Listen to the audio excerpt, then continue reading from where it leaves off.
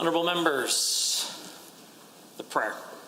Lord, the God of righteousness and truth, grant to her Queen and to her government, to members of the Legislative Assembly, and to all in positions of responsibility. May they never lead the province wrongly through love of power, desire to please, or unworthy ideas, but laying aside all private interests and prejudice, keep in mind their responsibility to seek to improve the condition of all. Amen, and please be seated.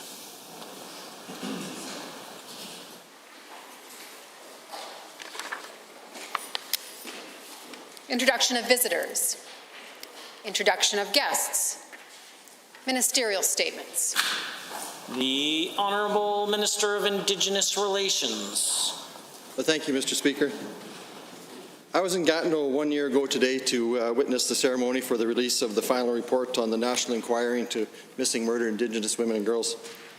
For the family members, the loved ones, and survivors who participated, the inquiry was a 2-year journey of bravery and perseverance as they shared their personal experiences of daughters who've been missing for decades, mothers whose bodies were found in shallow graves, sisters who went away to school and never made their way home. They told their stories with broken hearts and great courage and clear purpose.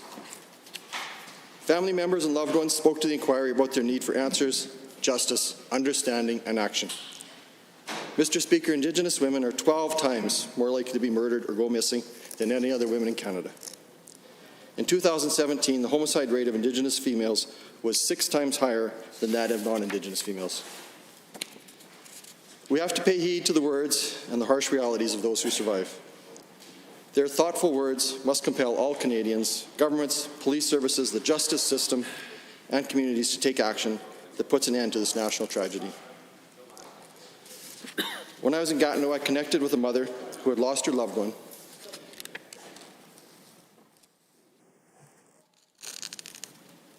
And I committed this government would take action. And I made that same commitment to Albertans when I marched down Stephen Avenue Mall with hundreds of others at the Sisters in Spirit gathering last fall. And reaffirmed this when I accepted a red dress from the Alberton Healing Lodge Society. We kept our promise to survivors of violence and the memories of those who are gone by announcing the Alberta Joint Working Group on Missing and Murdered Indigenous Women and Girls. Members come from different backgrounds and experiences, but they share in common an unbendable resolve to end violence against Indigenous women and girls. As a group, they will help to identify actions Alberta can address and recommend ways to bring together Indigenous communities, governments, and the private sector to eliminate violence against Indigenous women and girls. Mr. Speaker, some may wonder why this is a priority, while the province deals with the pandemic and the relaunching of an economy that has been deeply affected by global affairs. The actions we take now are going to help curb the violence. We passed Alberta's version of Clare's Law, so people at risk can learn about an intimate partner's history of domestic violence. We recently announced a human trafficking task force to prevent human trafficking and protect and empower survivors. And we continue to work with Government Anti-Racism Committee because racism can lead to violence. By tackling these issues, Mr. Speaker, we have set the groundwork for strong solutions that increase safety for Indigenous women and girls. We stand beside loved ones and family members of missing and murdered Indigenous women and girls, and we are listening and taking action. And I urge all people in Alberta to read the report, to think and act upon the calls. Thank you.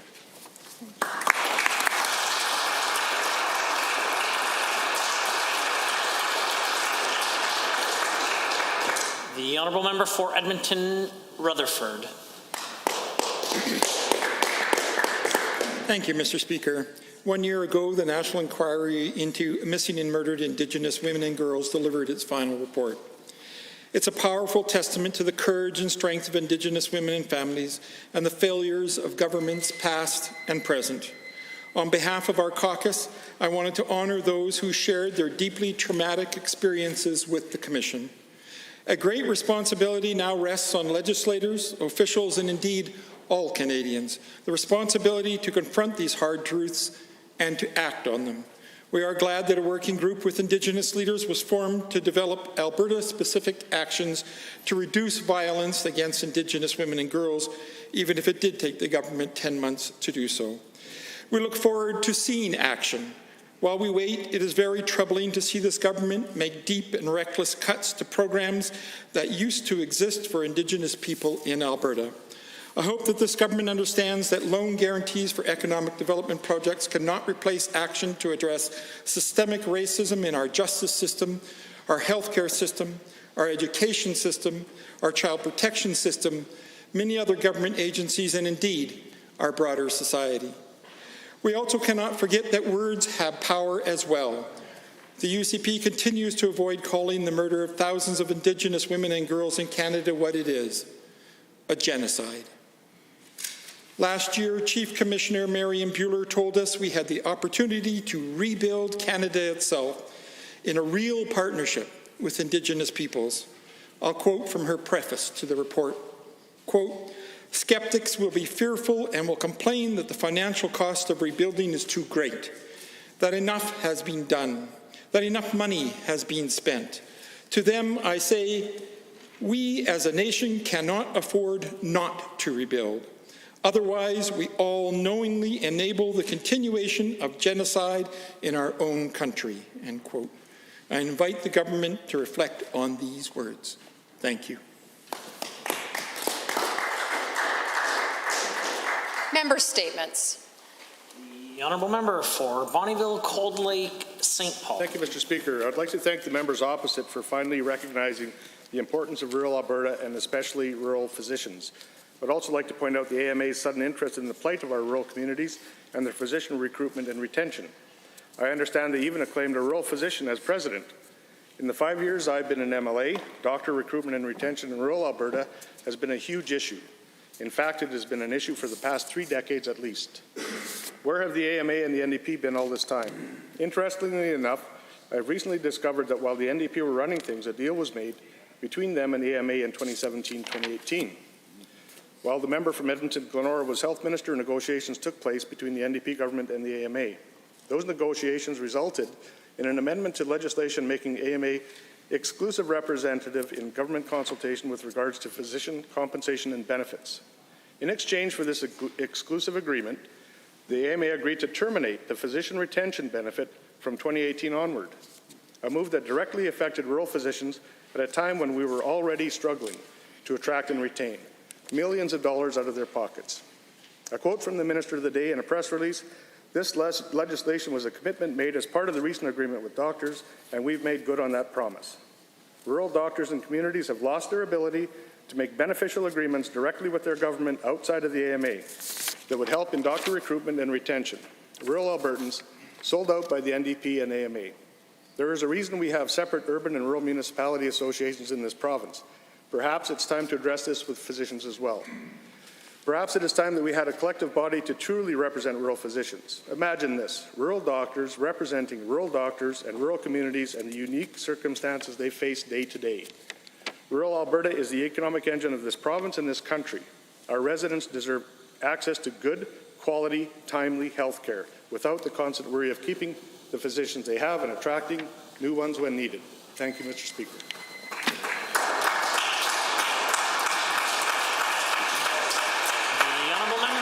For Edmonton, Manning. Thank you, Mr. Speaker. All 4 candidates for the federal Conservative leadership say it's wrong for their party to take federal wage subsidies meant for struggling businesses and nonprofits. We should not be bailed out by taxpayer money with millions unemployed and small businesses struggling to stay afloat, says Peter MacKay. I believe our standard should not simply be whether or not we're better than the Liberals, says Leslie Lewis. Political parties shouldn't be receiving the wage subsidy, says Derek Sloan. Aaron O'Toole says Canadians have sacrificed enough. They shouldn't have to pay wages subsidized for political parties. But candidates are not leaders. And for now, the blame lands on Andrew Scheer. And that's a good fit for a man who was forced to resign from mishandling his party's money. Of course, he didn't do it alone. Scheer's misuse of party money was co-signed by his executive director, Dustin Van Voot. And Van Voot recently got a new job, wait for it, managing the UCP's money. You can't make this stuff up. The guy who resigned from the federal Conservative Party for misuse of funds lands a job in charge of the books for the UCP. And he immediately exploits a loophole to grab taxpayers' money meant for food banks and homeless shelters. The Premier claims the UCP needed a Trudeau bailout because they stopped fundraising during the COVID-19 pandemic. That's simply not true. And I'll table the fundraising emails that the UCP has sent out during the pandemic, including the most recently on the Premier's birthday. So let's be clear, the so-called Conservatives over there are double dipping. They're still asking their donors for money while also forcing Canadian taxpayers to sweeten the pot at the same time. O'Toole says if he wins, he will pay back all the money federal Conservatives are pilfering from Canadian taxpayers. Will it take a change in leadership before the UCP returns to its principles and gives the money back? The Premier's decision was wrong, and every one of these members know it. The honourable member for Cypress, Medicine Hat. Thank you, Mr. Speaker. Halo Air Rescue Service in Southern Alberta is a critical service. I have received many calls and emails to my office from scared and concerned residents in Cypress Medicine Hat regarding the possibility of actually losing Halo. Tax dollars are used to fund these critical services through STARS in Northern and Central Alberta, Mr. Speaker, and it is my belief that such a critical service should also be funded appropriately in Southern Alberta. While Alberta Health Services has assured us that no gaps in air rescue will be felt, many of us are concerned about fewer available emergency rescue helicopters, leaving all Albertans vulnerable. Operating out of Medicine Hat, Halo is well positioned to provide its services to our region. There are many stories and testimonials from those who have benefited from their timely response. Paul Shifley was on his way out to a water well service job when a tire blew in his service truck and it rolled. Thanks to the services of Halo, rescue arrived, and once the emergency crews were able to safely free him, he was efficiently transported to hospital in only 14 minutes. For him to arrive in only 14 minutes compared to much longer ground ambulance is absolutely incredible. Edwin Camps was working on his potato farm when a pin from his vehicle shot out through a windshield and struck him in the jaw and neck. Halo was there to retrieve him from the field and save his life. If not for their fast response and transportation, his experience would likely have been fatal. Halo is efficient with their dollars and needs support. Donors in our area are rallying around this life-saving service. However, these donors are also taxpayers, and taxpayers' funds are used to support other critical air ambulance services in other parts of Alberta. It is my hope that an agreement can be reached that we can support Halo going forward. They are a life-saving asset in our area, and Mr. Speaker, Alberta families cannot afford to lose them.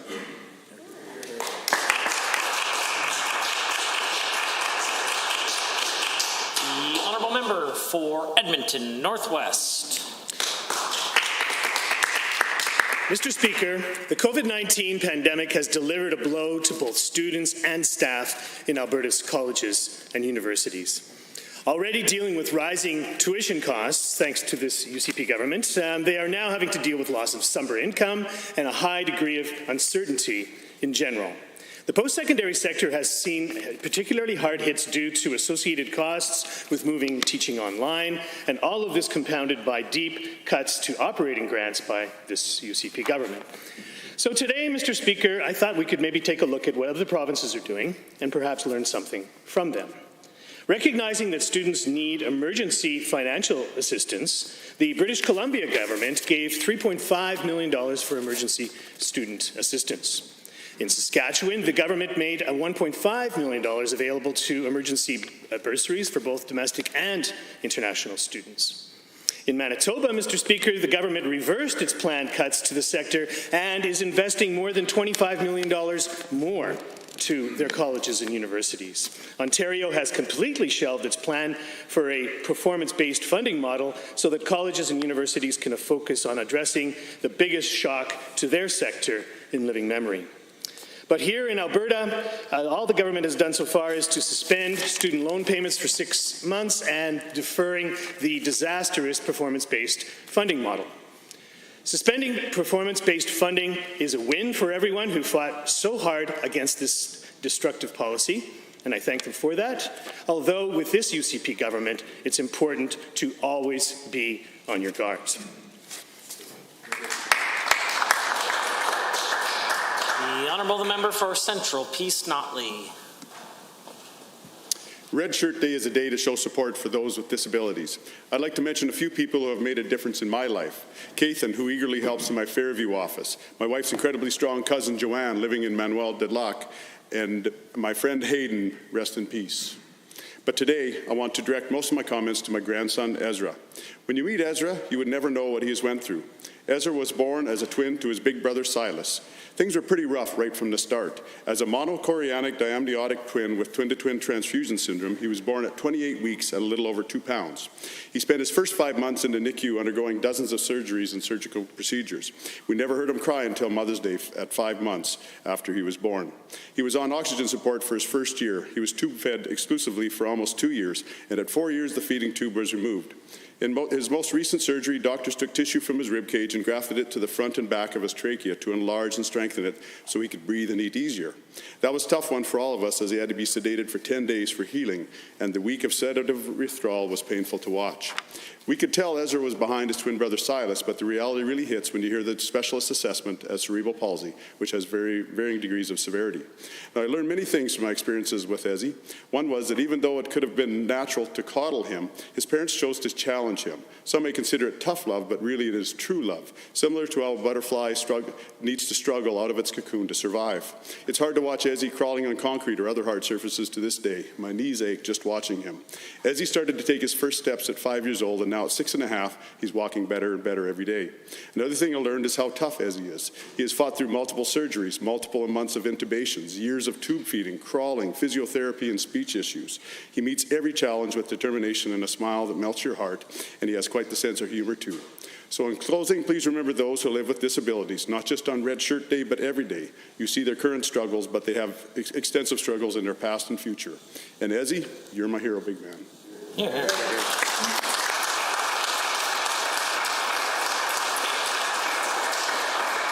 The honourable member for Edmonton-Glenora has the call. Salamat, Mr. Speaker, and to all mabuhay. I'm proud to stand and recognize June as Philippine Heritage Month in Alberta. I'm very proud that our NDP government made this an annual occurrence. And on a personal note, it was a great honour to attend the inaugural Government of Alberta Filipino Leadership Summit, and it was a great pleasure on my personal money and my personal time to visit the Philippines. Alberta is home to more than 175,000 Filipino Albertans, and it is the second largest Filipino community here in Canada. Filipino Albertans have always made tremendous contributions to our society through their faith, civic engagement, rich cultural values, and love of family. I know many Albertans will be celebrating Philippine Independence Day on June 12th, and this year I'm reflecting on how many frontline essential workers in Alberta have Filipino ancestry. Many healthcare workers, meatpacking workers, grocery workers, supply chain workers, education workers, just to name a few, they have been essential service providers for us in Alberta during the COVID-19 pandemic, and many are Filipino. The Philippine Heritage Month will be a good time for this government to reflect on where it has failed to protect these workers and honour the risks that they take for all of us. I am proud to have joined Filipino community leaders to press the government to remove the barriers for healthcare that many precarious workers, temporary foreign workers, and their family members face. I know Alberta's Filipino community embraces hard work, family, and fun, as well as values of empathy and solidarity. With these values in mind, we need to keep them dear more than ever. So let us unite, Mr. Speaker. Magkaisa tayo. The honourable member for Vermilion-Lloydminster Wainwright.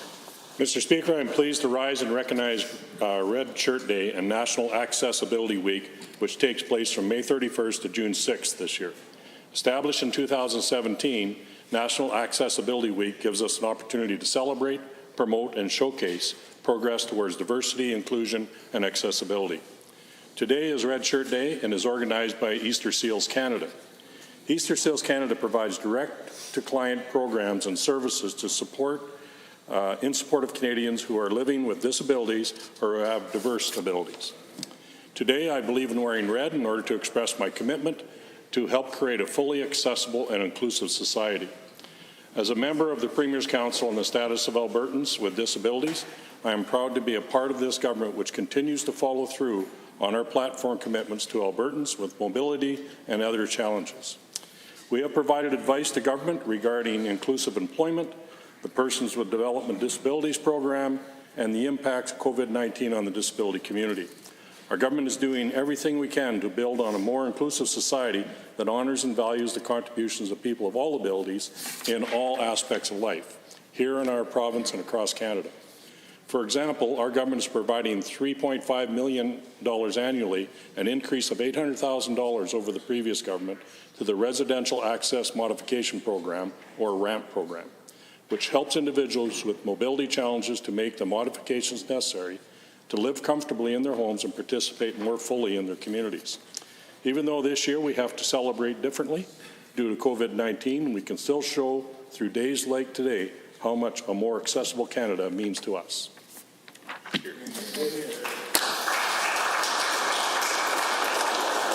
Honourable members, we are at oral question period, and the Leader of Her Majesty's official opposition has the call. Thank you very much, Mr. Speaker. Yesterday, the Premier said Alberta may speed up Phase 2 of its economic relaunch plan. Good news. The problem is, Mr. Speaker, that there are still Phase 1 businesses that can't afford to reopen. Now, the Premier is shamelessly pocketing taxpayer dollars for his own party, but he has no problem telling Albertans who spend their lives building their businesses, good luck, you're mostly on your own. He won't help with PPE, he won't help with retrofits, and he won't ban commercial evictions while the rent subsidy program remains broken. Why is the Premier abandoning Alberta's entrepreneurs when they need him the most? The Honourable, the Premier. Well, we're doing no such thing, Mr. Speaker. Prominent NDP spokesman Gil McGowan has called for all businesses to be shut down for another month. We won't listen to that NDP spokesman, nor by the way, on his bigotry against people of faith, Mr. Speaker. We are in a position, hopefully, to be able to move forward more quickly with Phase 2 relaunch because of the strong performance of Albertans in combating the COVID pandemic. And we will be announcing additional measures to assist small and medium-sized businesses that have been affected by public health measures over the recent weeks. The Honourable Leader of the Opposition.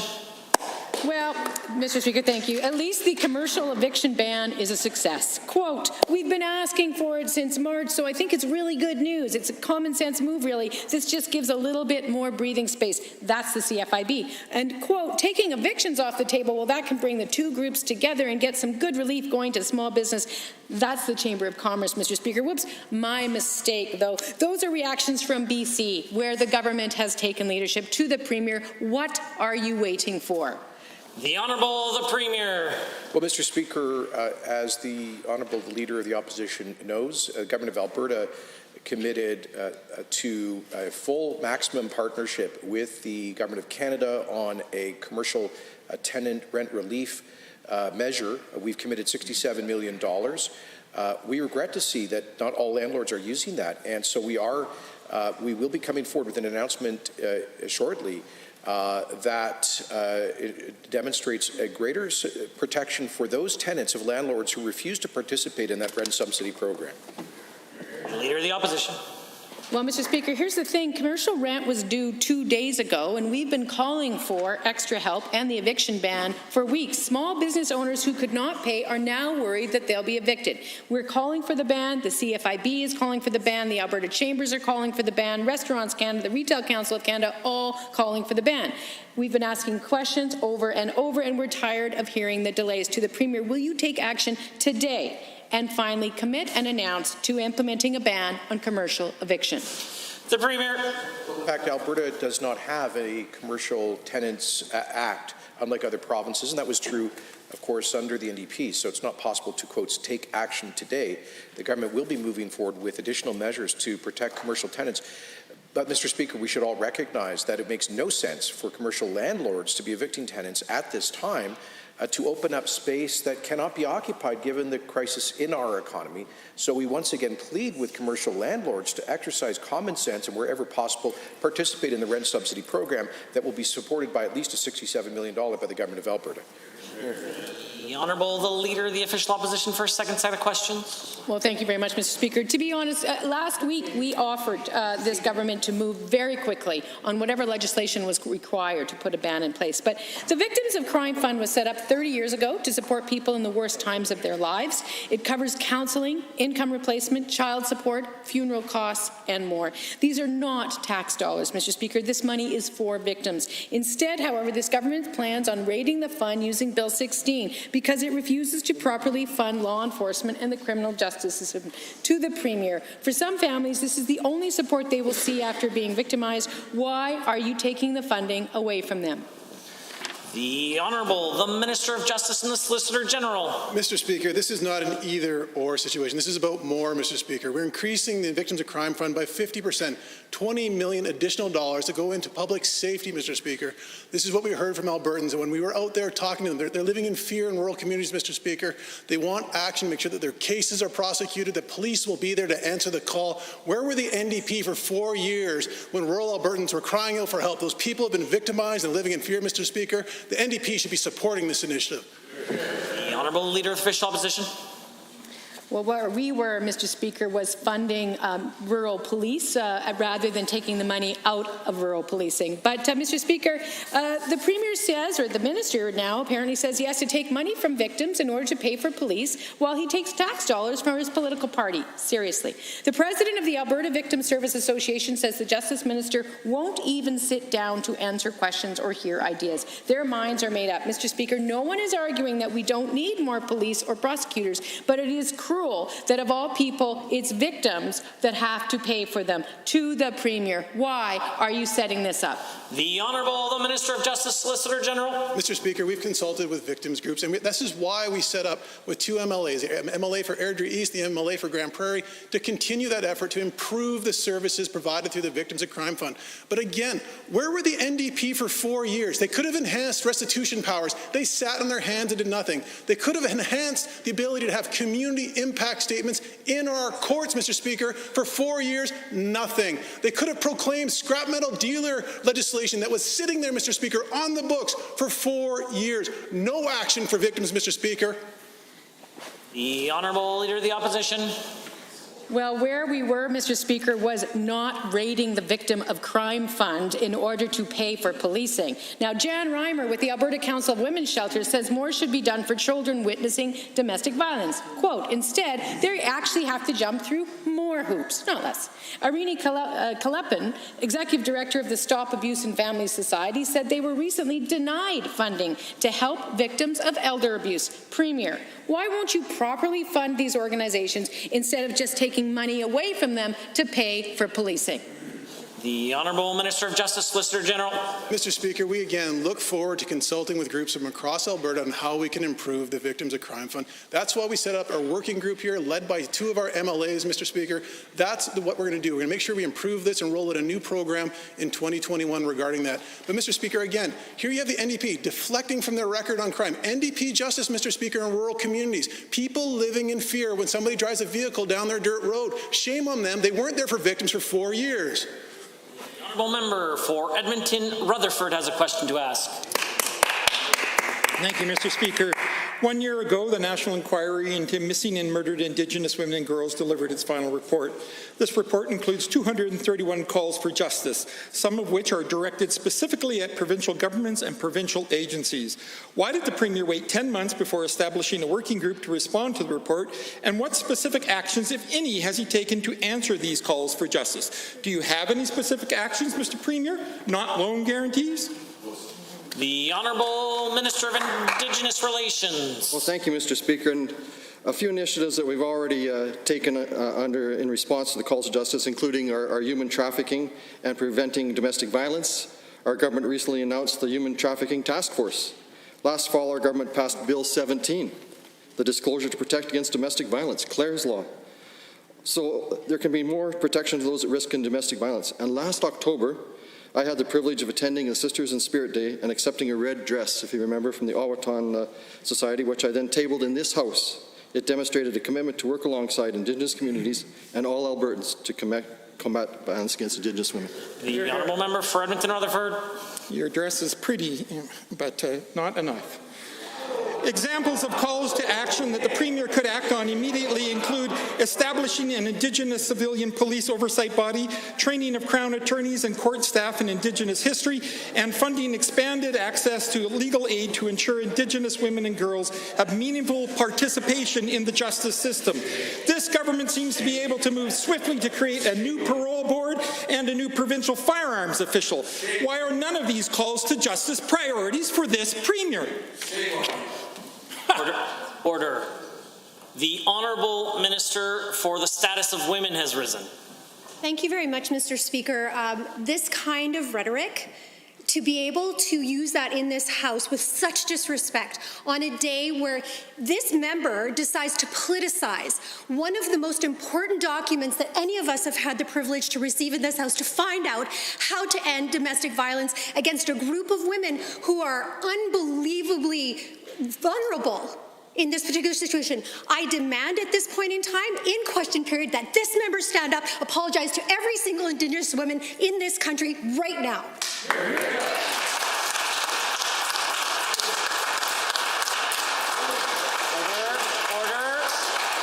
The honourable member for Edmonton Rutherford. When will the UCP learn that murder is political?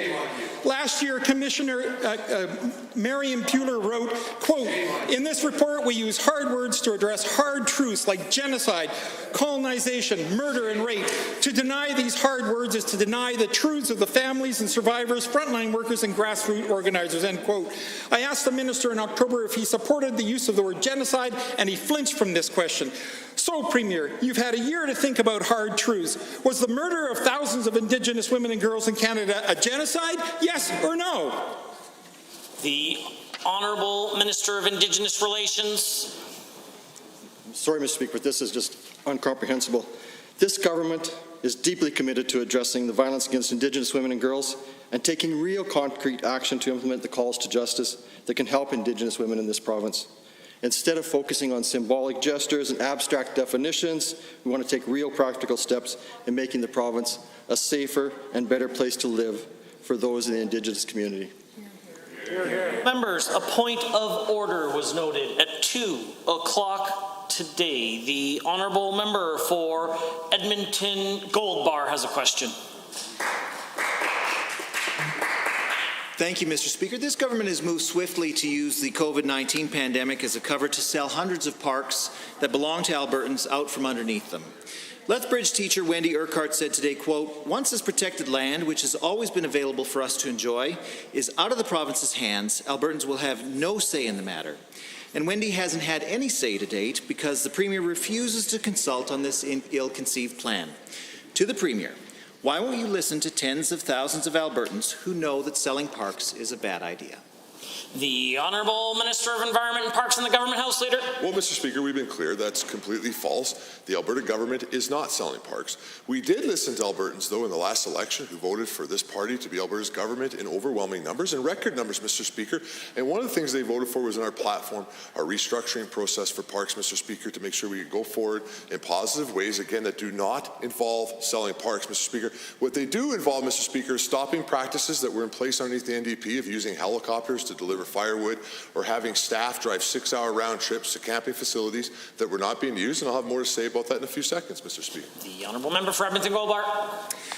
Well, thank you, Mr. Speaker. This provincial government has claimed that they need to sell our parks to save money. They claim there's not a dollar to spare to save River Lot 56 in St. Albert or to prevent the partial closure of Bow Valley Provincial Park west of Calgary.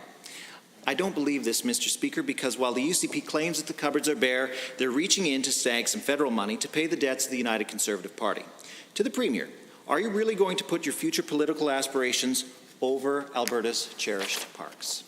The Honourable Minister of Environment and Parks, Government House Leader. Mr. Speaker, again, to be clear, no provincial parks are for sale at all. That is categorically false. It's unfortunate to see the NDP continuing to misrepresent facts inside this Assembly, Mr. Speaker. The reality is that we do have some facilities that are transferring from the Parks Act to the Public Lands Act. They remain protected. The Public Lands Act protects most of the land inside this province, Mr. Speaker, and Albertans will continue to have access to those recreation facilities, Mr. Speaker. But the practices that the NDP had of using helicopters to deliver firewood or having staff drive long distances from one end of the department to be able to keep care of those facilities will stop. The Honourable Member. Mr. Speaker, if this building weren't closed to the public, the galleries would be packed today with Albertans wanting to save our parks. This government has refused to consult, and they've moved to sell these parks while Albertans have been stuck indoors during a pandemic. Still, our caucus has talked to Albertans. We've held virtual town halls, and we've talked to many stakeholders. To the Premier, could you at least pretend to care about these parks? And if I personally arranged some virtual town halls for him, would he grow a backbone and bother to show up? The Honourable Minister of Parks. Mr. Speaker, I'm confused. The NDP seems very excited about selling parks, but I want to be clear, the Alberta government is not selling parks. So the NDP can continue to have town halls talking about selling parks, Mr. Speaker, but let me assure you and assure Albertans through you, Mr. Speaker, that Alberta's government will not be selling parks, Mr. Speaker, but we will be stopping the abuse of taxpayer dollars that we saw underneath the NDP government and continuing to provide recreation facilities across this province in an effective way, Mr. Speaker, while protecting landscapes. And again, I want to be clear, Mr. Speaker, we are not selling parks. The Honourable Member for Calgary-Fish Creek has a question to ask. Mr. Speaker, too many Albertans are unemployed. This has been the case for some time, but the problem has been and will continue to be exacerbated in the coming months with the far-reaching impacts of the coronavirus pandemic. We know that investment by the private sector is the only long-term path to economic growth. However, in the short term, this government has continued to commit to infrastructure spending to stimulate the economy. Can the Minister of Infrastructure please share with Albertans what projects are planned or underway at this time? The Honourable Minister of Infrastructure. I would like to thank the member from Calgary-Fish Creek for the first sensible question of the day. I'm pleased to report that in addition to the $6.9 billion in capital investments approved by this House, we are accelerating an additional $1 billion for capital maintenance and renewal projects, which are shovel-ready. On top of that, I'm pushing hard to get federal infrastructure ICIP funds totaling another $1 billion. Mr. Speaker, these projects will create much-needed local jobs across the province and position us well for the future. The Honourable Member for Calgary-Fish Creek. Thank you, Mr. Speaker. And in a most sensible way, given that Alberta has a number of interprovincial free trade agreements, including the New West Partnership, by which we must adhere, and given that Alberta will likely see higher unemployment than places like Saskatchewan and British Columbia because of plunging oil prices, what is the Minister of Infrastructure doing to ensure that Albertans are the first employed by these infrastructure projects? The Honourable Minister of Infrastructure. Mr. Speaker, I'm pleased to report that Alberta contractors compete regularly with companies from across the globe in compliance with various trade agreements and consistently win 90% of the contracts awarded by my ministry. There are also lots of smaller consulting projects like construction and consulting contracts below $100,000 that are not subject to the same free trade agreements. So we'll be looking to expeditiously award those contracts to local Alberta companies across the province. The Honourable Member. Thank you, Mr. Speaker, and thank you to the Minister for his encouraging answer. Given the construction industry faces significant challenges as a result of the COVID-19 pandemic, including difficulties procuring materials and challenges with worksite protocols and shutdown, and given that many of the agreements between contractors and the government never anticipated the COVID-related challenges, can the Minister please inform the Assembly what he is doing to ensure that contractors have the certainty they need to continue building vital infrastructure for the province? The Honourable Minister. Mr. Speaker, I acknowledge that construction companies face a set of unique challenges these days. We'll continue to deal with each of these circumstances on a case-by-case basis, and we will always be fair in our dealings with our industry partners if they require additional time or money. At the same time, while contractors have to defend their interests, Albertans expect me to spend taxpayers' money prudently. So we'll be fair, but we will not play fast and loose with taxpayers' money. The Honourable Member for Edmonton Mill Woods is rising. Thank you, Mr. Speaker. Albertans are still extremely concerned about this government's intentions when it comes to their pensions. It was a deeply regrettable decision by this government to seize control of public sector pensions without even the slightest consultation with the people who built and contributed to those pension funds. Thousands of Albertans have written to our caucus and to me, urging this government to reverse this attack on these pensions. Will the Minister of Finance listen to these Albertans and commit to restoring the rights he removed when he hijacked public sector pensions? The Honourable the Minister of Finance and the President of Treasury Board. Well, Mr. Speaker, ultimately, our goal is to ensure that we have the most sustainable pension system in the province that the province could possibly have. That's why we made the number of changes last year to really strengthen pensions. That included strengthening AIMCO's ability to manage pensions and investments well. Ultimately, Mr. Speaker, we know and research shows that expanding the quantum of assets managed results in lower costs, Mr. Speaker. The honourable member for Edmonton Millwoods. Given the rushed Bill 22 forces Alberta teachers to use AIMCO as their investment manager, and given this finance minister failed to provide careful, detailed, and risk-adjusted calculations of returns to justify that decision, it's fortunate that that analysis has now been done, and it shows that over the past 7 years, the teachers' pension fund would be worth $1.3 billion less if managed by AIMCO. And given that data shows that ATRF outperformed AIMCO each and every year from 2013 to 2019. Does the finance minister agree it's now clear forcing this move will cost taxpayers? The Honourable the Minister of Finance and the President of Treasury Board. Well, thank you, Mr. Speaker. The information presented by the member opposite, we certainly wouldn't agree with that information. AIMCO has an excellent track record of providing excellent returns for its asset owners. Over the last number of years, AIMCO has beat the benchmark 8 out of 10 years. Mr. Speaker, we're confident that AIMCO will deliver well for Alberta teachers in the future. The honourable member. Given they wouldn't have in the past, and given AIMCO has just made international news with its shocking losses, and given that this Premier is threatening to withdraw Alberta from the Canada Pension Plan, and given that the CPP he proposes to forcibly take Alberta out of has enjoyed record high returns this year, while AIMCO, which he proposes to hand Albertan pensions to, has suffered record high multi-billion-dollar losses and serious criticism from pension experts. Why is this finance minister willing to jeopardize the retirement of Albertans when they are so clearly opposed? Will he finally listen to Albertans?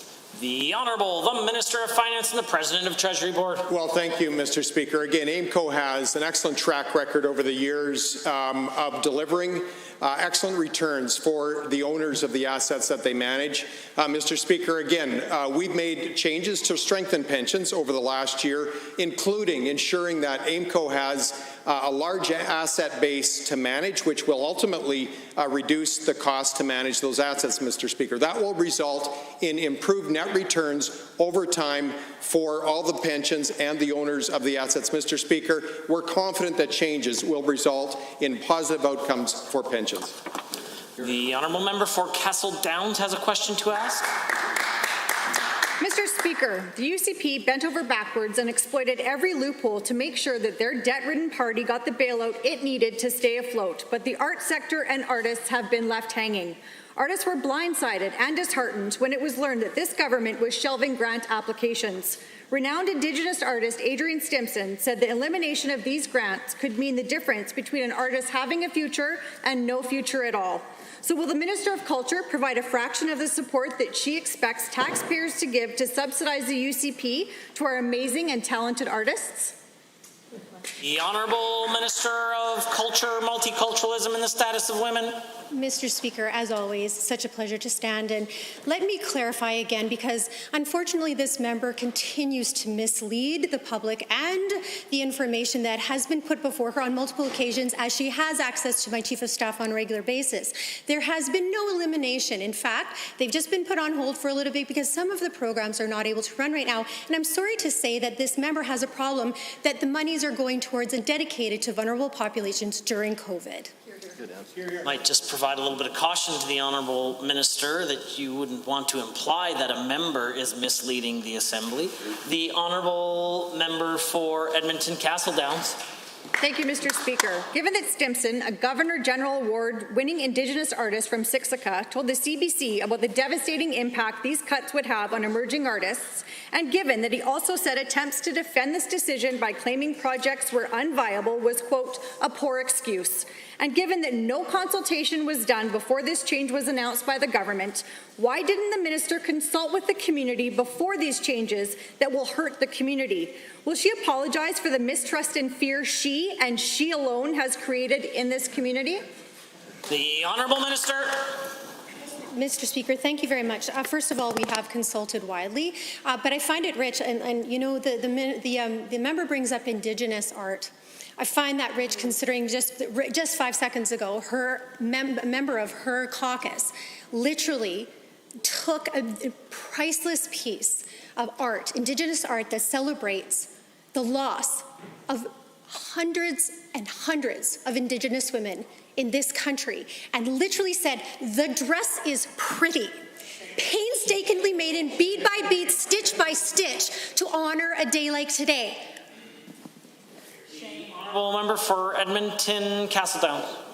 Given that the UCP thought the idea that an artist being included on the Economic Recovery Council was laughable, and given that this attack, which the minister stood beside, ignores the fact that the arts generate over $5 billion into our economy, and given that Stimson said many artists were considering leaving the province as a result of this heartless decision, will the minister apologize for the odious comments of her premier and immediately commit to appointing a member of the arts community to the Economic Recovery Council?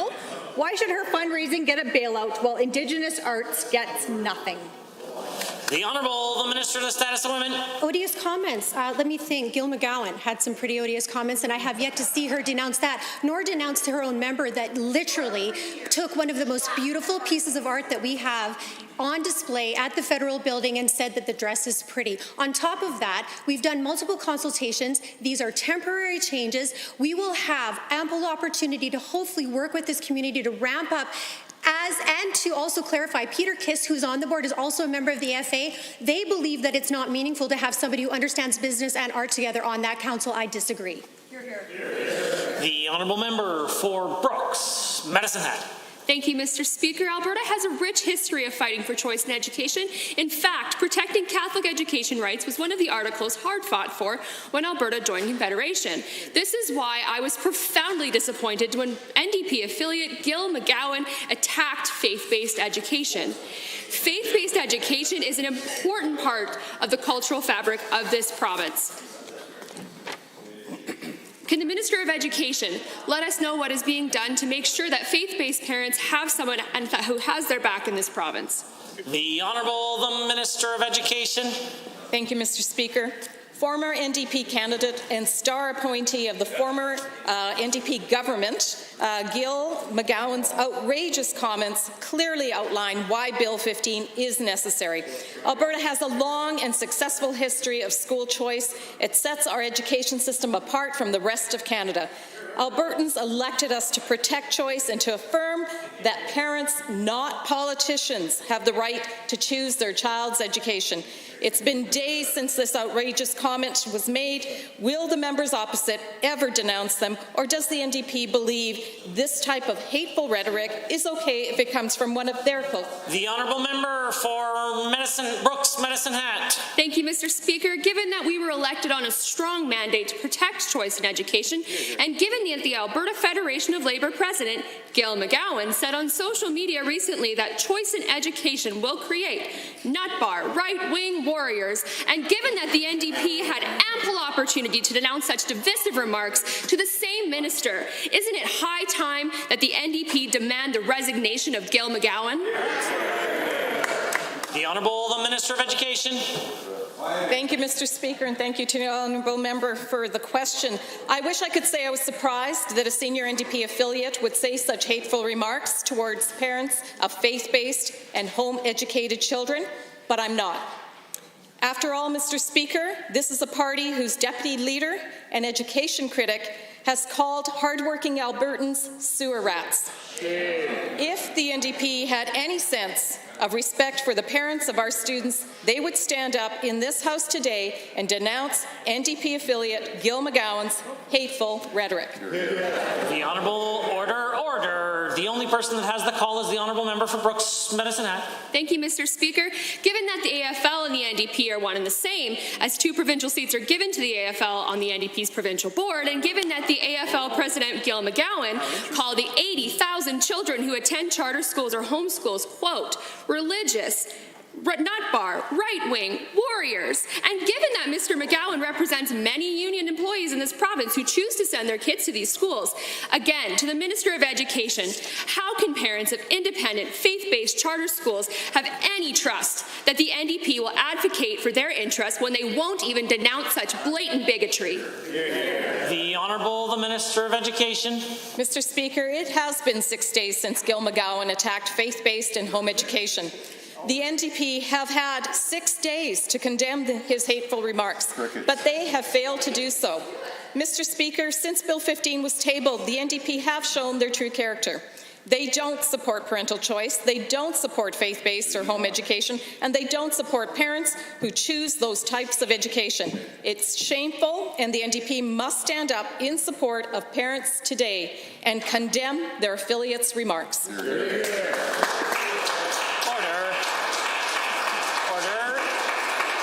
The Honourable Member for Edmonton Meadows. Thank you, Mr. Speaker. A year ago, our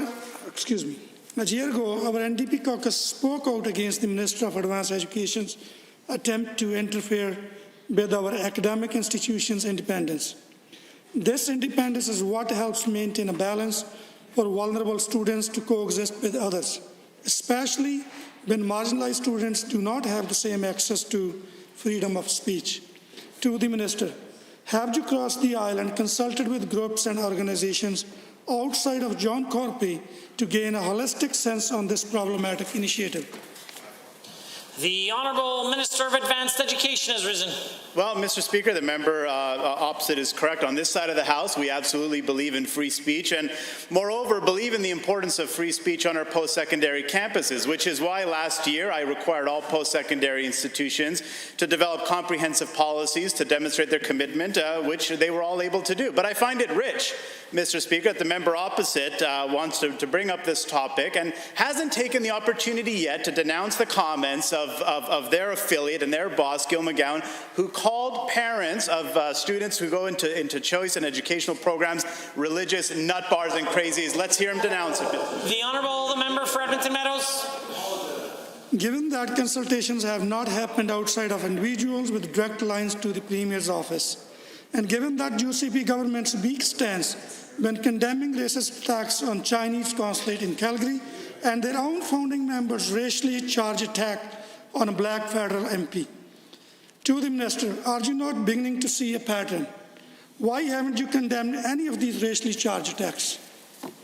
The Honourable the Minister of Advanced Education. Mr. Speaker, I am beginning to see a pattern of those members standing behind the prejudicial comments that their affiliate, Gil McGowan, made. I haven't seen any one of them yet get up and stand and denounce those comments. I've already said, given the member opposite an opportunity to do that, and he's refused. Let's see if he'll do it this time. All you have to do is just announce the comments, Mr. Speaker. Let's see if he'll do it this time around.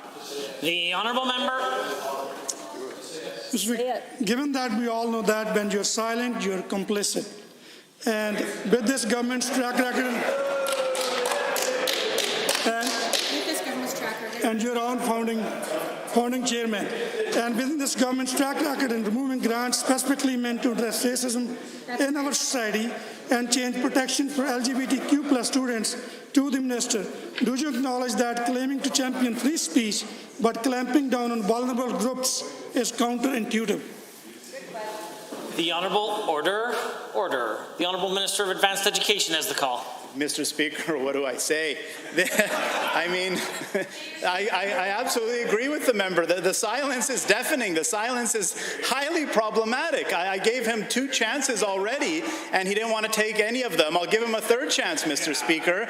It's very simple. He just has to tell this House that he absolutely denounces the comments that were made by their affiliate and member of their board, Gil McGowan, who called, again, let's just remind the House, who called parents who put their kids into charter schools and other programs, nut bars and crazies. Let's have them get up and denounce the comments, Mr. Speaker. Order. The Honourable Member for Edmonton, Highlands, Norwood.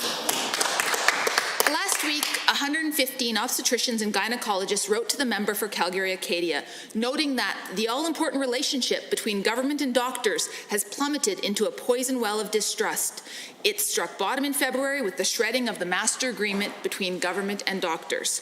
These are the doctors that bring new Albertans into the world and keep babies and mothers safe.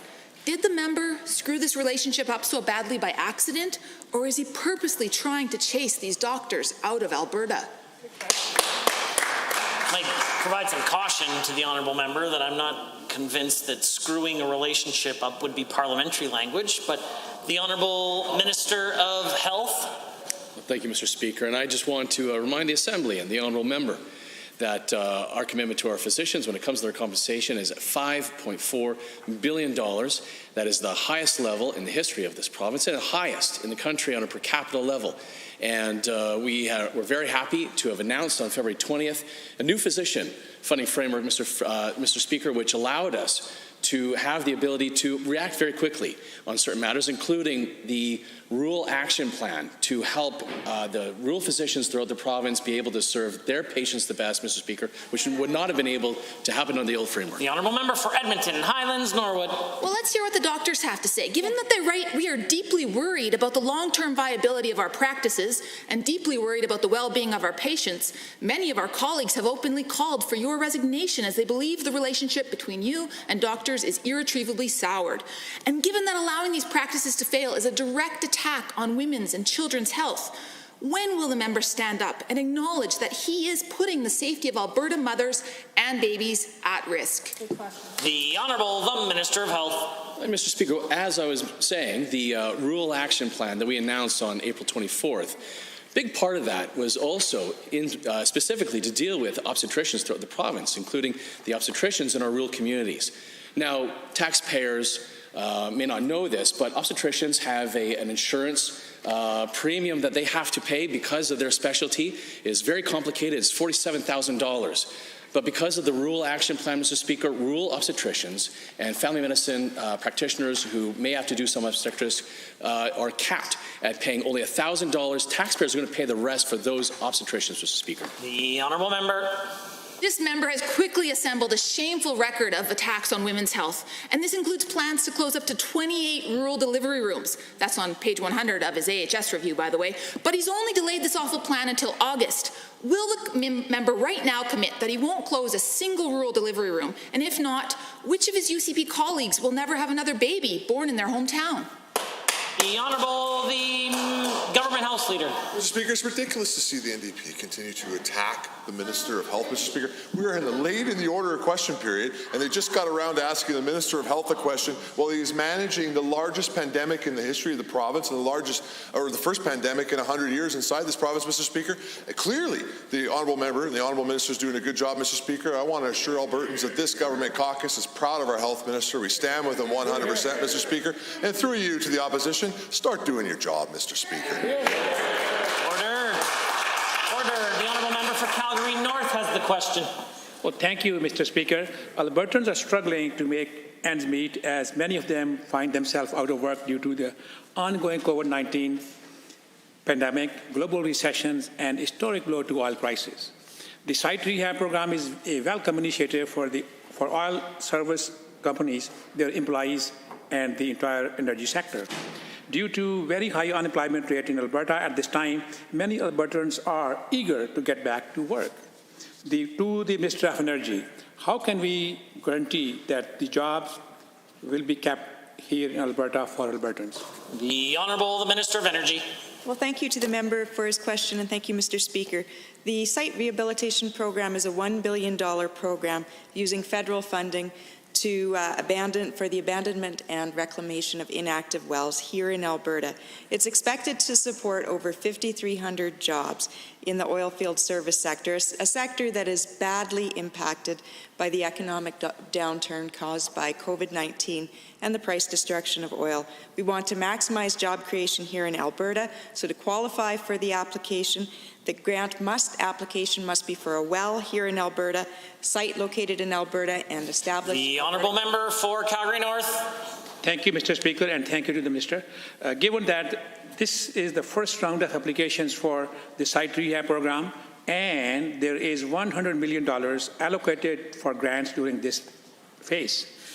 Given also that there are many oilfield service companies that will be interested in this program, to the same Minister, are companies that are denied grant funding in this first phase are able to reply in later rounds? Minister of Energy.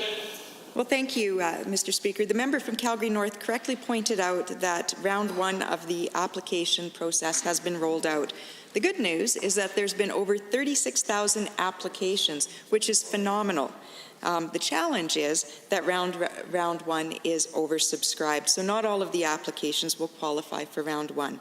But there are many more rounds to come, and it's a $1 billion program, so there'll be work available for a lot of companies for a very long time right here in Alberta. The honourable member. Thank you, Mr. Speaker. Given that the site rehab program has potential to help many oil service companies, producers, and their employees, further given that there will be competition for these grants to the same minister, will there be a limit on the number of grants allocated to a particular company to ensure that the grant money is distributed to as many oil service companies as possible? The Minister of Energy. Well, thank you. The Department of Energy is continuing to review the 36,000 applications for round one right now. And as of this morning, they've gone through over 6,600 applications have been reviewed and processed, and money is now flowing and rolling out the door. The overwhelming demand for this program shows that there's a dire need for this funding and for jobs right across the province. We're focused on working through all of these applications right now and ensuring that the grant money is processed fairly and is distributed to as many job creators across the province as possible, including large and small operators and Indigenous operators as well. Members, the official opposition House Leader has a question. Thank you, Mr. Speaker. Yesterday, the government introduced Bill 19, the Tobacco and Smoking Reduction Act. I hope that the goal of reducing smoking and vaping, especially among young people, does not have to be a partisan issue. With that said, there are areas where this bill seems to have stopped short of taking some obvious action. To the Minister, why did the government neglect to take action on the flavouring of vaping products, especially when we know that flavouring is an industry technique to attract young users? The Honourable the Minister of Health. Thank you, Mr. Speaker, and I would note actually that Bill 19 does not fail to take action on this matter.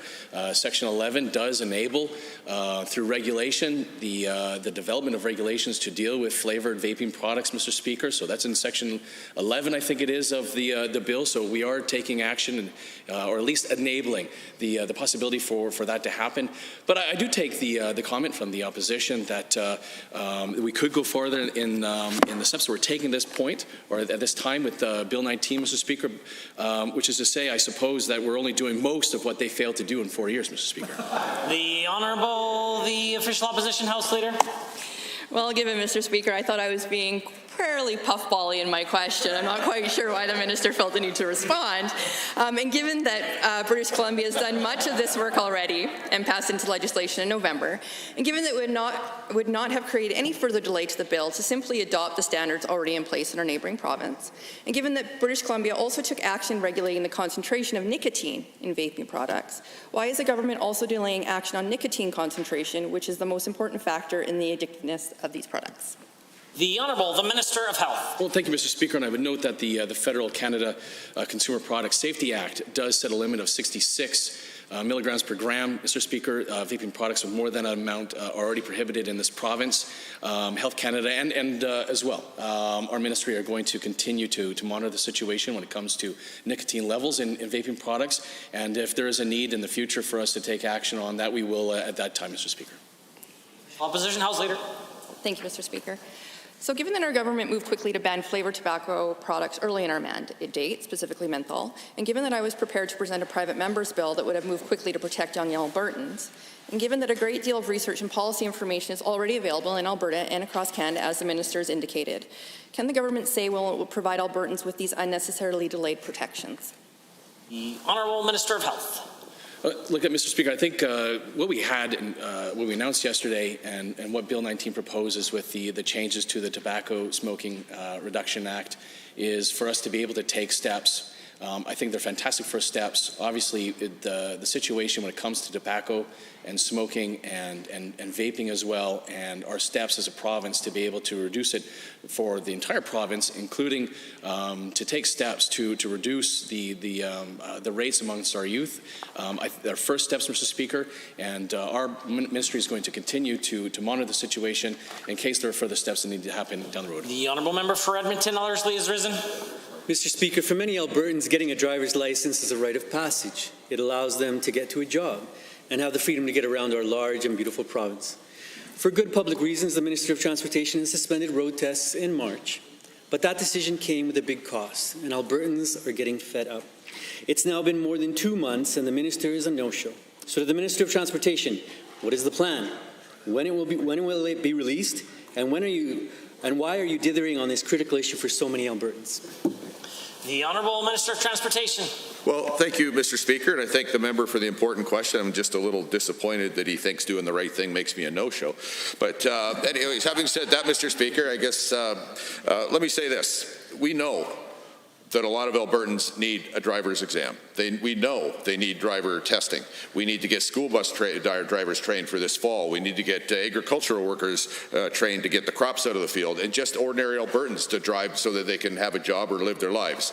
We're working with the Chief Medical Officer of Health to establish criteria where we can start delivering those tests again.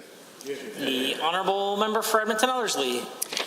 Thank you, Speaker. Given that more than 3 weeks ago I asked you this question and I haven't received a response, and given that the Chief Medical Officer has said that this pandemic will likely be with us for many months, if not years, and given that the Minister claims he's been consulting with the Chief Medical Officer on a plan, and given that his dithering is causing economic hardship for Albertans and creating real problems, particularly in rural Alberta, where public transit and getting a lift from a friend is a much bigger challenge, can the Minister inform this House when he'll actually be taking action?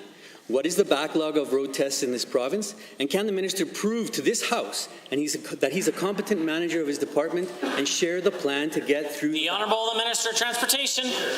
Well, Mr. Speaker, only the NDP would call someone incompetent for doing what they asked them to do, but that's okay. Mr. Speaker, it's important. We are working with the Chief Medical Officer of Health. As soon as we get the go-ahead to begin the tests in the full speed and get that transmitted to the registry agents and the driver examiners and organize the personal protective equipment, we will certainly do that. We know it's important. We haven't delayed. But as he may or may not know, we need to wait until we got permission from the Chief Medical Officer of Health. The Honourable Member. Given that the Minister is ultimately responsible for ensuring that road tests are conducted safely for both the tester and for the testee, and given that we've heard that some driver examiners are refusing to get into private vehicles for testees because they don't know if they're at risk for COVID and whether the vehicle has been sanitized, and given that all workers have the right to refuse unsafe work, and these concerns are entirely reasonable and valid, and given that we might not have a treatment or vaccine for COVID for months, years, or if ever, to the Minister, what is your long-term plan for driver examiners, and will you force them to enter a private vehicle to conduct a road test before a treatment or vaccine is produced? The Honourable Minister. Well, Mr. Speaker, that would be a great question if the member didn't start by saying it, to hurry up and put the tests in place and then follow with it's not safe to do the tests. I find that a little bit disturbing. However, the part that I agree with is the part that we won't put drivers in vehicles if they don't think they're safe, and we are in the midst of doing what the Honourable Member suggests, and is creating protocols where the vehicles will be safe, the correct protective equipment will be in place, and we'll be able to deliver those desperately needed tests safely. We're working very hard to come to that point. The Honourable Member for Calgary Cross. Thank you, Mr. Speaker. Small mom and pop shops are crucial to our province's economy. They provide hundreds of thousands of jobs, they offer local and innovative products, and they keep money within the community. These small shops were hit extremely hard by COVID-19 and the lockdown that came with it. To the Minister of Economic Development, Trade and Tourism, what is our government doing to help these struggling businesses? The Honourable, the Minister of Economic Development, Trade and Tourism. Thank you, Mr. Speaker, and thank you to the member for the question. The member is absolutely correct. Small businesses are the backbone of our economy and a critical part of our communities. That is why our government took immediate action to relieve the pressure small businesses were feeling, with among the highest per capita supports for small business in the 10 provinces, such as our $350 million program to pay half of WCB premiums for small businesses, and our $450 million deferral of education property taxes for businesses. Well, Member for Calgary Cross. Given that federal programs for commercial relief, such as SECRA and CEBA, have failed many small businesses due to the federal government's poor implementation and eligibility criteria, And given that SECRA specifically bars many tenants due to extremely complex and stringent requirements, including complete dependence on landlords, to trigger these benefits at all. And given that the province has the exclusive jurisdiction over many of these relief programs, which would directly benefit small businesses. Minister, what is our government doing to improve these programs and ensure that these businesses don't have to shut their doors? The Honourable, the Minister of Economic Development, Trade and Tourism. Thank you, Mr. Speaker, and thank you to the member for his question. The Canada Emergency Commercial Rent Assistance Program is one that all provinces have signed on to, and we expect that Alberta's contribution will be around $67 million in rent relief for eligible small businesses. We know this program does have some gaps, and that is why my colleague, the Minister of Finance, is continuing to tell the federal government that changes are needed to improve it and support Alberta businesses. The Honourable Member. Thank you, Minister, and thank you, Mr. Speaker. Given that small businesses have very limited cash on hand these days, tight profit margins and high overhead costs, and given that many of these businesses have had to go weeks and months with little to no income and to offset expensive fixed costs such as commercial rent, heat and water, what is our government doing to help small businesses get on their feet as the months go by? Minister. Speaker, and again to the member for his advocacy for small business. As I've mentioned, we've implemented some of the most extensive measures to support job creators to date among Canadian provinces. But we also know there is more to be done, and we're considering further measures to support small businesses in Alberta. The Honourable Member for Fort Saskatchewan-Vegreville. Thank you, Mr. Speaker. I have been hearing from many of the agriculture producers in my constituency of Fort Saskatchewan-Vegreville about the challenges they are facing from last year and COVID-19. The 2019 growing season was challenging for Alberta producers with poor harvest weather and an early snowfall, which resulted in more than 1 million insured acres remaining in the fields over the winter. To the Minister of Agriculture, what is our government doing to get help now to these struggling producers and streamline the process? Minister of Agriculture and Forestry. Thank you very much, Mr. Speaker, and the member for that very important question. As she very well knows, last year was a very difficult harvest, and for a lot of farmers, it continued well into the spring. But AFSC had 118 dedicated crop adjusters that went strategically across the province to make sure that crops were adjusted so that farmers could make timely decisions so that they could take their crop off and get seeding underway. And it's great to see that seeding is almost done across the province right now, but that's thanks to the hard work of our farmers, and it's something that this government will always support them. Honourable Member for Fort Saskatchewan-Vegreville. Thank you, Mr. Speaker. Given that there has been reduced operating capacity at major beef processing plants in Alberta, which has caused about 130,000 cattle to be backed up in feedlots, and given that the longer producers have to keep their cattle on the feedlot, the greater the cost to the producers, can the minister explain how the Fed Cattle Set-Aside program is helping our farmers and alleviating the substantial costs they have been bearing due to the side effects of COVID-19? The Honourable Minister of Agriculture and Forestry. Thank you very much, Mr. Speaker. And as I'm sure everyone in this chamber knows, 40% of Canada's cattle herd is raised right here, and Alberta beef is our second largest food export, valued at over $2 billion. And due to COVID, as the member rightly pointed out, there has been a lot of volatility, especially in our fed cattle system, and that is why we created the Fed Cattle Set-Aside program, which 30% of the funds that we've committed as a province of Alberta, in partnership with the federal government, will go out initially in July, and we are working on creating a bid system that will carry them on well into the fall. Honourable Member. Thank you, Mr. Speaker. Given that COVID-19 has put a great strain on our Alberta hog producers, and given our Alberta producers represent over 10% of Canada's hog production, translating into 2.8 million market hogs per year, can the Minister of Agriculture please advise what is being done to put money in the producers' hands now, and what programs do they have to be enrolled in to access the money? The Minister of Agriculture. Thank you very much, Mr. Speaker. And changes that we did make to agri-stability is putting $25 million in the hands of Alberta pork producers immediately. That was when we changed the interim payment from agri-stability from 50% to 75% for our hog sectors. And increasing that advance payment, Mr. Speaker, will result in the equivalent of about $20 per head for our pork producers in Alberta. And again, regardless of the commodity, our farmers and ranchers is something that this government will always stand up for. Thank you. Honourable members, in 30 seconds or less, we will return to member statements.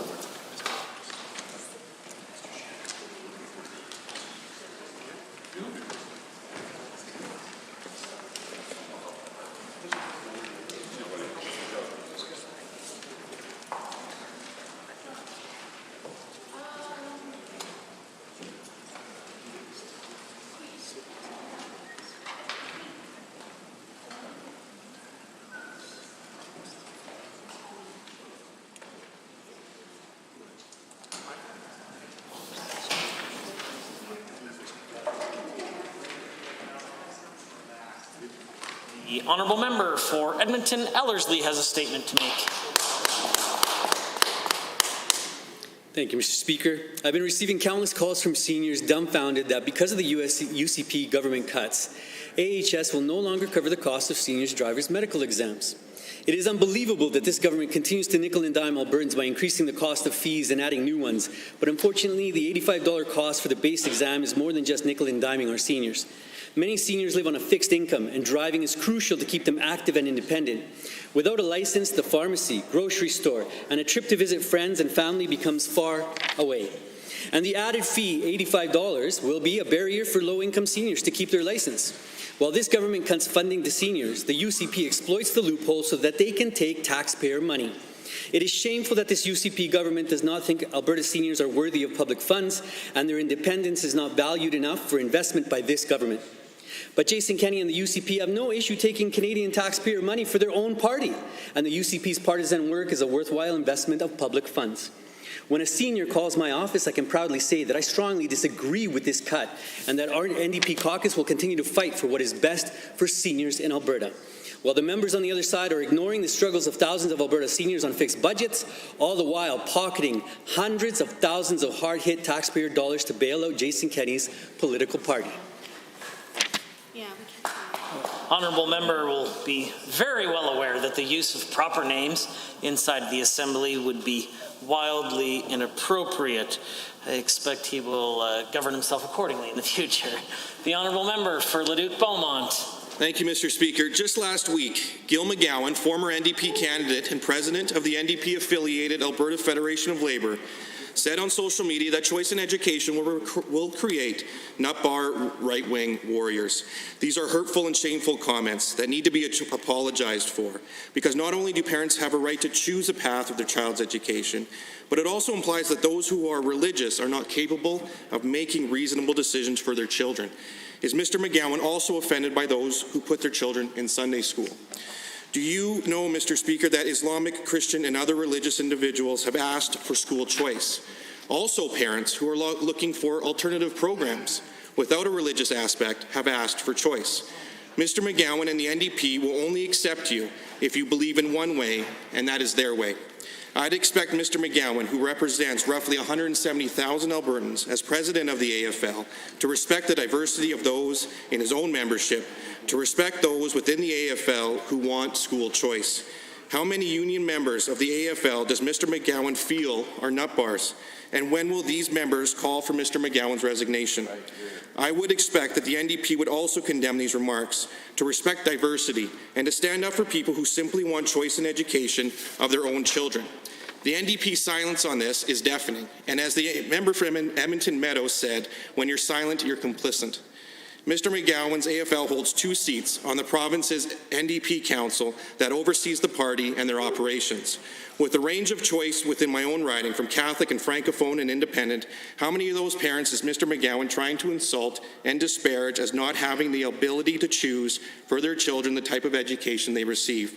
We live in a very polarized world, and in order to move past that, we need to support those who believe in honesty, integrity, and kindness, those who believe in family, community, and helping their neighbor through tough challenges.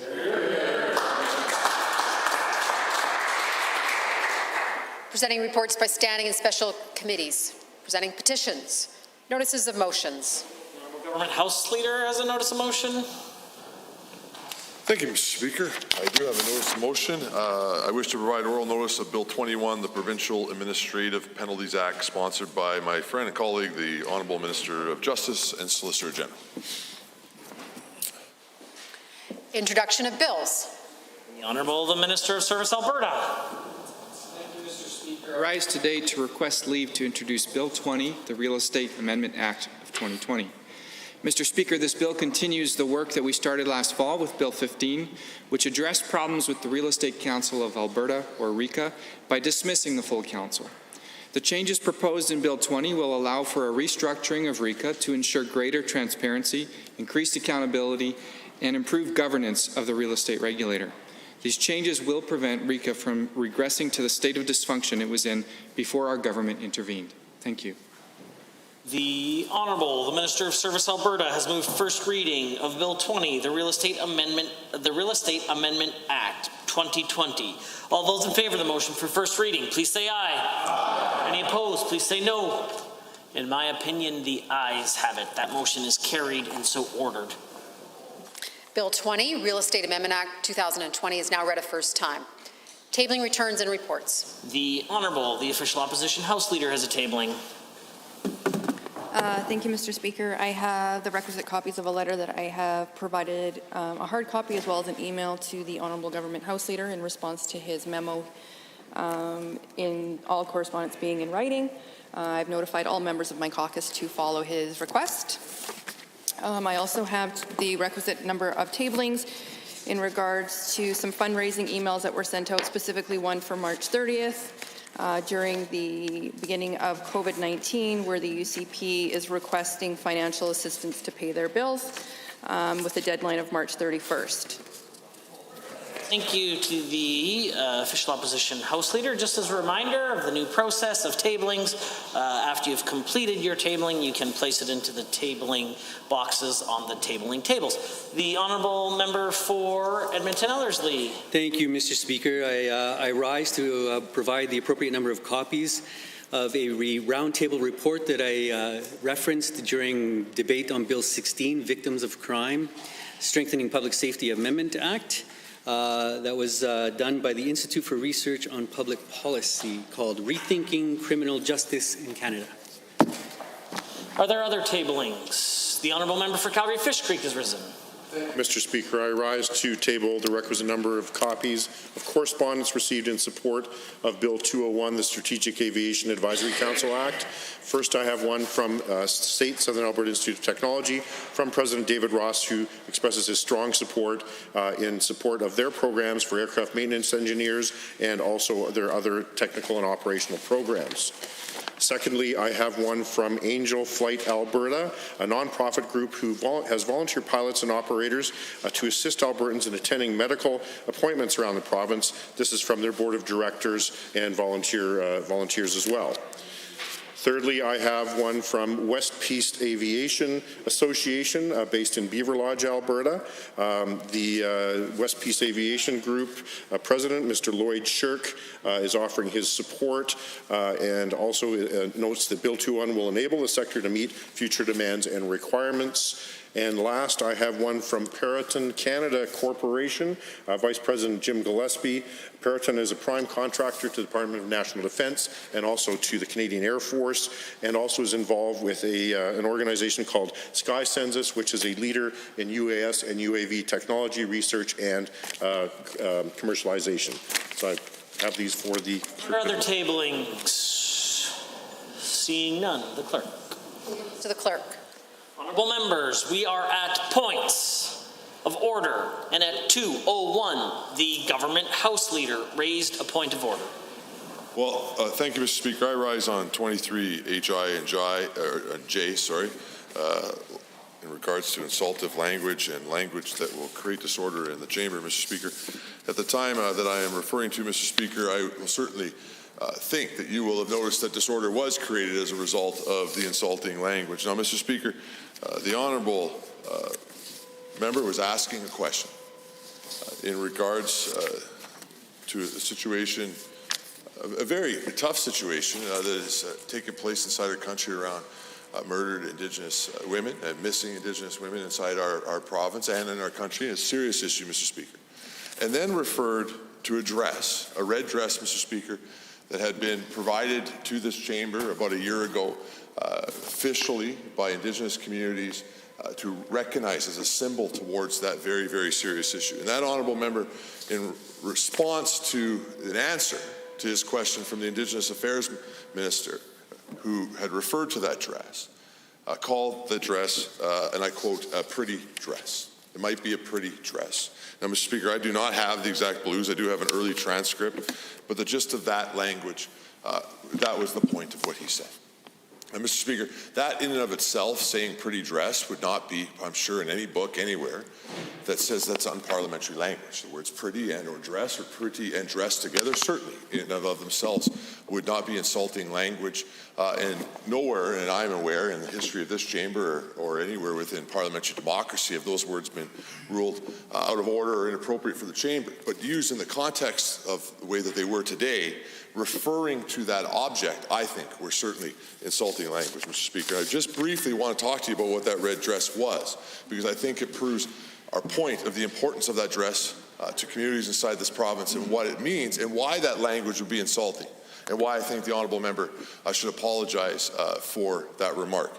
That red dress was presented to this chamber, Mr. Speaker, in October of last year from two ladies from a healing lodge to, as I said, the Minister of Indigenous Affairs. It was handmade, though, by a social worker at a shelter named Emily Taylor over a period of months, with literally tears put into the effort. I should mention, Mr. Speaker, that Emily Taylor lost a family member to being murdered, and of course is an Indigenous community member. The dress represents the memory and the spirit of all missing and murdered Indigenous women and girls that have left us too soon, leaving behind broken families, widowed partners, and motherless children. The initiative was launched in 2004 by the Native Women's Association of Canada, Mr. Speaker. Mr. Speaker, Indigenous women and girls represent 4% of the Canadian population, but make up 25% of all female homicides. According to a 2015 report by the RCMP, Alberta has the second highest number of murdered Indigenous females in the country.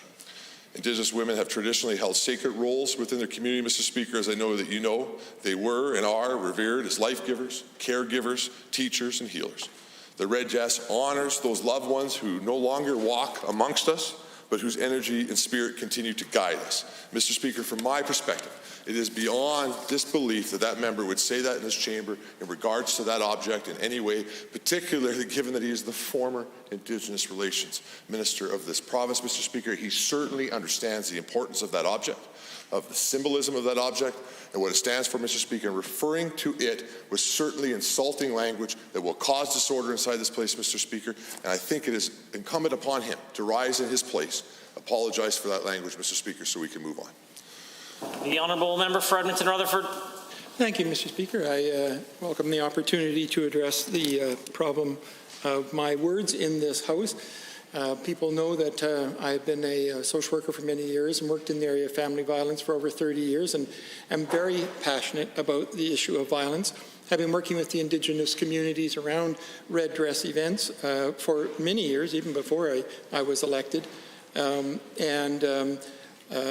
welcome the gift of the red dress to the legislature by the Awitan Society. And in fact, I was out just this morning for the convoy recognizing the one-year anniversary of the Murdered and Missing Indigenous Women's Report being given out. But, one of the skills I don't have is containing my passion in thoughtful words all the time. And while I was trying to take a poke at government inaction, I quite damagingly said something that appeared to disparage the dress. And for that, I am deeply apologetic. And I apologize to the minister, and I apologize to the House, and I will continue my passionate work to support the work this government does and everyone else in this province and in this country to bring an end to this genocide of murder of Indigenous women and girls. Thank you. Honourable members, appreciate the apology. The honourable member of Edmonton Rutherford, I consider this matter dealt with and concluded. We are at orders of the day, orders du jour. Under Government Bills and Orders for second reading, Bill 15, Choice in Education Act 2020, adjourned debate. Honourable Mr. McIver. Honourable members, is there anyone wishing to join in the debate this afternoon? The honourable member for Edmonton, Highlands, Norwood. Thank you, Mr. Speaker. And I would too, before speaking to Bill 15, I would as well like to acknowledge the first anniversary of the report from the National Inquiry on Missing and Murdered Indigenous Women and Girls and Two-Spirited People, and echo my colleague from Edmonton Rutherford's comments that we will continue to push for action and for answers, and it's something that I've been quite passionate for a long time, and I know many folks who are working every day in our communities to address this issue. So thank you to all of them if they're watching. And like I said, our hearts are with the families of all those who've lost women, girls, and Two-Spirit family members. So yesterday I had the opportunity to, or last evening actually, it doesn't seem like that many hours ago, I had the opportunity to stand in this House and speak to Bill 15. And for the benefit of those folks who didn't get a chance to watch at about 11 p.m. last night, I will echo a few of my comments.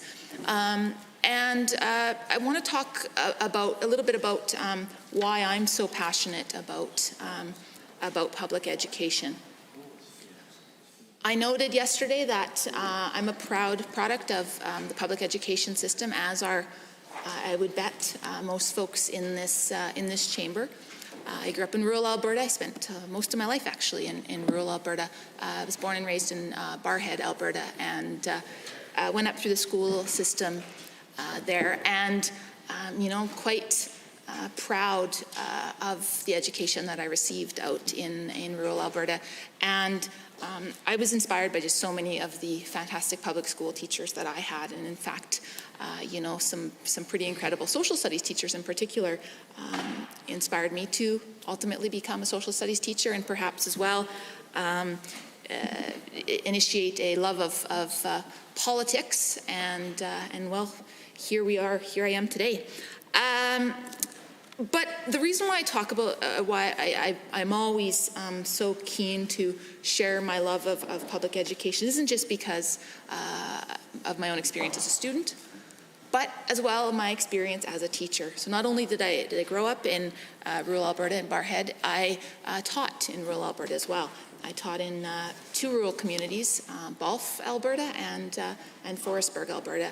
And as I discussed yesterday, I'm really proud of being able to start my teaching career out in those communities as part of the public system, Battle River School Division, in fact. I'm also proud of the work that was done to improve public education under the NDP. Of course, I was not a part of that government, but for most of the time while the NDP was in power, I was actually working for the provincial government with curriculum primarily. And I saw firsthand how passionate our MLAs were about protecting and enhancing public education. And I also got to see firsthand how much that government engaged, not just with teachers, with administrators, with students, in fact, but also with parents. And one of the things that I heard so much while I was in that work, particularly when I was helping to lead high school curriculum development, was how satisfied folks were with our public education system. And as I've noted, that doesn't mean that there's not room for improvements, absolutely. And that's why I was so pleased and so proud when it was the NDP, under the leadership of the member from Edmonton Northwest as Minister of Education, that kicked off curriculum development in 2016, right? Because we acknowledge that while we have one of the best, and we still do have one of the best public education systems in the world, we have a little bit of work to do. And I always use the example of some of our outdated curriculum documents. We have an arts curriculum that is older than I am, parts of it, junior high arts in particular. And so when kids are at home learning about 8mm recorders and that sort of thing, we know it's time. What do you call those, video discs? Anyways, these are all things that are referenced in some of our I don't even know what it's called. Laserdisc, that's the word I'm looking for. Film strips? Film strips too. These are all things that are actually referenced in some of our current curriculum documents. So all that to say, I will always stand in this House and defend a strong public education system here in Alberta. Absolutely. With the caveat that there are improvements that can be made, particularly when it comes to curriculum. Now, one of the things I talked about yesterday when I addressed Bill 15 was not just, I didn't just talk about my love of public education and my background, spending most of my career in education. I also talked about the fact that, public education is, it's an institution here in Alberta. We know that 93% of parents in Alberta choose public education. Public, of course, meaning public, separate, and francophone school divisions. Parents have unequivocally shown their support for public education in this province. And I like to talk about the example of Edmonton Public Schools because it's actually a school jurisdiction that's been studied internationally, in fact. Yeah, and I know the member from Edmonton-Glenora has a deep history with Edmonton Public Schools as well, and is quite proud of the fact that there's so much diversity offered within that public board. Faith programs, sports programming. Miskuchi Academy is an example of Indigenous programming. Jiu-jitsu. The list goes on. In fact, I read some of the examples yesterday. If you have an opportunity, go Google Edmonton Public Schools alternative programming, and you will see the list of options available. And why I talk about my love of the Edmonton Public School Board and how they've approached diversity in education is that they've been able to effectively offer so much choice within a public system, including a number of faith options.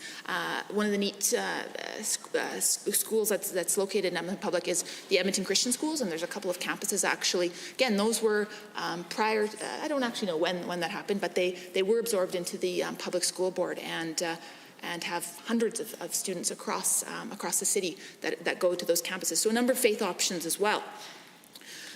But what I talked about is my concern, and I didn't get too policy wonky, but I did note that in addition to my experience working directly in education, I had the opportunity to do a master's and half a PhD. I'm now admitting on Hansard that I'm a PhD dropout on education. And in fact, as I was doing my graduate work, I had the opportunity to study charter schools. And one of the papers I wrote to kind of analyze some of the concerns around charter schools, not just in Alberta, but in a number of jurisdictions around the world. Granted, this was about 10 years ago now that I wrote this paper, but some of those learnings stick with me as I started to read through Bill 15 and as I started to see a couple of concerns. And the biggest concern for me is that by opening the door to more charter schools, we are potentially we are potentially lending ourselves or lending the situation to one wherein resources could be diverted away from what could be and what is a very strong public education system right now. And like I said, I am so proud of our public education system. Now, what I'd like to do, just so I don't run out of time, is I'm going to introduce an amendment on this bill, and then I'll talk a little bit about why I want to reiterate the concerns around charter schools. If you just want to, if you can just pass the original, which it looks like it might be in your hand, to the member, and then, or to the LASS staff, and then all 95 copies. Of course, you're welcome to keep one for yourself. And then once I have that, then I'll get you to proceed if we can, since we're a little short on pages. Not introduced an amendment in a while, so I appreciate that. Happy to help. Thank you. And then,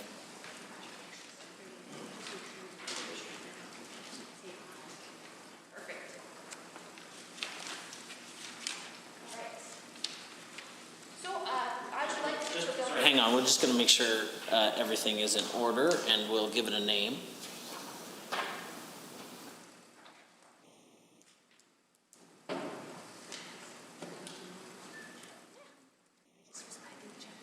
Honorable members, the amendment will be referred to as RAF. Oh, correction, RA1. And if you would like a copy, please feel free to give indication by raising your hand. If not, the additional copies will be placed on the tabling table. The Honourable Member for Edmonton Highlands Norwood.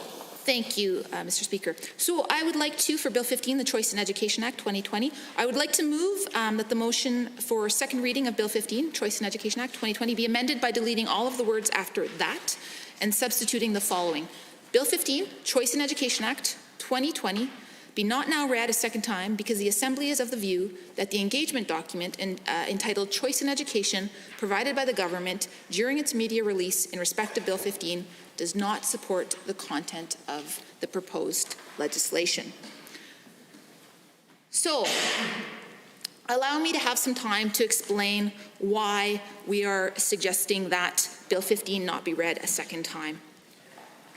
I talked about the fact that we've heard from countless Alberta parents. I can draw upon my experience hearing from countless Alberta parents as I worked in education about how satisfied they are with our current education system. They've told us they want a properly funded public education system, they want a modern curriculum, and they want there to be supports in place, whether it be for special needs students, the list goes on.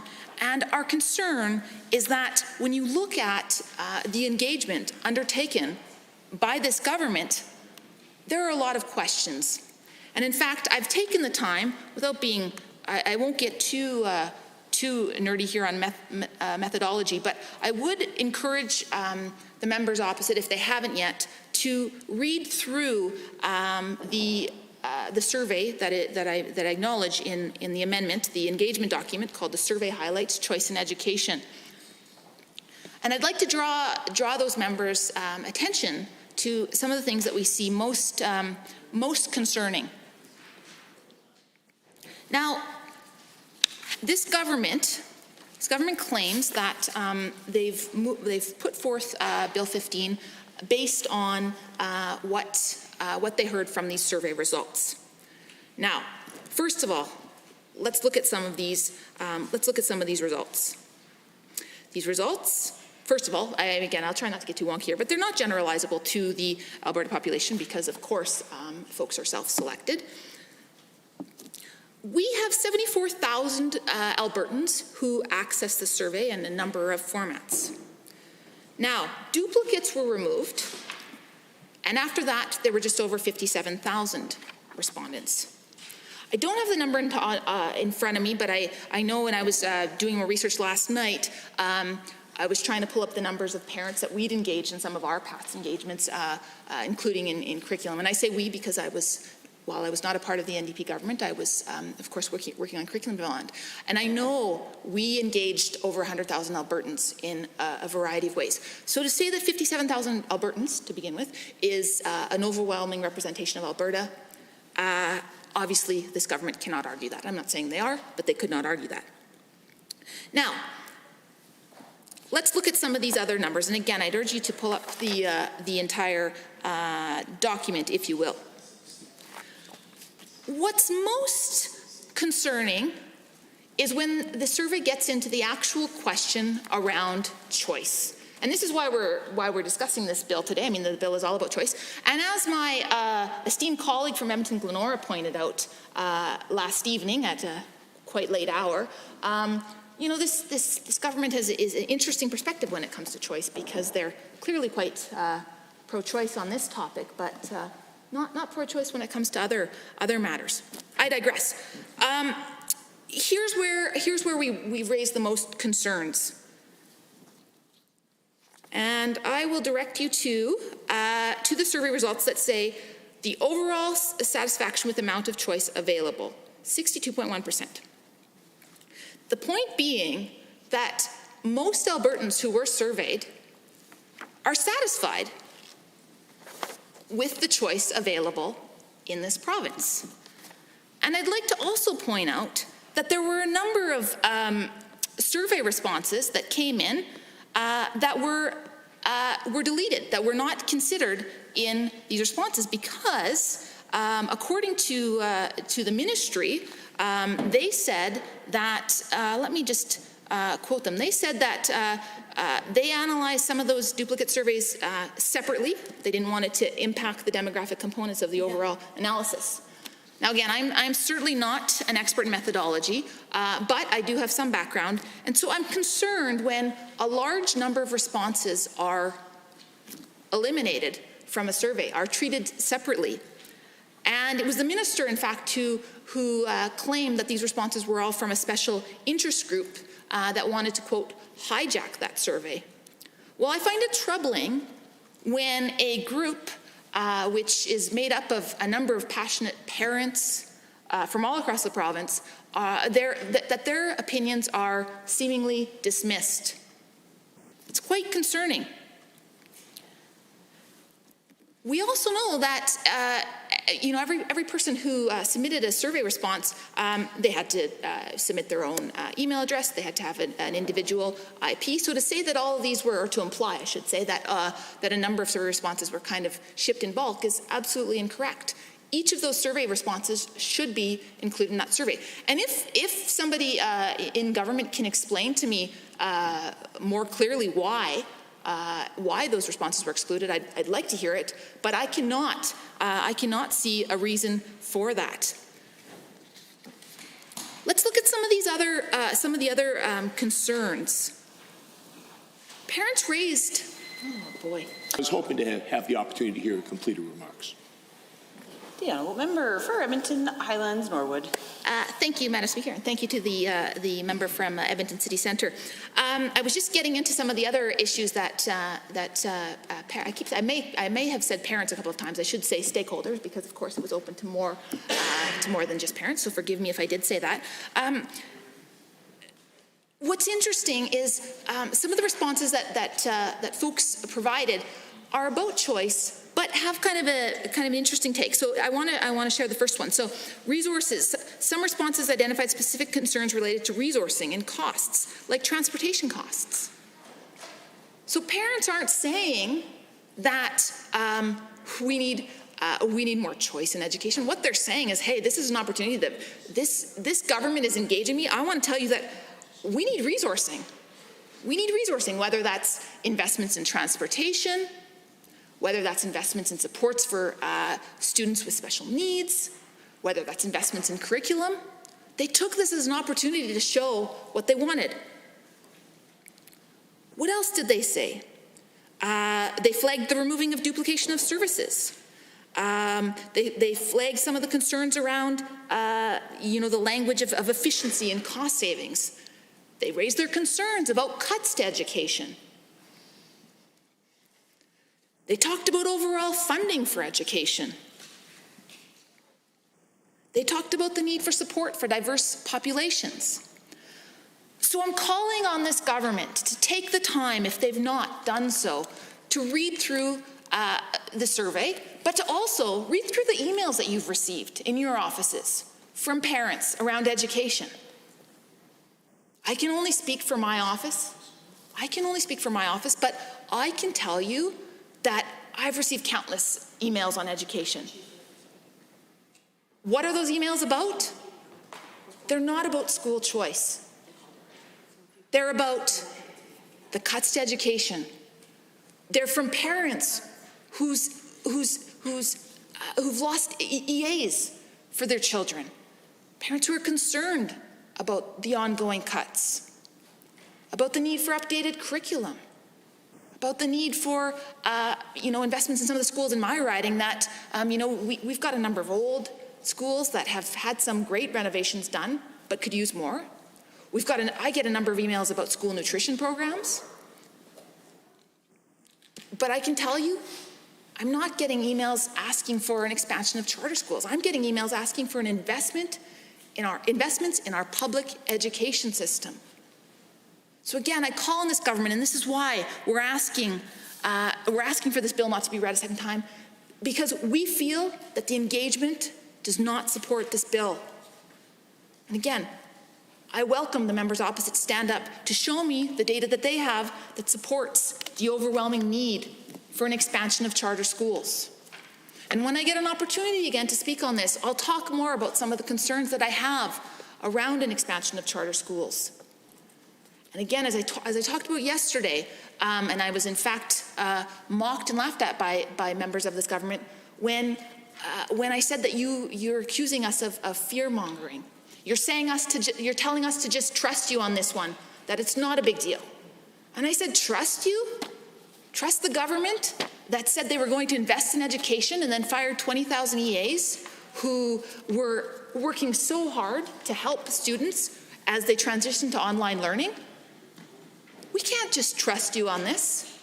And if I didn't have the research from other jurisdictions that showed the slippery slope that happens when you open an education system up to charter schools, up to greater choice, guised in privatization, and don't tell me, oh, this isn't about privatization. Because again, we had a member just days ago in the House compare the privatization of liquor stores and of telecommunications to education. That's shameful. And that same member, the member from Peace River, has been roasted on social media for those comments. Albertans are proud of their public education system. 93% of them send their kids there. So we should be proud as well. And we should be in this House every day defending and strengthening public education. Yet, we are not. Well, members, I'll take this opportunity to remind everyone that we speak through the chair and avoid speaking directly to each other in this chamber. I will recognize the Honourable Minister of Red Tape Reduction. Thank you, Madam Speaker. I had the opportunity to listen intently to the member from Edmonton Highlands, Norwood. And I just wanted to point out a couple of points. Number one, this is really what she's proposing is that the promises that we made to Albertans last year when we were elected, that we don't move forward on this. This is something that we reject, and so I recommend to all of our members here to reject this referral motion. This is something that many people in my riding that I talked to were very excited about. The concept of choice in education, the empowerment of parents to be able to choose what kind of education their children will receive is something that was very popular in my riding and throughout Alberta as I knocked on many doors during the last election. So I'm not sure who the member is speaking to in her riding, but I would imagine that even in her riding, that she would find that there are many parents that would love to be able to see that expansion of charter schools even. Now, one thing that she said there was she said that there's ample evidence to show that that charter schools, and she's going to talk about this in the future, are not a good way to go. And I want to tell her of my own personal experience through you, Madam Speaker. Many years ago, I followed the advice of my father, who was a teacher, to become a teacher, and I taught for 2 years. And at that time, I'd never made so little in all my life. Teachers make a lot more now, and I think that actually good teachers deserve to have that. The concern that I have, though, is that when I started teaching, I taught at a startup charter school called Foundations for the Future Charter Academy, and it was in the second year. And what's interesting is that the interest of the parents in being able to provide this kind of an option, they wanted to get back to the reading, writing, and arithmetic. They wanted to be able to help their students have a very firm, solid foundation in those important skills. And it was now move forward decades, and you'll know, most people who know about the school recognize that this school has, I believe, 17,000 people on the wait list. Now, in supply and demand, being able to determine equilibrium, you know what, you can find out whether or not there is a demand for something based upon that wait list. Now, it's interesting that we would try to put a cap on parents' choice in taking and having their kids go to that school, or to that chartered school. I think for the last couple of decades, I've been sad to see that they've been stopped in providing that kind of an educational opportunity for people in the Calgary area. And so I was extremely excited when I heard that this bill would be providing that, taking off that cap, so that parents would have more of an opportunity to be able to provide that educational choice to their kids. And I will say that from my experience, when the government of the day introduced charter schools, the saying says, rising tide floats all ships. And what the member from Edmonton Highlands Norwood said is that we don't need to have charter schools, we don't need to have these alternative types of education because the public system will do it itself. Well, that is revisionist history, because the reality is that the reason why the public school system actually started going with these things is to be in competition with what the charter schools, the private schools were doing. And so they wanted to be able to step up their game. But the only time that they actually started to do that was when you had those competitions with charter school systems and those alternative systems of education. Because there were now comparables. And parents were now able to say, you know what, why is it that I can't have this for my children in the public school? If they won't do it in the public system, then I will go to a charter system to be able to provide that for my kids. That is the kind of empowerment that we on this side applaud, the kind of empowerment to parents that we applaud. This, I believe, this bill will provide more empowerment to our parents, will provide, will rise the tide for all to be able to say, you know what, we now have some competition, we now have some comparables that we can make, we need to do better. And I think that the public sector, or the public education, does do a great job in many ways. And my father was as a public teacher for all of his life. But there's certainly areas where they can improve, and being able to have those comparables with charter schools, with other forms of education, educational models, I only think is a good thing. And I don't know why the members so opposite are afraid of that. I think that if they are so concerned about the public sector, public education system not having what they need, then give them an opportunity to be able to see those things. Maybe they just have been so deep in the forest that they can't really see the trees. And I think that the argument that there's no benefit to Albertans would certainly be argued by parents that go to these charter schools or go to these alternate educational forms. My wife and I, we felt that it was important to make sure that our children had good, solid understanding of reading, writing, and arithmetic. And so we made a choice to have our kids do homeschooling for the first few years. Not all of our kids, but some of our kids, we did that because we felt that that was something that we wanted them to have a firm foundation. The great thing about it is it worked out well for our kids. And all of my kids are either going to university or have gone to university and getting a higher education. Now, this foundation that we provided for them was good for our kids. And I'm not saying that it has to happen for everybody, but I was so grateful for the opportunity that I had in this province to be able to provide that for my kids. That parental choice allowed me to be able to say, you know what, this is what's going to work for my kids. And so we applied that. And, you know, in hindsight is always 20/20 vision. It has worked out, Madam Speaker. So I invite the members opposite to try to look at this as a way of being able to not just empower parents, not just empower the people who they represent, but to also strengthen the educational system that we have in Alberta, to provide us an opportunity, a window for being able to actually make our system even better. And like I said in my comments here, a rising tide floats all ships. And so this is a great opportunity for the public sector, public education system, to be able to find that opportunity to raise their game, raise their standards in order to be able to provide better for Albertans. And I think that if they do a great job, that Albertans will support them as they have been supporting them. But this can only be beneficial to all Albertans, to our public, private, charter system on whole.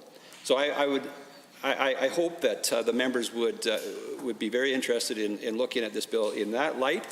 But as such, the amendment to stop the work that we need to do, we promised Albertans to do last year when we were elected, I would recommend all of our members that they would reject that and that we move forward boldly and courageously to be able to help this choice in education as we promised Albertans. Standing Order 29-2A is available. Seeing none, are there any other members wishing to speak to RA1? The Honourable Member for Edmonton City Centre. Well, thank you, Madam Speaker. I appreciate the opportunity to rise and speak to the amendment from my colleague from Edmonton Highlands Norwood, essentially noting that the survey which was conducted by the government in support of this bill does not, in fact, seem to support the bill itself. Now, the Honourable Minister for Red Tape Reduction was just speaking, and he was speaking about how this was a campaign promise. And indeed, if one is to look at the UCP election platform from last year, it would indeed see a promise there that they would introduce a Choice in Education Act. But, Madam Speaker, that's about all you would see. That they would offer a Choice in Education Act and that it would somehow improve choice in education.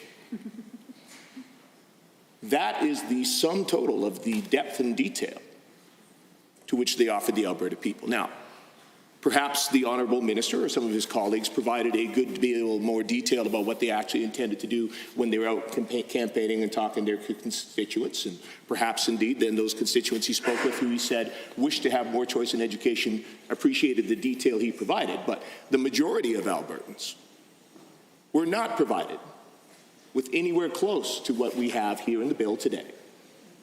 So to simply say that because there was a vague in general promise of something sort of leaning in this direction, that absolutely anything the government brings in under that label has the support of a majority of Albertans, I think rings more than a little false. So I appreciate the opportunity to actually have some debate about the actual substance of the legislation, which again I have not heard too many members of the government actually address. Indeed, the Honourable Minister, when he was speaking, he talked about many parents supported the idea of having more choice in their child's education. I'm curious to hear, he did not address what choices do they actually feel they currently lack. So in his constituency, in that area, he spoke of parents who are currently homeschooling, in fact spoke of homeschooling himself. So what choices do they feel they currently lack in homeschooling? What choices do they feel they currently lack in terms of schools are able to access? And what obstacles, in fact, do they feel have been in their way? I would be interested to hear that. So what are the choices that they feel they are missing? And indeed, when they have attempted to pursue those choices, what have been the obstacles that have been in their way? And indeed, once we have that understanding, what are the choices that are missing and what are the obstacles that are preventing those choices from being available, how does this bill specifically then address those specific obstacles? How does this bill specifically increase the specific choices that are missing? And how does it do that while ensuring there are no negative impacts on any other aspect of education? Because there is a lack of clarity at present, Madam Speaker, about the problem that this government is trying to solve. Now, this is unfortunately true for a wide breadth of the legislation that they are bringing forward so far, whether it's an Alberta Parole Board, whether it's the choice in education. They are bringing forward a number of things on which they are speaking very generally and very aspirationally, at times very angrily, but they are providing very little detail about the actual problem they are trying to solve.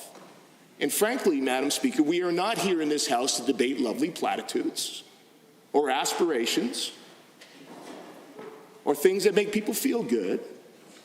We are here to discuss actual challenges and issues in detail, and we are enacting legislation, Madam Speaker. That is a powerful thing.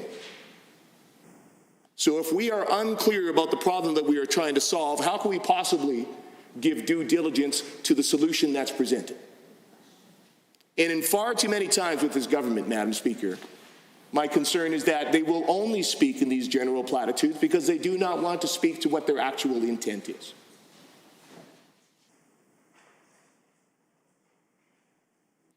Now, on this bill, I do not want to stand here and speculate today about what this government's intention is, but I would appreciate hearing a good deal more detail from them about what specific choices are your constituents currently missing. What specifically have they wanted to do that they have not been able to do so far? I appreciate the minister did refer to a specific charter school in Calgary, and his concern was that the previous cap, and to be clear, that is a previous cap that the government has already removed. So that issue has been, my understanding is that the Minister of Education removed the cap on charter schools last year. Was it? Am I incorrect in that? You're right. No? So the cap on charter schools is removed. So unless there is a different cap that the minister is referring to. Pardon? Okay. Anyways, so perhaps there's a different cap the minister is referring to, and I misunderstood. So I appreciate that he, at least in that instance, was able to provide a specific school. But there has been a decided lack of that from this government. And that concerns me because, as we are speaking about on this particular amendment, the survey does not appear, and that is the survey after the minister went through and carefully edited it to remove particular responses that she felt were objectionable, that she felt were from a particular lobby group. And I have noticed, Madam Speaker, this government is incredibly fond of designating anybody who doesn't agree with everything they want to do, who isn't willing to knuckle under and bow and scrape to their decisions, as a lobby group.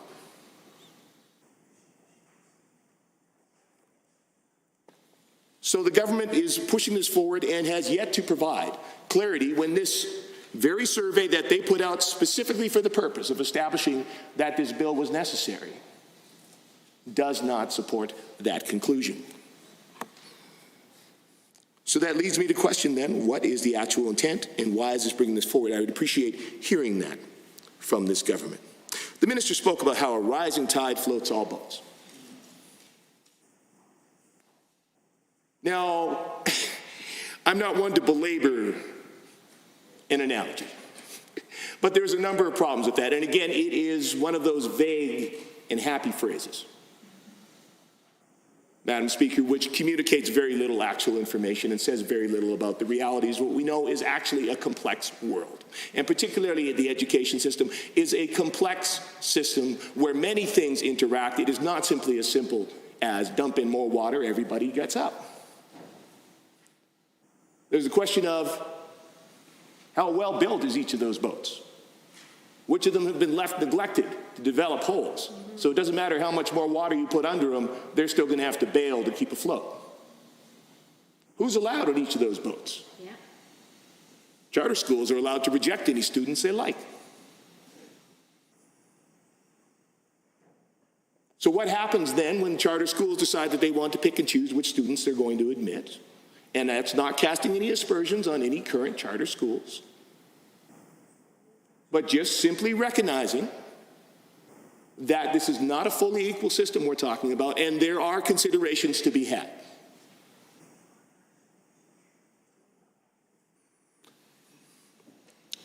Now, this government likes to talk about more freedom, more choice, and more autonomy. More opportunity. Indeed, the minister talked at great length about how this should be good for public schools because it provides those uptight, stuffy guys with a little competition.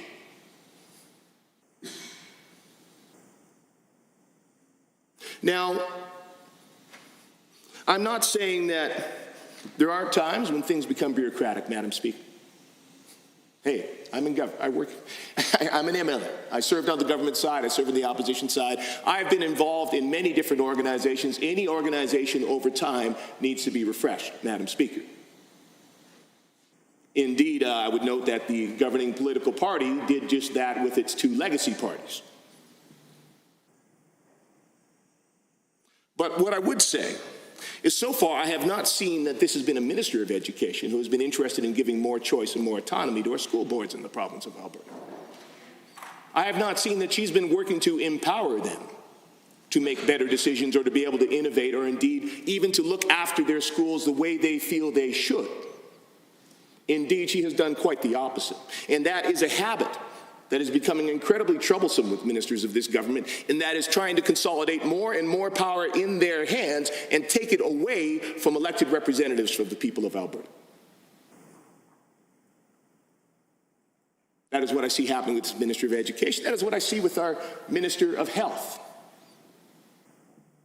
with the help of the member from Bonnyville, Cold Lake, St. Paul, seems set on undermining the folks that doctors across the province of Alberta choose to vote to protect themselves. On Amendment RA1 on Bill 15, I just wanted to remind you, and I suspect your comments are going to tailor towards that way quite quickly. Thank you. Please proceed. Absolutely, Madam Speaker. I know that's a particular point of interest and something you care about very deeply. I will do my best to respect that. I mean no disrespect, Madam Speaker. That is certainly the way it came across.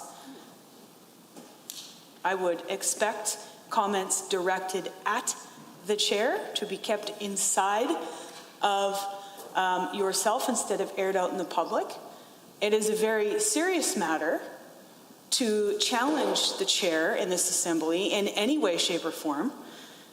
And I would suspect you may have some comments or an apology around that matter, so we can proceed. Madam Speaker, I apologize if you took my comments in that way. That was not my intent.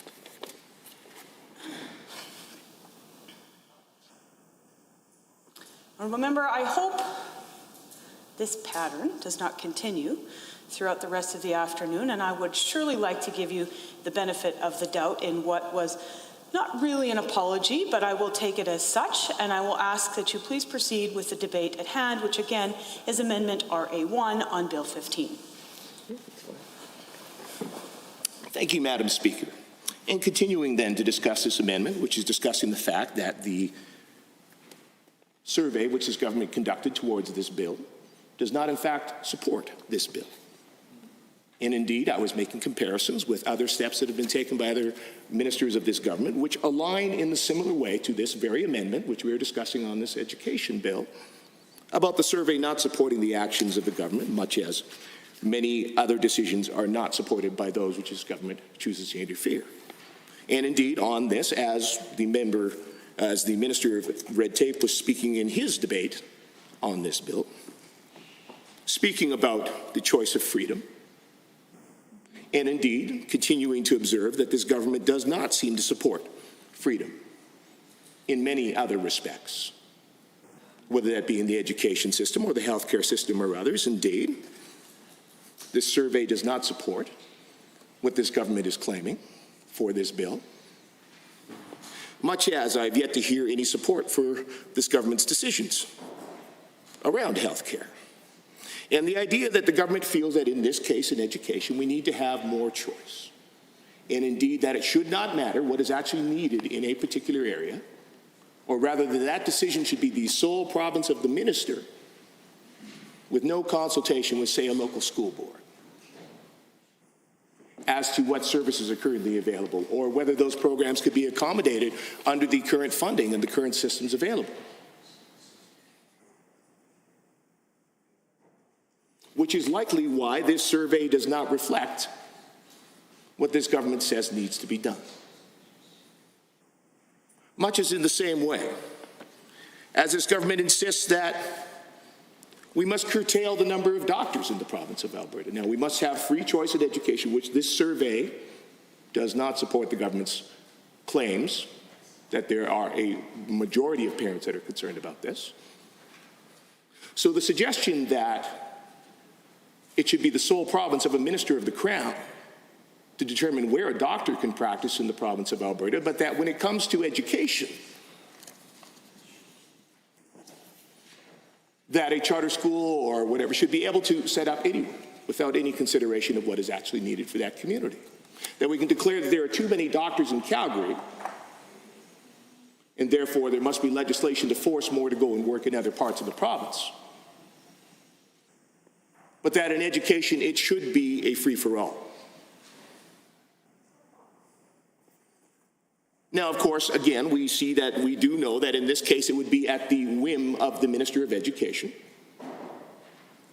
who frankly has not shown herself to be terribly collaborative or considerate of the actual school boards, which unfortunately goes against what we see here in the survey, which is part of the amendment, which we are currently debating and which I continue on, which reflects that indeed the majority of parents are quite happy with the decisions that are being made by their local school boards. And they are happy with the choice that is provided to them. So again, I go back to the beginning of my remarks, and I ask that the government provide us with a good deal more clarity about what the problem is they are trying to solve here. Because that problem is not reflected in this survey. And that problem has yet to be articulated clearly in this House. And if they cannot tell us clearly why they need to enact a piece of provincial legislation, then I think there's good reason to consider that it should not be here in this House. Which is why we are putting forward this amendment,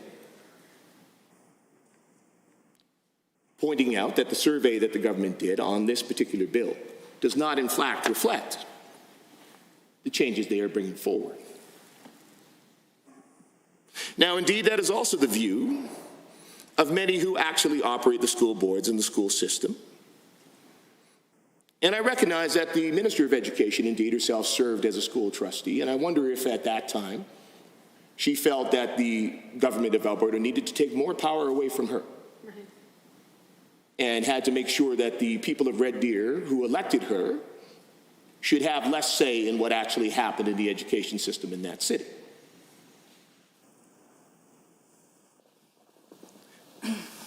So, Standing Order 29-2A is available. I see the Honourable Member for Lethbridge East. Thank you, Madam Chair. I appreciate being recognized in the House today.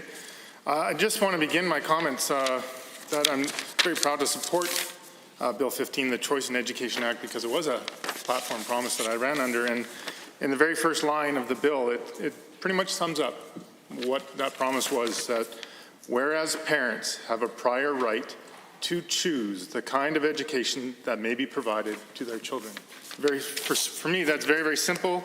There's nothing nefarious or hidden behind that. It was straightforward and meant. Now, in light of debating the amendment RA1, I have a couple questions. What is the basis for this amendment? It appears to be that it's because an engagement document in a media release doesn't support the content of the proposed legislation. So, was the engagement document the only information that the ministry had to consider when they proposed this legislation? I would find it highly doubtful. And what are we debating here in this chamber? Is it the Bill 15 and amendments proposed to it, or is it a survey that was taken? Was the survey on the final content of this bill? No, I don't believe that it was. Did the survey say that our education was 100% perfect and in no need of any change whatsoever? No, it wasn't. 62% is a long way from 100% in my estimation. Did the opposition provide this survey and therefore dictate what questions are asked? No, I don't believe that they did.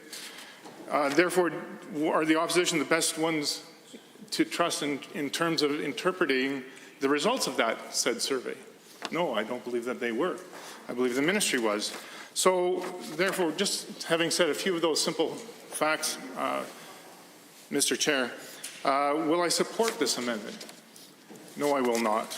And I would encourage all those in this House to do the same, as this amendment has very little to do with anything substantial or helpful to correcting this bill. Thank you very much, Mr. Chair. Any other members under 29-2A? Under 29-2A? You've got 2.5 minutes. Thank you very much. I just want to take this time to respond to some of the points just made by the prior speaker in 29-2A as well, the member for Lethbridge East, in saying that thousands of Albertans, mostly parents, but thousands of Albertans took the time to fill out this survey because they thought the government genuinely wanted to engage with them on this issue. They gave their feedback. Their feedback was the majority, larger majority than the UCP got in terms of votes in the last election, said that they were happy with the choice that they had available to them. So the question then begs, if you're going to ask for feedback and ignore it, why ask at all? Because it seems like the member saying, well, this feedback wasn't relevant. There were more factors to consider than this survey. Well, then why ask? Why ask Albertans to engage on this if you don't actually want to hear what they have to say? I have more concerns with the validity of the survey, even on top of that, and I'll be happy to discuss those in a regular opportunity for debate under this this amendment that's being proposed. But I do have to say, I think to the thousands of people, 74,000 people who took the time to fill this out, saying, well, that isn't the only thing that we were considering, I think diminishes this bill entirely, because the fact that this was released the same day as the bill says, of course, the two should be interconnected. It was a survey about choice in education. This bill is titled Choice in Education Act. Of course, the two should be interlinked. They were released at the exact same time as the bill was presented. So, of course, they should be inextricably linked. However, the results from the survey do not reflect the intent of the bill or the actions within the bill. And that is why the colleague has brought forward this RA1, to give the government an opportunity to review the data that the government itself gathered, did a bunch of stuff with, and then later released, and take it into consideration. So I think that to answer the member's question about, is this the only thing? It was certainly the thing that was highlighted the day that the bill was released. Thank you. Under 2928, 30 seconds, ma'am. Mr. Speaker, I just noted earlier that the member from Edmonton Highlands Norwood was discussing the methodology of this survey that the other side seems to be so upset about. I will note that that's a bit laughable coming from that side of the House, considering that their methodology for engagement, particularly during curriculum development, was to... Sorry to interrupt. Any other speakers wishing to speak to RA1, the member from Edmonton, Glenora? Thank you very much, Mr. Speaker. And it's my honour to rise and speak to RA1, moved by my colleague, the member for Edmonton Highlands Norwood, which reads the following: that the motion for second reading of Bill 15, Choice in Education Act 2020, be amended by deleting all of the words after that and substituting the following: Choice in Education Act 2020 not be now read a second time, because the Assembly is in the view that the engagement document entitled Choice in Education, provided by the government during its media release in respect to Bill 15, does not support the content of the proposed legislation. I would be very happy to talk. Last night I had an opportunity to engage in this material as well, and I appreciate that we're here still in second reading, that we have this additional amendment. And I want to add a little bit to the stories that I shared about my background in public education, and of course growing up as the daughter of two educators, but also that as a daughter of those two educators, they did not encourage me to become a teacher when I was completing high school. Not because they didn't love the profession, not because they didn't love children, not because they didn't love the colleagues, but they didn't love the political climate that was at play at that time in the province of Alberta. It was the mid to late 90s, and both my parents had taken significant pay rollbacks and felt like they were constantly under attack by the government of the day. And in doing so, I studied other things first. I studied math, I studied religion, and later ended up doing an education degree, majoring in math, minoring in religion, and then a master's in education. So reviewing educational documents and educational engagement is not something that's new to me, or I imagine many members of this Assembly. I imagine many of us have a passion and an interest in education and making sure that, like public service, I think public education has the potential to leave the world better than the way it was found. So that's the route that I come to this debate from, or at least part of it. Obviously, that's not the only extent of my path to where we are today. I want to go into this engagement survey results that we are discussing, as they directly are referred to in the amendment, and they are the rationale that the government has used for why they are bringing this bill forward. To say that I haven't heard any member saying that, yep, the survey says that this is what we should be doing. because in fact it doesn't. The survey, the majority in every single category from every single area in the province said that they were satisfied with the amount of choice that was available and the information about choices that were available. I do want to talk a little bit about the 57,000 because that's something that's highlighted in this report. On page 7 of the report, it talks about how only 57,000 were deemed usable for analysis. But again, there were nearly 74,000 responses. There were thousands that were coordinated through email that people worked very diligently to get people to say, you know, if you believe in the following things, add your name to the list here and an email will be sent to the minister saying what your beliefs are if you agree with these. Nobody was coerced, nobody was forced to add their name to it. Thousands of people did, and it says right here on page 7 that those were omitted from the results. So that's one big error, I would say, in methodology. Another concern I have is that some people openly identified as not being from Alberta. And yet here we are talking about engaging Albertans and using their feedback to drive government decision-making. And guess what, though? Those people's responses were kept in. People who said that they weren't from Alberta, their responses were included as part of the data. But people who identified as Albertans and submitted their responses in a coordinated fashion, their responses are eliminated. I also want to say that when we FOIP'd this, I know some members of the media FOIP'd this, many people wanted the raw data so that they could actually analyze it themselves. And it took quite some time to get a response, and then when it came, it was nearly a $5,000 bill that Her Majesty's loyal official opposition was asked to pay to actually receive the responses that the government already has in their possession. And to me, that also begs a number of questions. A number of questions is, why is it that the government was so reluctant to actually share this information with members of this assembly, with the public, and why is it that we're supposed to take this synthesized in quotation marks for Hansard, synthesized data that still, even the synthesized data overwhelmingly says this does not reflect the values of Albertans. Albertans that we're all here in this place to ensure have a voice, to ensure have an opportunity to be heard.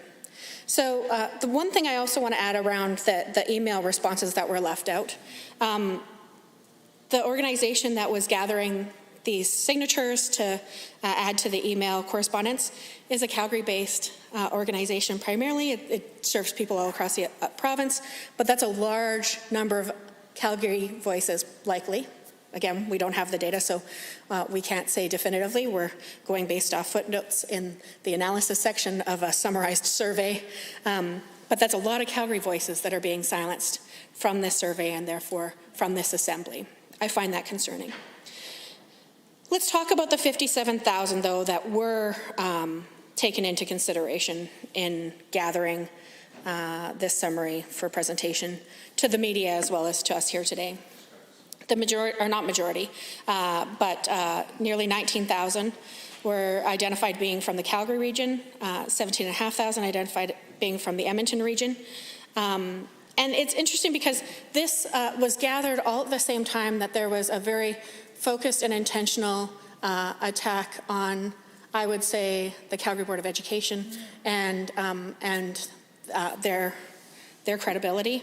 And while I won't defend some of the financial decisions that I know were made about a decade ago under, I can say his name, he's not a sitting member anymore, then Board Chair Dirks and later Education Minister Dirks, and with a signature of support from a Conservative Education Minister at the time, whose name escapes me at this moment. They were encouraged to sign this lease that I think we all know was not a good lease. This was not done in a way that I think any of us would want to see taxpayer money spent. So this is sort of part of the backdrop, is that while there is an intentional attack on public education in Calgary, Calgarians still, the majority, said, we really do believe that we have a good amount of choice. We believe that we have a number of different options available in our city and that the information on them is sufficient. The majority said that, not every single person, but again, why take a survey if you don't want to know what the people filling out the survey actually feel and believe?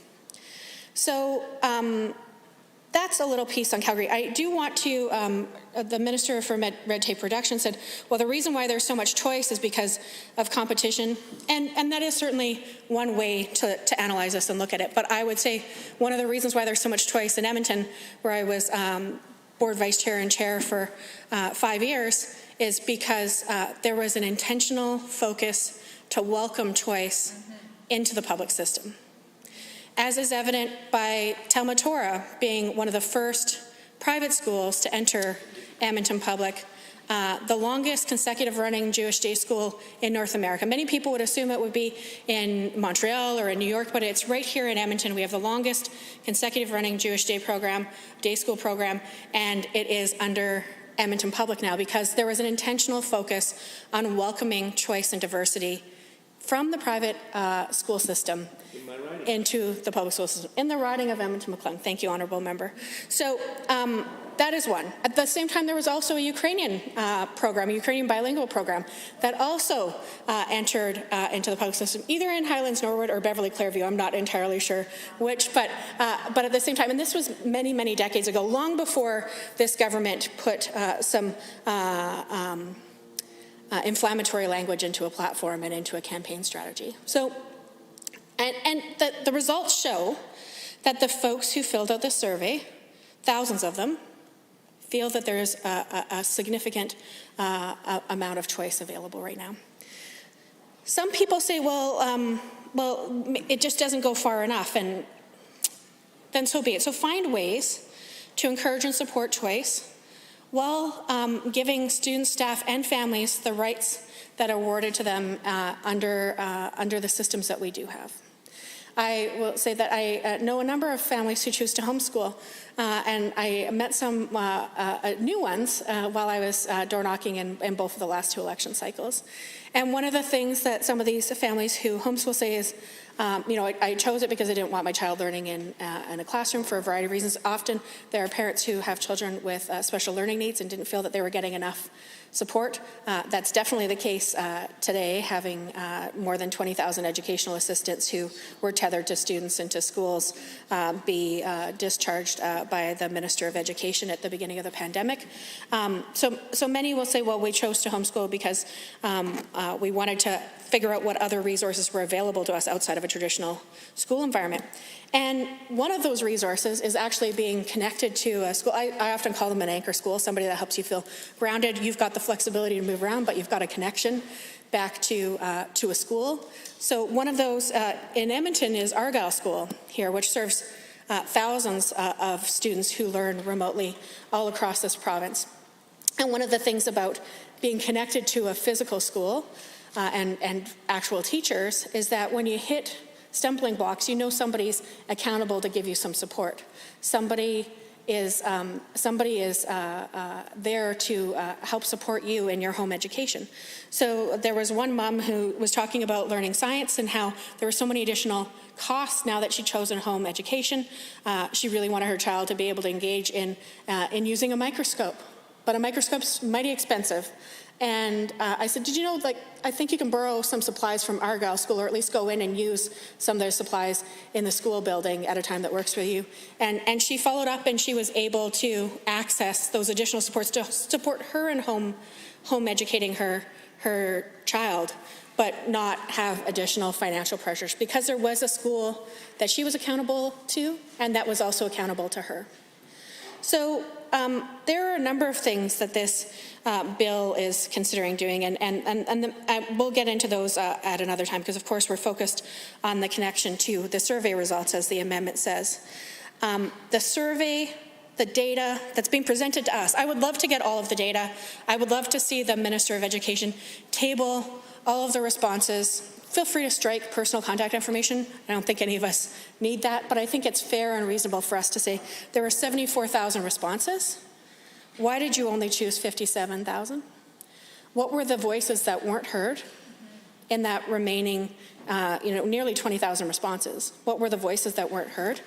And how do we ensure that they are guiding good decision making? Because I know the speaker has many times stood in this House and talked about the importance of engagement and consultation.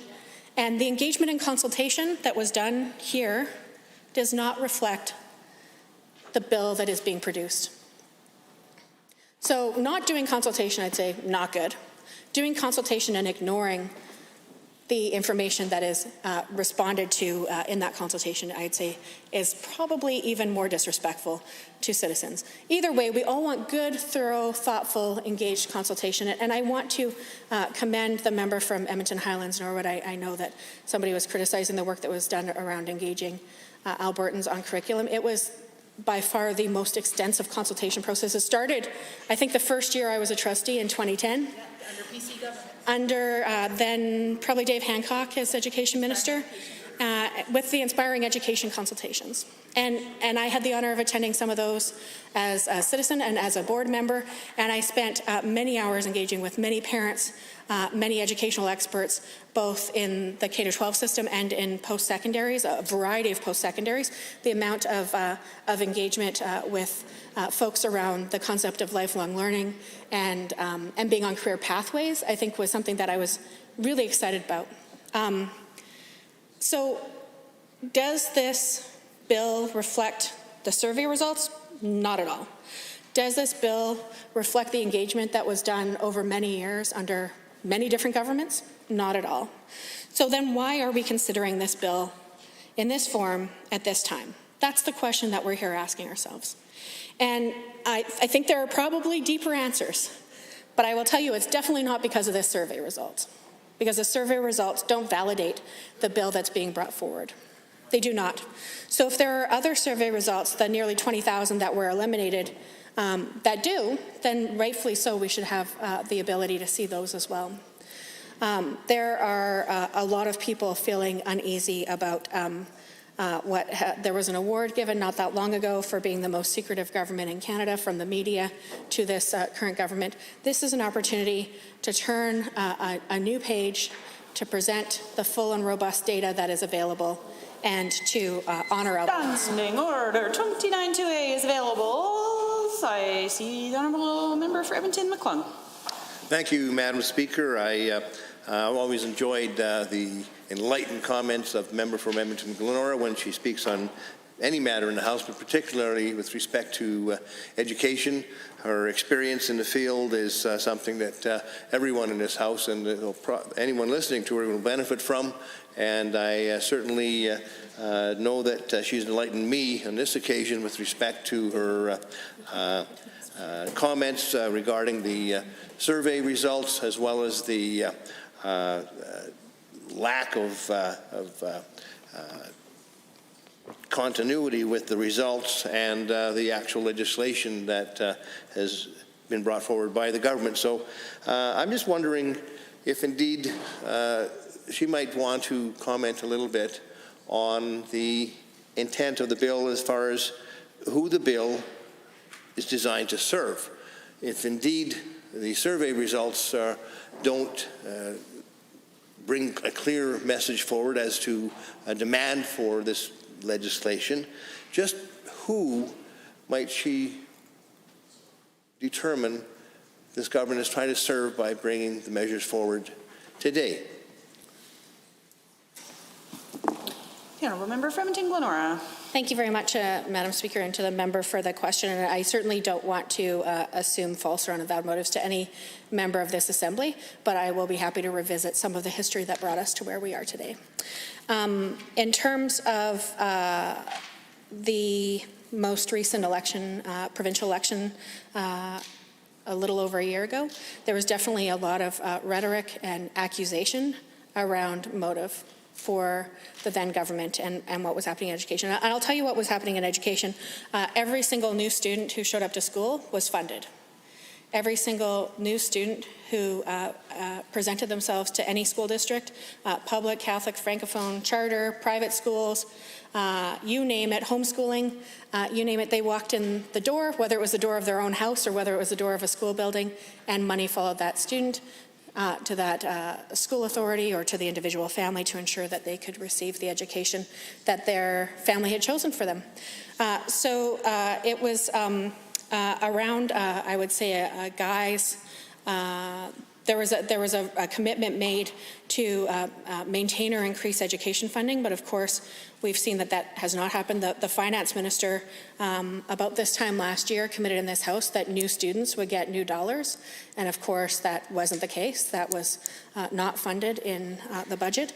Then we had a spring budget this year that was rushed through very, very quickly on the eve of the pandemic.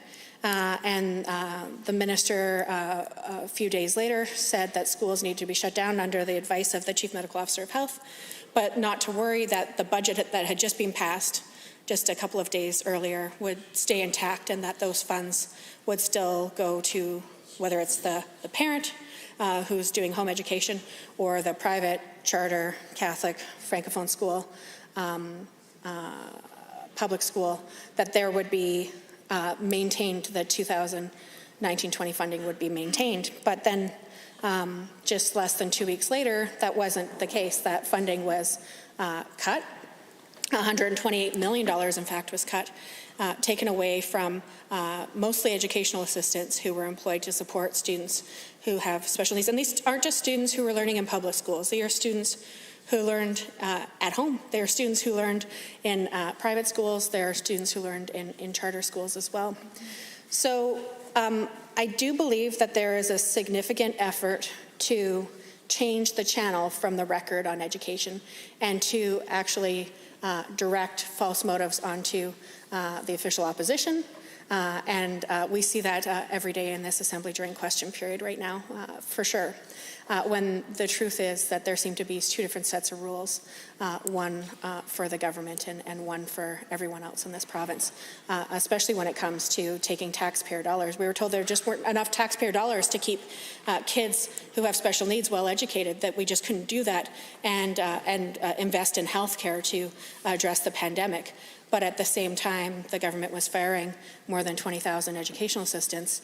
The government was asking taxpayers to bankroll their political party, asking for a taxpayer handout, something that Conservative parties in this province and in Canada had opposed for many, many years. In fact, the now Premier had been very vocal in saying that he didn't think it was right for anyone to be forced to donate to a political party without their consent. Any other members wishing to speak to RA1 on Bill 15? I see the Honourable Member for Calgary-Glenmore.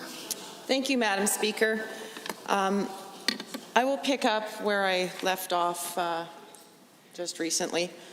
I find it quite rich that the other side of this House wants to lecture anybody on methodology around engagement. This is the same folks who sat in government and when they were doing curriculum review and rebuild, their method of engagement, and I speak to this because this is what happened in my riding, they said, well, we're going to have an engagement session. Well, that's great, fantastic. You had to apply to attend this engagement session.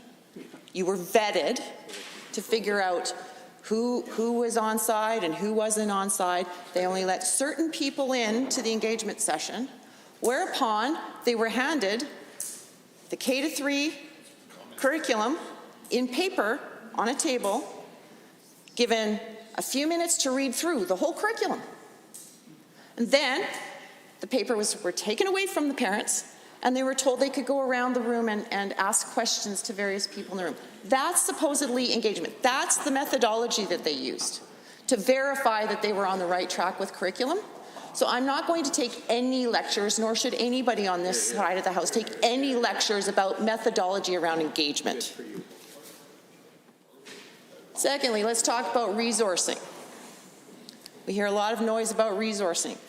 Well, we're worried about, the other side's worried about special needs funding. I would submit that school choice in education, greater choice in education, actually does resource special needs. Okay? So I'll just use some examples again from near where I live in Calgary. We have Foothills Academy. We have Rundle Academy, Rundle College. I think their enrollment is about 1,100 students. Both of these academies specifically enroll students who are diagnosed with learning disabilities. So please explain to me how that is not resourcing special needs. I would submit that if you take away the funding, as the members opposite would like to do, take away the funding from those independent schools, you're going to have a lot less resourcing for special needs. Let's point out Westmount Charter School in Calgary. It's the only congregated setting, K-12, for kids with asynchronous development who are gifted. That's a charter school. It's the only one of its kind. There is choice, a choice that fills a need. But we keep hearing about this survey that 62% think there's enough choice. Fair enough. But guess what? About 40% don't think there's enough choice. Guess who that is? Well, those would be parents of children who attend federal schools and on reserve schools. And I can tell you, I've seen choice in education also help fill that gap. I spoke in this House about the visit that I took to Mother Earth Charter School not long ago, last spring. An amazing school. And they drive around and they pick the kids up and they make sure they get to school. They give them a good education with Indigenous values. They have a great sports program, even including golf, if you can imagine that. It's pretty cool. Fantastic school, who partner with other charter schools in Edmonton. Amazing work. Again, filling a gap where parents have indicated that they don't think there's enough choice. I think that works pretty well. Guess who else doesn't think there's enough choice in education? Parents of Francophone kids. Guess what? I'll bet an independent or a charter school could fill that gap too. So resourcing, let's talk about that some more. Keep hearing about how this government's cut educational funding. Well, again, I'll talk about Calgary, because that's where my riding is. We recently saw the Grant Thornton audit completed on the CBE. Here's what they found out about funding. 14-15, funding was $11,900 per student. NDP government comes along, funding drops per student to $11,200. UCP government comes in, funding goes up slightly to $11,245 per student. Okay? Those are the real numbers. Found by the auditors. You can't fudge them. You can't just go around making up numbers. The auditor found the numbers. Those are facts. Let's talk about choice in education in terms of methodology and teaching methodology. The other side seems to want to have one size fits all for everybody. They talk about choice in the Edmonton public school system, and I have to say, Edmonton public school system does a marvelous job on choice. Clearly it's valued. That's good. But we have to admit that teaching methodology really does matter. It's not just the curriculum, the teaching methodology does matter. So again, I'm going to go to an example in my riding, Connect Charter School, who use inquiry-based learning. They use effective technology. They use outdoor life experience to enrich these kids' learning experience. They do an amazing job. And guess what? They have a huge waiting list. So tell me that parents out there don't want choice in education. Foundations for the Future, huge waiting list. Aurora here in Edmonton, huge waiting list. If people didn't want choice in education, why are these lists so high? So, Mr. Speaker, at this point, I'm absolutely gobsmacked that our intentions are even remotely being questioned here. You can talk about methodology on a survey all you want. Doesn't matter. At the end of the day, this bill enshrines a fundamental right of parents to be the decision makers over what kind of education their children receive. That's what this bill does. And it ensures that that cannot be taken away by the stroke of a pen in a budget. And that's important. And that's why this bill is here. You can try to obfuscate this with talk about surveys, but it's the parents' fundamental right to choose their child's education. And that matters, and I'll bet if we did a survey just on that question, you'd get 95% to 100% agreement on it. Because the government and bureaucrats, people in back rooms somewhere, shouldn't be making the decisions. Parents should be making the decisions. Parental choice in education, it matters. That's why this bill has been introduced. And with that, Madam Speaker, I move to adjourn debate.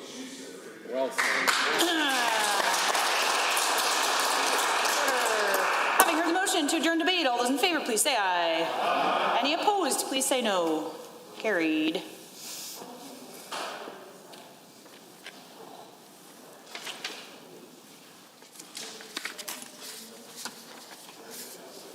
For second reading, Bill 4, Fiscal Planning and Nope. All right, thank you. Under Government Motions, motion number 20, Honourable Mr. Nixon.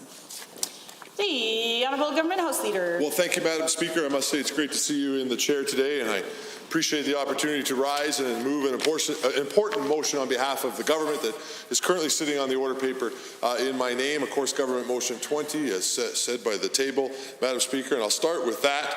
I am moving the following motion. Be it resolved that the Legislative Assembly A, recognize that the criminal use of firearms primarily involves unlicensed individuals, often using illegally smuggled firearms. B, express its opposition to the Government of Canada's recent decision to amend regulations to the Criminal Code to prohibit the possession, transportation, and sale of certain types of legally acquired firearms by licensed, law-abiding citizens. And C, urge the Government of Alberta to take all necessary steps to assert provincial jurisdiction in connection with these matters, including replacing the Chief Firearms Officer having jurisdiction for Alberta as designated by the Federal Minister of Public Safety and Emergency Preparedness, with a Chief Firearms Officer for Alberta designated by the Government of Alberta in accordance with the Firearms Act. Madam Speaker, it is my pleasure to move this important motion today, not only because I think that I certainly know that all members of the government support this important motion and stand with law-abiding firearm owners inside our province. I hope that the official opposition will as well, that the NDP will. We'll see. I don't know their position. I don't want to assume that, Madam Speaker. I look forward to hearing the response. But I move it on behalf of law-abiding gun owners all across this province who just recently saw Justin Trudeau and the federal Liberal Party do I was going to call it a gun grab, Madam Speaker. You know what it was? It was property theft, what took place inside the House of Commons. And Madam Speaker, it didn't even take place inside the House of Commons with the elected House of Commons inside this country, even though that would have been a shame if the House of Commons chose to do that. It was done by an order in council in the middle of the night behind closed doors by the federal Liberal Party, Madam Speaker. And so that is a shame, and today we will stand up inside this chamber, and over the next couple of weeks as this important motion is debated, we will stand up for our law-abiding firearms owners inside this province, Madam Speaker. And I would go one step further. I've been getting correspondence since I put this motion on the oral notice on our order paper, Madam Speaker, from all across the country, from law-abiding gun owners, encouraging us and seeing Alberta as the great hope and standing up to Justin Trudeau, like we are so many times, and we certainly are when it comes to defending law-abiding gun owners. And so, Madam Speaker, through you to all law-abiding gun owners across this province and across Canada. Alberta's got your back, Madam Speaker, and I think as long as this motion is supported, it will take us on the track to be able to get Alberta to be able to stand up to Justin Trudeau, to stand up to Ottawa, and stand up with our law-abiding gun owners when it comes to the property theft that is being taken place in Ottawa when it comes to gun owners. Now, I want to talk a little bit about the motion in a little bit more detail, Madam Speaker. And the first thing I would like to talk about is the first portion of the motion, which says that recognizing that the criminal use of firearms primarily involves unlicensed individuals often using illegally smuggled firearms. And what that motion does in regards to A is that this House, this legislature, the democratically elected body of this province, by passing it, will send a clear message to Ottawa that gun crime has nothing to do with law-abiding gun owners. Now, Madam Speaker, that's a fact. That is a statistical fact that the federal government doesn't want to talk about because at the end of the day, their goal has nothing to do with crime. We've talked many times in this chamber about concerns about crime. Gun crime is a concern. Certainly, all crime is a concern. Rural crime is a concern. Urban crime is a concern. Crime is not acceptable, Madam Speaker. It's already illegal, too, by the way, which we'll talk about briefly in a moment. But the idea that law-abiding gun owners' guns are involved in large amounts of crime and are contributing in any way to the crime crisis that we have in different parts of this country, from the rural crime crisis that we're facing in rural Alberta and are combating here, or to the gang violent crisis that they're facing in portions of downtown Toronto, the idea that law-abiding gun owners contribute to that is false, Madam Speaker. It's a flawed argument by the federal Liberals. The reality is a couple things. Close to 6 in 10 firearm-related violent crimes in 2017 involved handguns, but in 2016, only 2.8% of violent crimes were gun-related in Canada. 78% of police reported violent crimes did not have a weapon at all or was a non-firearm related weapon. 78% of crimes have no firearm involved in them at all. Many times no weapon at all, if not a non-gun or a non-firearm related weapon like a knife.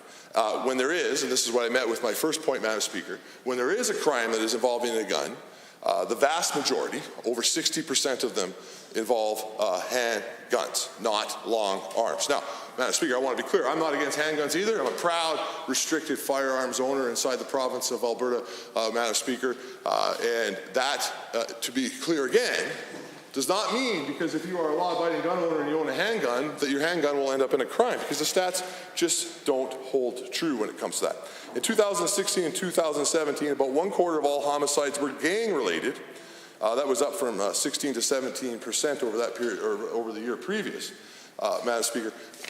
I don't know about you, but do you think, I don't think so, I should say, Madam Speaker, and I think most of my colleagues in the chamber would recognize that gangs don't follow the laws. And I would assume if we went to Toronto and we took some time to talk to gangs, I haven't had the opportunity to be in Toronto talking to gangs. I don't know if any member of the House has. I'm assuming probably not.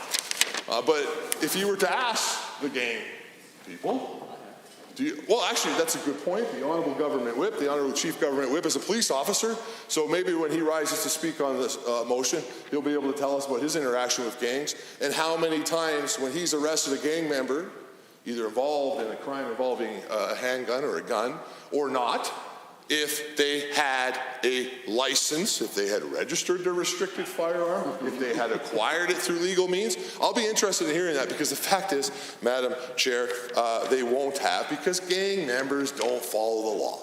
If you're on your way to rob the local grocery store, do you think that everybody's in the car that they just stole on their way to rob the grocery store and they say, hey guys, did you remember your possession and acquisition license? Justin Trudeau really wants us to follow that registry. It's a ridiculous argument, Madam Speaker, particularly when you know this. The U.S., the United States, is the source of up to 99% of the guns, mostly handguns, Madam Speaker, used to commit crimes in Canada. 99% of the firearms-related crimes involve guns smuggled from the United States. And I suspect the smugglers don't have a possession and acquisition license either when they're bringing them across the border. I could be wrong, and maybe the chief government whip talked to some smugglers too. I don't know. We'll see when he addresses the chamber later on this motion. The reality is this is flawed. If this was truly about gun crime, which is something we should tackle, as I said, all crime is something we should tackle. But if it was truly about the federal government wanting to deal with gun crime, they would be not wasting their time with people who are law-abiding, licensed firearm owners who are not breaking the law. Instead, they would tackle criminals. They would stop people from smuggling guns into this country, and they would take action on the people that they do catch doing gun-related crimes. Madam Speaker, one of the biggest issues I think that has seen the increase in firearms crime and other crime inside this province is the fact that the now Prime Minister, Mr. Trudeau, when he became Prime Minister, one of his first actions was to get rid of the mandatory minimums and the tough-on-crime legislation that was brought in by the Right Honourable Stephen Harper, the best Prime Minister this country ever had. That was his first action. So if this is a Prime Minister that says that he's concerned with crime, why would he reverse tough-on-crime action? Because he's not. This is ideological. This is the Liberal government doesn't like gun owners, just like they don't like lots of rural Albertans, or Albertans in general, it appears, most of the time with their actions. They don't care about crime, because if they did, they would tackle crime, and the number one thing they would do, Madam Speaker, is bring back Stephen Harper's mandatory minimums and tough-on-crime legislation and start to take it seriously. In all the time that I've had to deal with crime in my constituency, town halls, and spoke about it in this chamber, and I know you have as well, Madam Speaker, and the community of Airdrie, which has not been victimless of this pandemic that we've seen of crime, and all the time that I've communicated with, every letter I've ever received on crime, not once did I think the solution was to go attack law-abiding gun owners, farmers and hunters, that would solve the problem. You know what I always thought would solve the problem? If the federal government would start to take serious crime again. Every town hall that we had on this issue, at the end of the day, it was because judges were not taking crime seriously, particularly property crime, and the criminal code was not strong enough to deal with the individuals that were victimizing our communities. That is the action that we need from the House of Commons and from the federal government if they truly want to tackle crime. We need tough-on-crime legislation. We need serious consequences for those that are victimizing our communities, and we need the government to take that seriously. And sadly, they're not doing that. They're not doing that. Instead, they're going to attack law-abiding gun owners, and it's not acceptable. I also want to talk about the mechanism that they did. First, to not call, actually, Madam Speaker, let's take a moment here and just quickly celebrate that this is the only legislature in the entire province that is back to normal in COVID-19 pandemic, doing their job for the people of Alberta and making sure that we do democracy, unlike what's taking place in the House of Commons. And during that, Justin Trudeau, I see the official opposition House Leader laughing, and we'll see. Maybe she's with gun owners, maybe she's not. I don't know. But it's not funny to see a federal government using orders in council with no democratic debate at all inside the House of Commons, then reaching into our constituents' homes and taking away their legally acquired property that they bought with their money and that they're using for legal purposes with no reason, because it won't help with crime. That's what Justin Trudeau did. That's what the federal Liberals did. It's unacceptable, and it's incumbent upon this province and this chamber to stand up for our law-abiding gun owners. The second portion of this motion that I'd like to quickly talk about is in regards to the Chief Firearms Officer. I could talk about this all day, but I only got 20 minutes, so I'll keep this portion tight. I know the official opposition House Leader, she may yield me her time, but I don't think that will happen. But the Chief Firearms Officer is the first step that Alberta can do. That does not mean it's the only step that we can do, but it is the first significant step that we can do to begin to stand up for the people of Alberta. I do hope that the NDP will support that, because from my perspective, and I think the majority of Albertans' perspectives, is we need certainly a lot less Ottawa, and we need a lot more common sense coming right here from Alberta. And the number one way we can do that on firearms is to be able to appoint a Chief Firearms Officer who is not anti-law-abiding gun owners, who will stand up for gun owners and make sure that they can, in a simple way, be able to meet regulations and comply with our safety rules, and to be able to go out and hunt, target shoot, and deal with livestock or protect their properties or their farms. So that is the first step. And I want to stress that the second portion of that is beyond the CFO. I believe that's where we should start. And when this motion, I hope, passes this chamber. I do know that the Honourable the Minister of Justice and the Solicitor General will take the instructions from this body seriously, and will begin to be able to get to work on that. And I'm sure he'll have more to say about that process shortly. But I want to stress that's just the first step. The other portion of this motion says to then continue to take actions to protect law-abiding gun owners and their rights inside this province. Now, we don't have control of criminal code. There are other court cases that have taken place that limit some of our ability to be able to fight the federal government on certain issues associated with this. But other issues, we may have some flexibility. And by passing this motion, that is, again, Madam Speaker, the democratically elected House of this province sending clear instructions to the Alberta government that we should do everything that is within our power to stand up for law-abiding gun owners and to stand up to the federal government. And I urge all members of this chamber to take that seriously, not to laugh at Albertans who are watching their property be stolen, not to support a ridiculous ideological agenda that will not help one of our constituents who are being robbed or victimized by crime. We do know that the NDP did nothing the entire time that they were in power to help one of my constituents that were robbed. They did nothing to help one of my constituents that were facing home invasions in rural communities, or their stores were being robbed on a regular basis. They did nothing. In fact, they laughed at them when they came to this chamber. It was shameful, Madam Speaker, in the last legislature.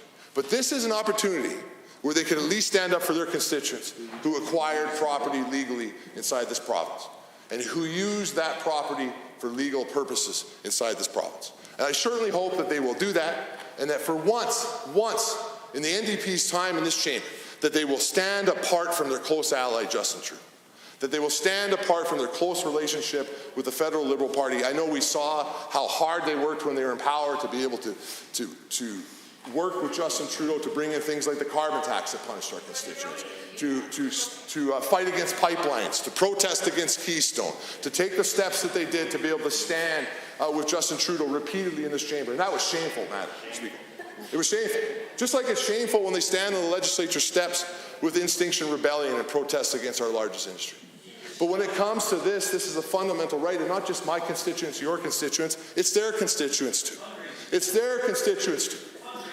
I see the honourable member from Calgary Fort, the former finance minister of this province, heckling away in his support for Justin Trudeau against law-abiding gun owners, Madam Speaker. Against law-abiding gun owners. This is his chance to stand up for law-abiding gun owners, Madam Speaker. Will he take the chance, or will he stand with Justin Trudeau? That's his opportunity right now. So, Madam Speaker, I will close with this. Justin Trudeau's gun grab, his theft of property of Alberta law-abiding gun owners will not be accepted by the Alberta government or the Alberta government caucus. The question is, will it be accepted by the official opposition? Time will tell. Is that where the NDP will be at? And if we pass this motion, we set ourselves on the trajectory to get our own chief firearms officer and then to take the necessary steps and everything that is within the power of the Alberta government to stand up for law-abiding gun owners, Madam Speaker. I think this is the most important motion before this House right now, and I certainly hope it passes with unanimous consent. Other members wishing to speak to Government Motion 20, the Honourable Member for Calgary-McCall. Thank you, Madam Speaker. I'm pleased to rise today and speak to Government Motion 20. The issue of violent crime as it relates to firearms is very important. Gun violence, as we all well know, has a significant emotional and physical impact on victims, families, and communities. And talking about what can we do about it as a government is very important. And this motion has 3 subsections that are each very different in their purpose, and I will address them all one at a time. Section 8, regarding the criminal use of firearms, states that the criminal use of firearms primarily involves unlicensed individuals, often using illegally smuggled firearms. Typically, in motion like this, there would be a source cited for the information the motion is based on. For us to know, for Albertans to know whether or not this is the case. I would like to know statistics on firearm crimes and the percentage of licensed versus unlicensed firearms. That would be good information to have. The first section also talks about illegally smuggled guns. It doesn't say from where. It doesn't say if we are talking about Alberta or Canada or the United States or somewhere else in the world. I cannot say if it is right or if it is wrong. There is nothing here to base an argument on. It just makes an assertion without facts. I think the resolution of this assembly should be clear and be based as much as possible on solid facts, not what we think sounds right. So there is a serious gap in information in this section, which the government should have addressed prior to tabling and bringing this motion forward.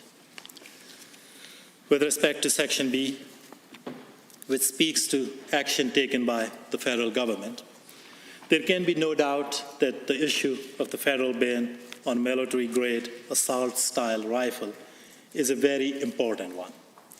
It's important to remember that this ban came after the shocking violence in Nova Scotia in April, which I know is still causing pain and hurt in those communities and across this country and those who are living with that pain.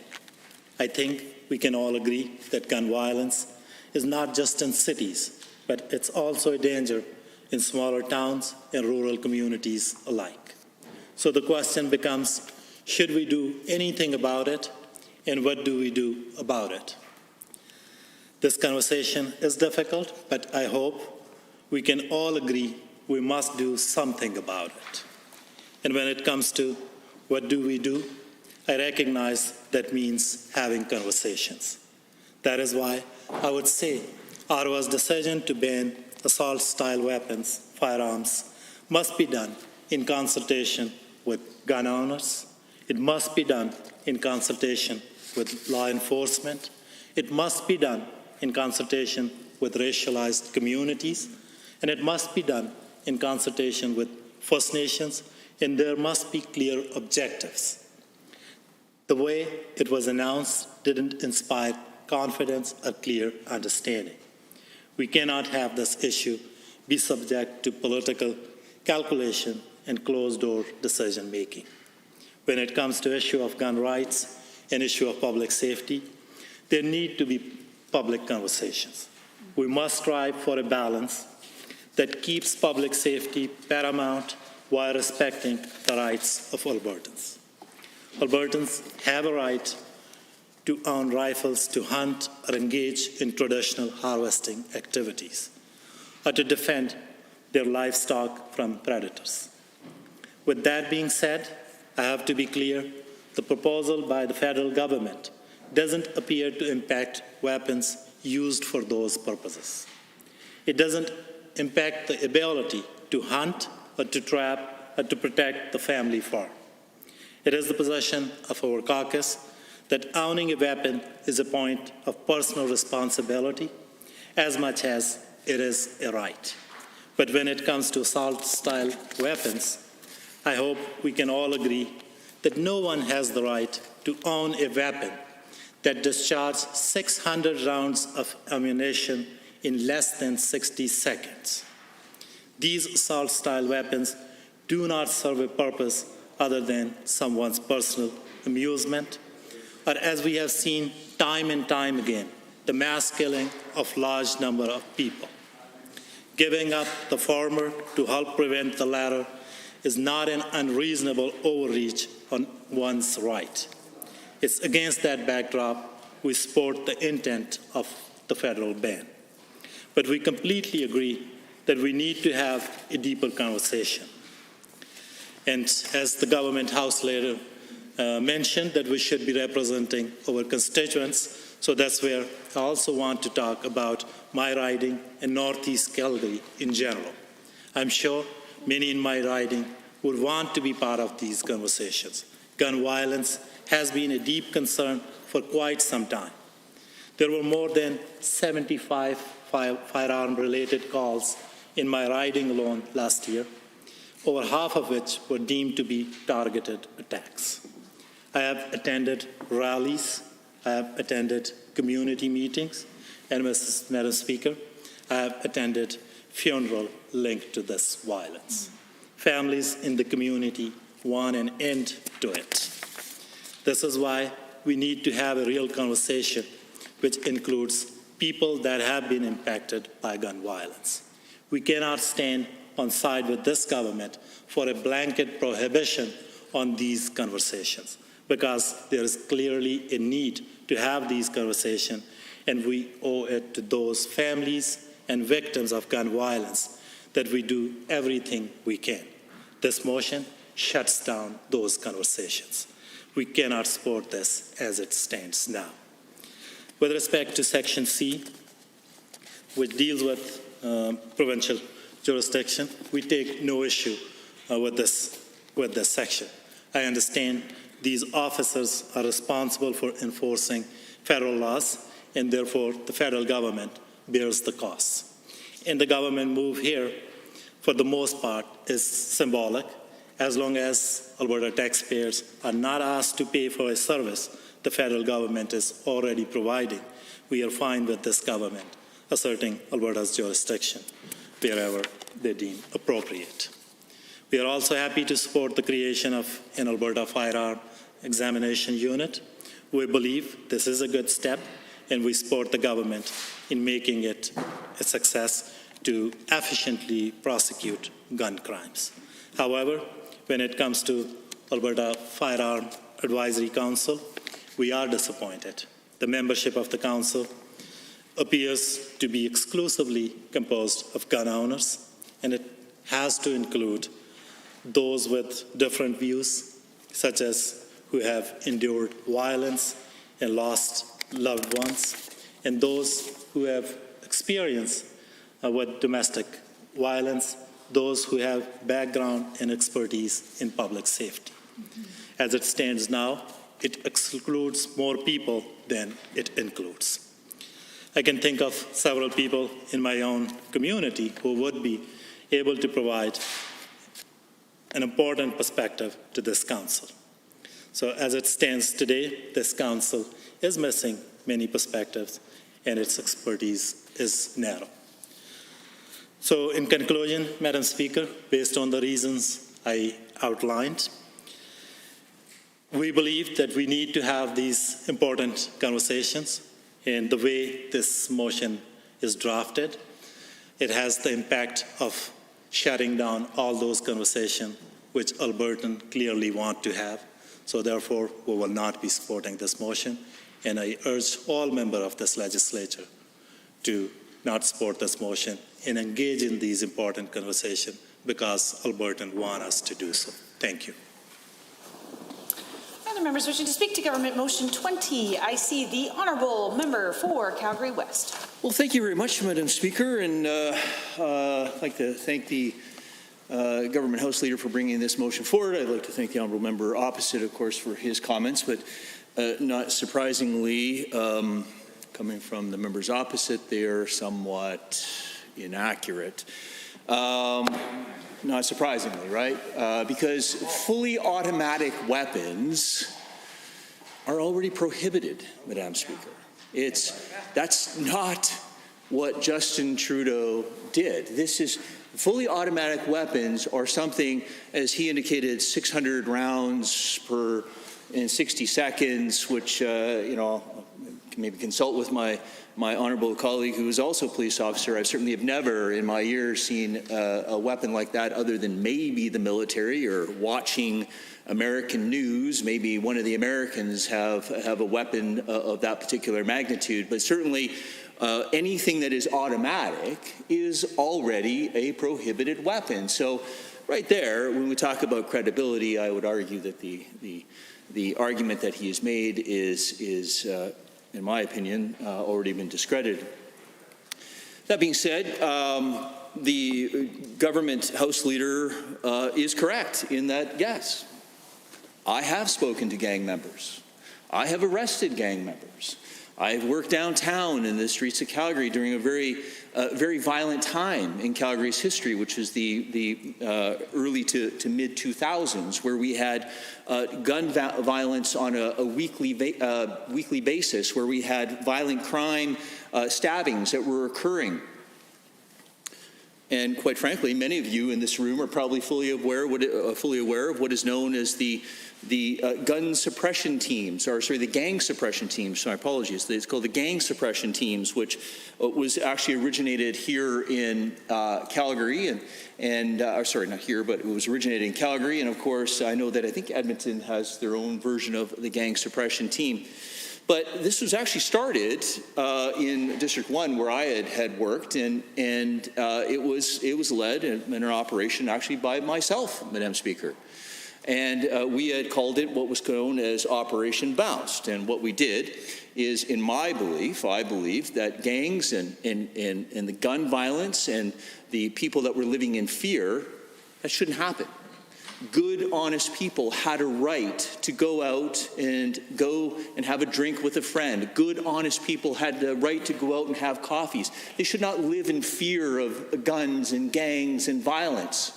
So I organized a group of officers, along with Alberta Gaming and Liquor, along with Fire, along with City Licensing, and quite frankly, we went and we took the streets back from those gang members.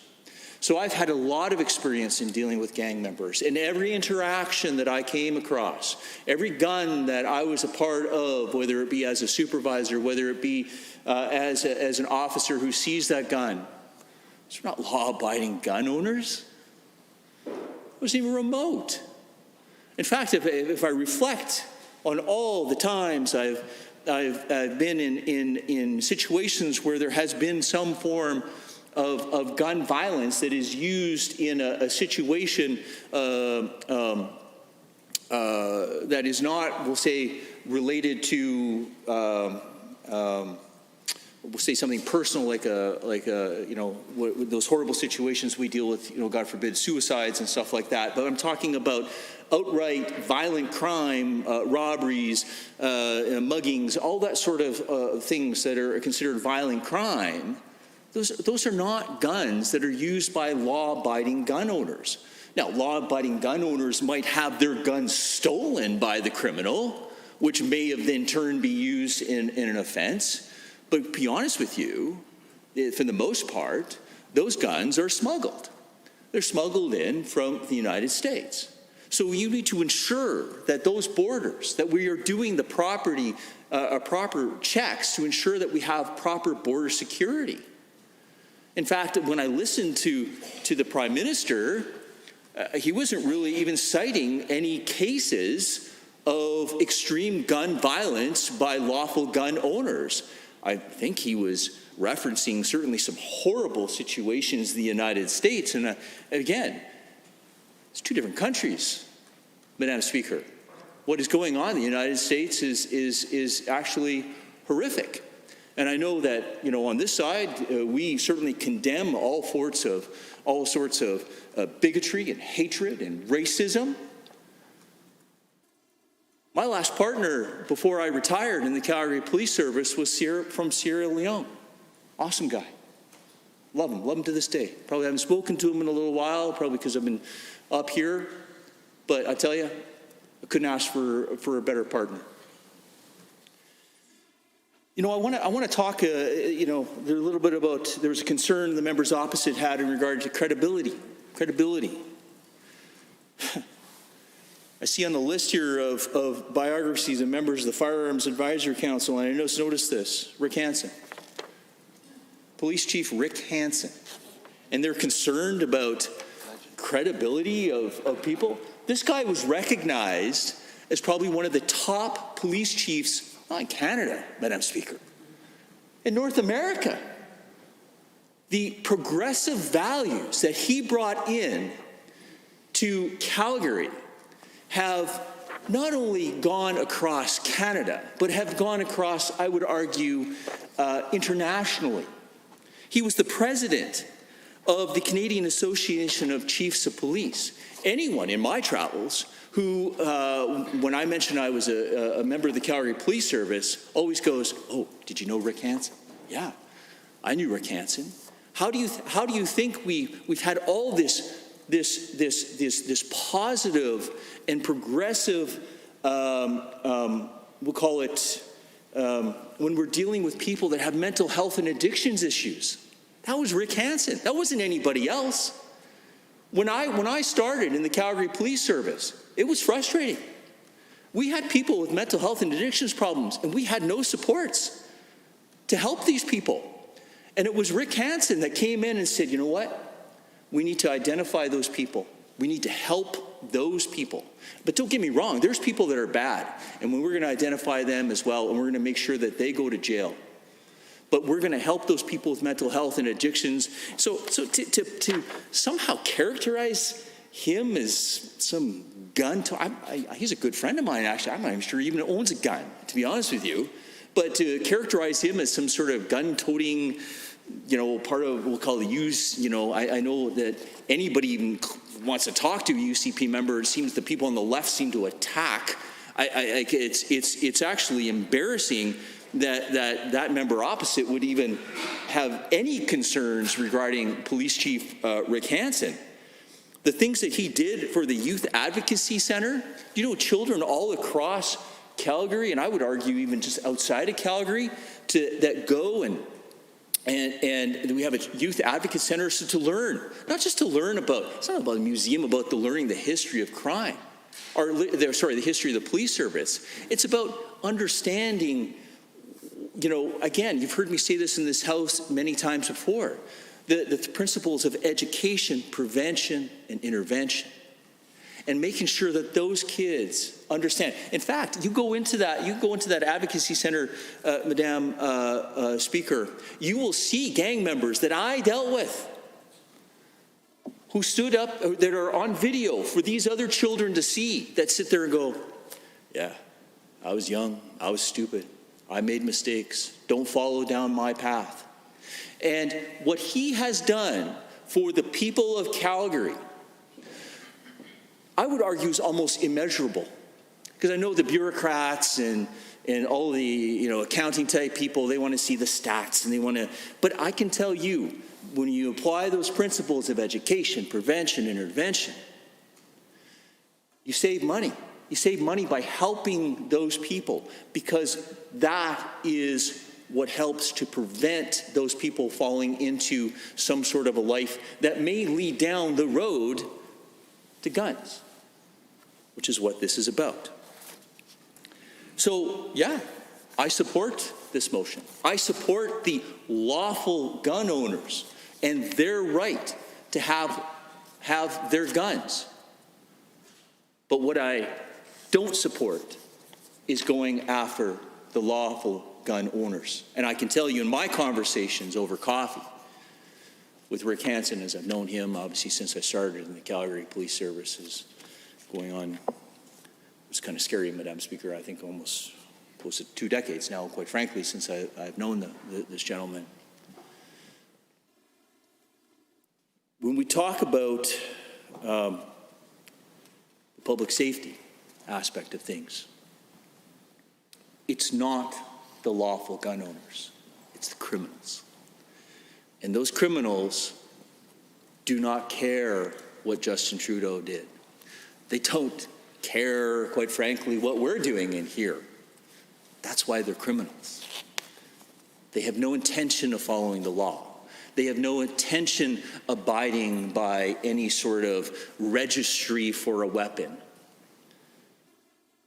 And they are going to do whatever means possible that they can to execute whatever goals that they have, which unfortunately impact the rest of us in some negative way.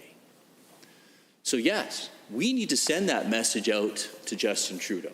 We need to send that message out clearly to the people and members opposite, that we are going to support lawful gun owners, that we are not going to support criminals, that we are not going to support hatred and bigotry and people that go after other people And in regards to the Chief Firearms Officer, Madam Speaker, I'm happy to send any message to Justin Trudeau that is going to support Albertans.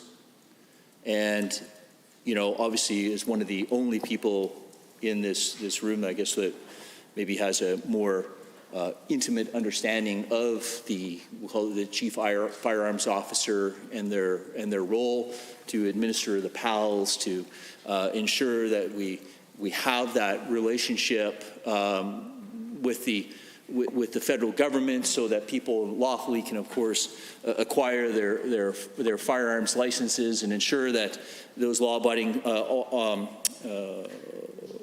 citizens are able to acquire the firearms. And I know, having conversations with many of my colleagues here, they're proud firearms owners and proud firearms and responsible owners.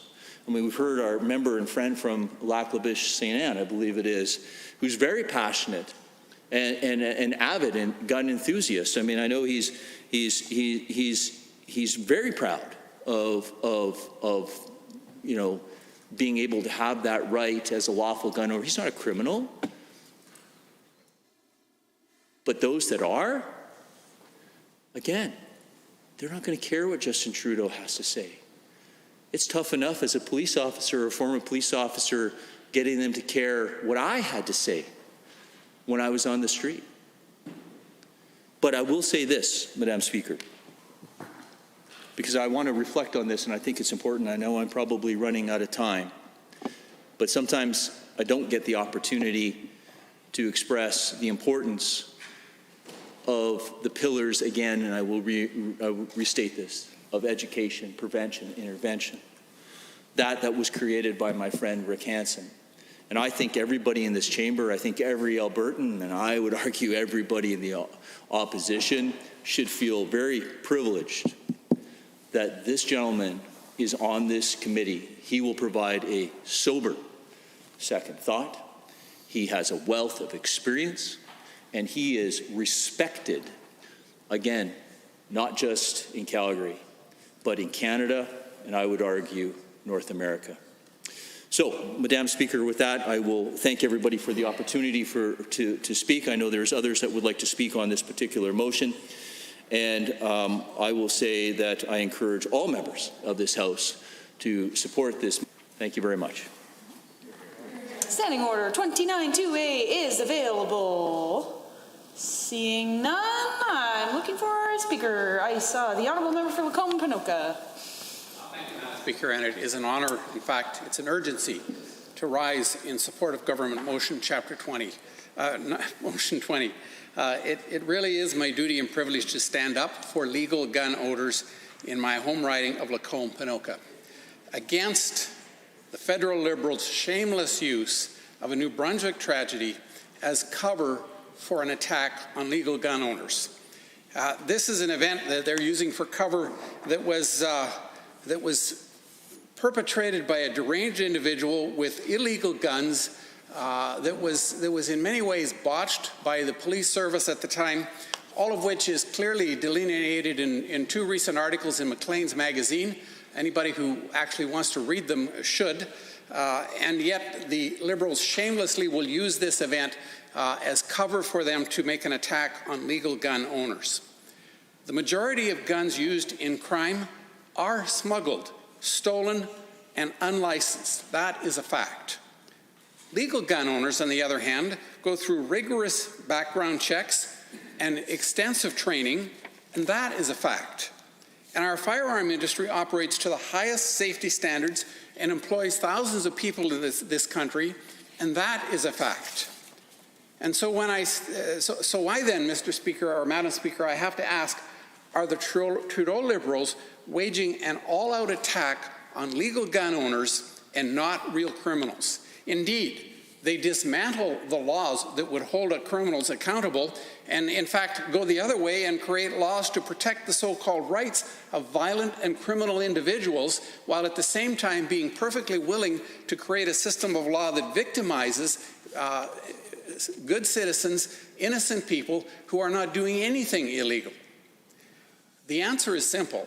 This new ban is all for show and it's all ideology. The Liberal left agenda is to strip Canadians of the right of ownership and of the right of self-preservation. These laws do not target criminals. They target law-abiding citizens. They do not take criminals off the streets. They make legal gun owners into criminals. Mr. Speaker, these regulations are nothing more than a ploy of the Trudeau Liberals to erode legal gun ownership. And it's no coincidence that this order was rolled out in the middle of the worst public health emergency in a century.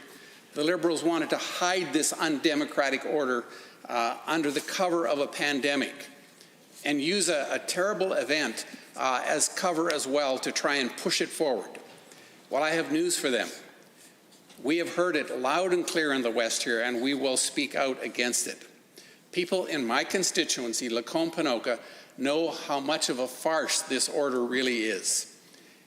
Any gun owner knows that the term assault weapon is a made-up scare tactic from the left. It's dog whistle language.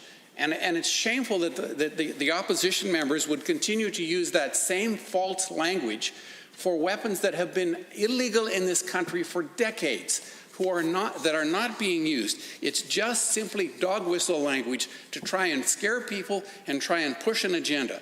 True assault weapons are not used in this country except by complete and absolute illegal criminals. Here in Canada, we already have some of the strongest gun regulations in the world. And the list of 1,500 models and variations of these so-called assault weapons is a complete joke. These Liberals are so uninformed about these things that some of them seem to think that if a gun has a plastic stock, it's an assault weapon. They don't even understand what it is. And last month, the Shooting Society of Canada wrote a letter to Trudeau calling for amendments to the ban. Why? Well, because the order actually outlawed the weapons used in Olympic events and other shooting events. Mr. Speaker, our Olympians do not deserve to be the target of this ineffective, ridiculous ban. Farmers and duck hunters don't deserve to be the targets of the same kind of treatment. Licensed, law-abiding gun owners in Alberta and across the country do not deserve to be the target of this ineffective ban pushed by our federal government and Justin Trudeau's Liberals. And it's shameful that the NDP would continue to support their friend and buddy, Justin Trudeau and the Liberals. I agree that we need to be tough on gun crime. This new law does nothing to tackle the real issues of gun violence. And I think the Liberals are willing to go after law-abiding citizens because they're actually afraid to go after the real problem. They're afraid to tackle the gangs and the importers that bring these things in. And I want it to be clear, being tough on crime does not mean being tough on legal gun owners who are respectful citizens. The money that will be used in this ridiculous buyback program could be better put towards tightening security at the border, which the Liberals won't do. Stopping the flow of smuggled guns would be a lot more effective. Why do we hear nothing from them about that? When the Trudeau Liberals turn a blind eye to this, it exposes their false motives and what they're actually doing. They should not be turning a blind eye to organized crime, to criminals, and to illegal importation into this country. Why do they turn a blind eye to that? Cracking down on guns and drug lords that fuel crime would be far more effective than this new gun program. I just don't understand why they would continue to turn a blind eye to that and essentially allow it to continue while attacking legitimate citizens. Safe, law-abiding, stand-up gun owners in Alberta and across the country should not pay the price for evil and violent crimes and criminals out east. And yet this new law is coming from a Prime Minister and a party who has lost their entire representation in Alberta and Saskatchewan. And I call on all Albertans and Saskatchewans to make sure there's never another Liberal elected in the West in the history of this country. Since the beginning of time, tyrannical governments have sought to keep their subjects subservient by denying them the right to defend themselves, first by restricting self-defense in law, and then by taking any and all weapons of self-protection away from them. As far back as 1689, The English Bill of Rights in England allowed Protestant citizens of England to have, and I quote, arms for their defense suitable to their conditions and as allowed by law, and restricted the ability of the English Crown to interfere with Protestants' rights to bear arms. This is what the Liberals are trying to destroy and defeat. They are trying to dismantle these basic rights that have been part of our English and Western heritage for decades, for hundreds of years. In rural Alberta, there is rarely a police presence near enough to protect citizens or prevent a crime in progress. Quite often they show, well, almost always, they show up after it's too late, if at all, quite frankly. Madam Speaker, I must support this government motion. It is our duty to use our voice in this House to speak up for what is right and speak up against what is wrong. This gun ban certainly is not right. And it's my duty in this House to represent the constituents of Lacombe, and I call on all citizens, individuals, coalitions, and organizations to mount a vigorous campaign to drive these bullies and the federal Liberals out of our country. Thank you. Standing order 29-2A is available. Seeing none, the Honourable Member for Drumheller-Stettler. Thank you, Madam Speaker. It's an honor to rise and address the House regarding Government Motion 20, which I'm very happy to support. The federal gun ban has been front of mind for a lot of my constituents, and a lot of the correspondence that I've received over the last few weeks has been in that regard. People are quite upset, and rightfully so. So to look at the motion, it has three parts. You know, we're recognizing that the criminal use of firearms primarily involves unlicensed individuals, often using illegally smuggled firearms. That is a fact. We can provide those statistics for the opposition if they'd like to see them, and express our opposition to the Government of Canada's recent decision to amend regulations to the Criminal Code to prohibit possession, transportation, and sale of certain types of legally acquired firearms. And then the last part, to urge this government to take all necessary steps to assert our jurisdiction in connection with these matters, including replacing the Chief Firearms Officer with one appointed from Alberta, one of our own. I'm in full support of this motion. I wish that I didn't have to stand in the House today in support of it. It is such a ridiculous political game being played by our Prime Minister under the cover of COVID, under the cover of night, in an order of council, a unilateral, undemocratic move that is meant to create more division within our country and is in no way out to make this country a more safe place in regards to firearms. So I've been able to be pretty vocal about this within my constituency. I've probably spoke to hundreds of my constituents, and what really gets them is this feeling that the term assault-style weapon or assault rifle is being used disingenuously to confuse and mislead. You know, we've seen some recent polling in the largest papers in the province, and it says there's lots of people that agree with that term, that assault-style weapons should be banned. What does it really mean? As our whip clearly indicated, fully automatic weapons are already prohibited, are banned. What we're talking about are semi-automatic weapons. This arbitrary list of 1,500 guns that has, has pellet guns and has coffee companies and websites, and then they throw in a rocket launcher, an anti-tank weapon that is obviously illegal, is just ridiculous and meant to confuse and divide. What the people I'm hearing from in Drumheller-Stettler are everybody from the elderly couple in remote rural Alberta. I told a story in this House last session about the couple that the criminals entered their house at gunpoint and duct taped them on the bed and scared them completely out of their minds, and then threw a knife on the bed at the end after they were robbed, and were told to cut themselves free if they could. Stories like that. I have not dealt with gangs like the honourable member from Calgary West, except I have heard the stories about the the kid that's home alone phoning his parent because they can see through the binoculars that the gang members from the gang where they know exists and that the police know are there are coming down the road holding weapons. And then the parent having to say, well, go get the gun. I'm going to be home in 20 minutes. We need firearms. We need firearms to protect ourselves, to protect our families. Some of us have different realities in remote rural Alberta where we cannot, we can rely on the police, but in different ways. We can't call them and expect them to be there in 5 minutes. It might be an hour if they can find your yard in the dead of night.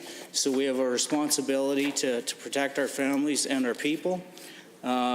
This federal gun ban that listed the arbitrary list of 1,500 firearms, where there is still confusion over bore size, where we think that it might actually outlaw 10 and 12 gauge shotguns.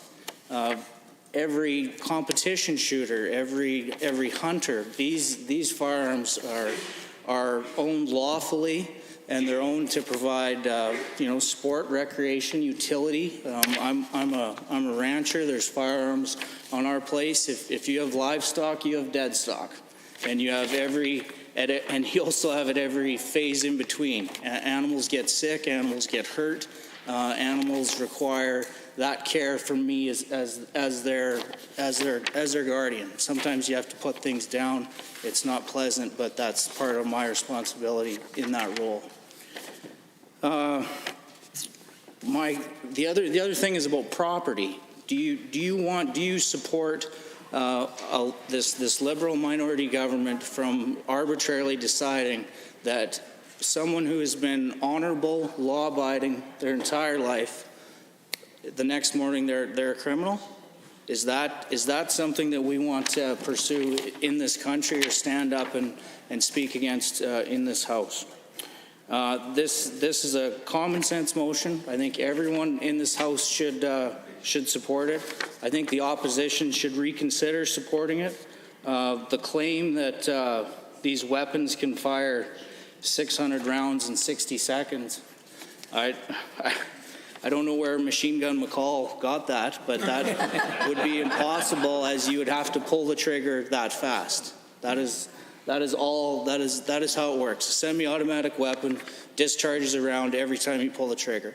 And then there's other regulations beyond that for clip size and magazines. Yeah, five, that's right. Thank you. No, and so I just wanted to say the other comment I give is from these constituents that have reached out to me, hundreds of them. None of them have said, so how's the amnesty work? How do I do this? Where do I take the firearm? How much are they going to pay me? People are not going to do this. The RCMP does not want to enforce this. Many of my friends that are RCMP officers are also gun owners. They say it's complete BS. If that's unparliamentary, I apologize. I already shortened it to the initials. But yeah, I would just say that it's completely nonsense, and I'm happy to support this motion. I'm happy we're doing this. I wish we could do more, and I expect that we'll try. And with that, I'll cede my time. Standing Order 29-2A is available. The Honourable Member for Bonnyville, Cold Lake, St. Paul. Oh, thank you. And I'd just like to take a moment to thank the member for his advocacy for this. I know he's been standing up out in the media and speaking up for his constituents as well. And I think it's very important that we do that. I'm responsible, I think, and proud gun owner and rifle owner.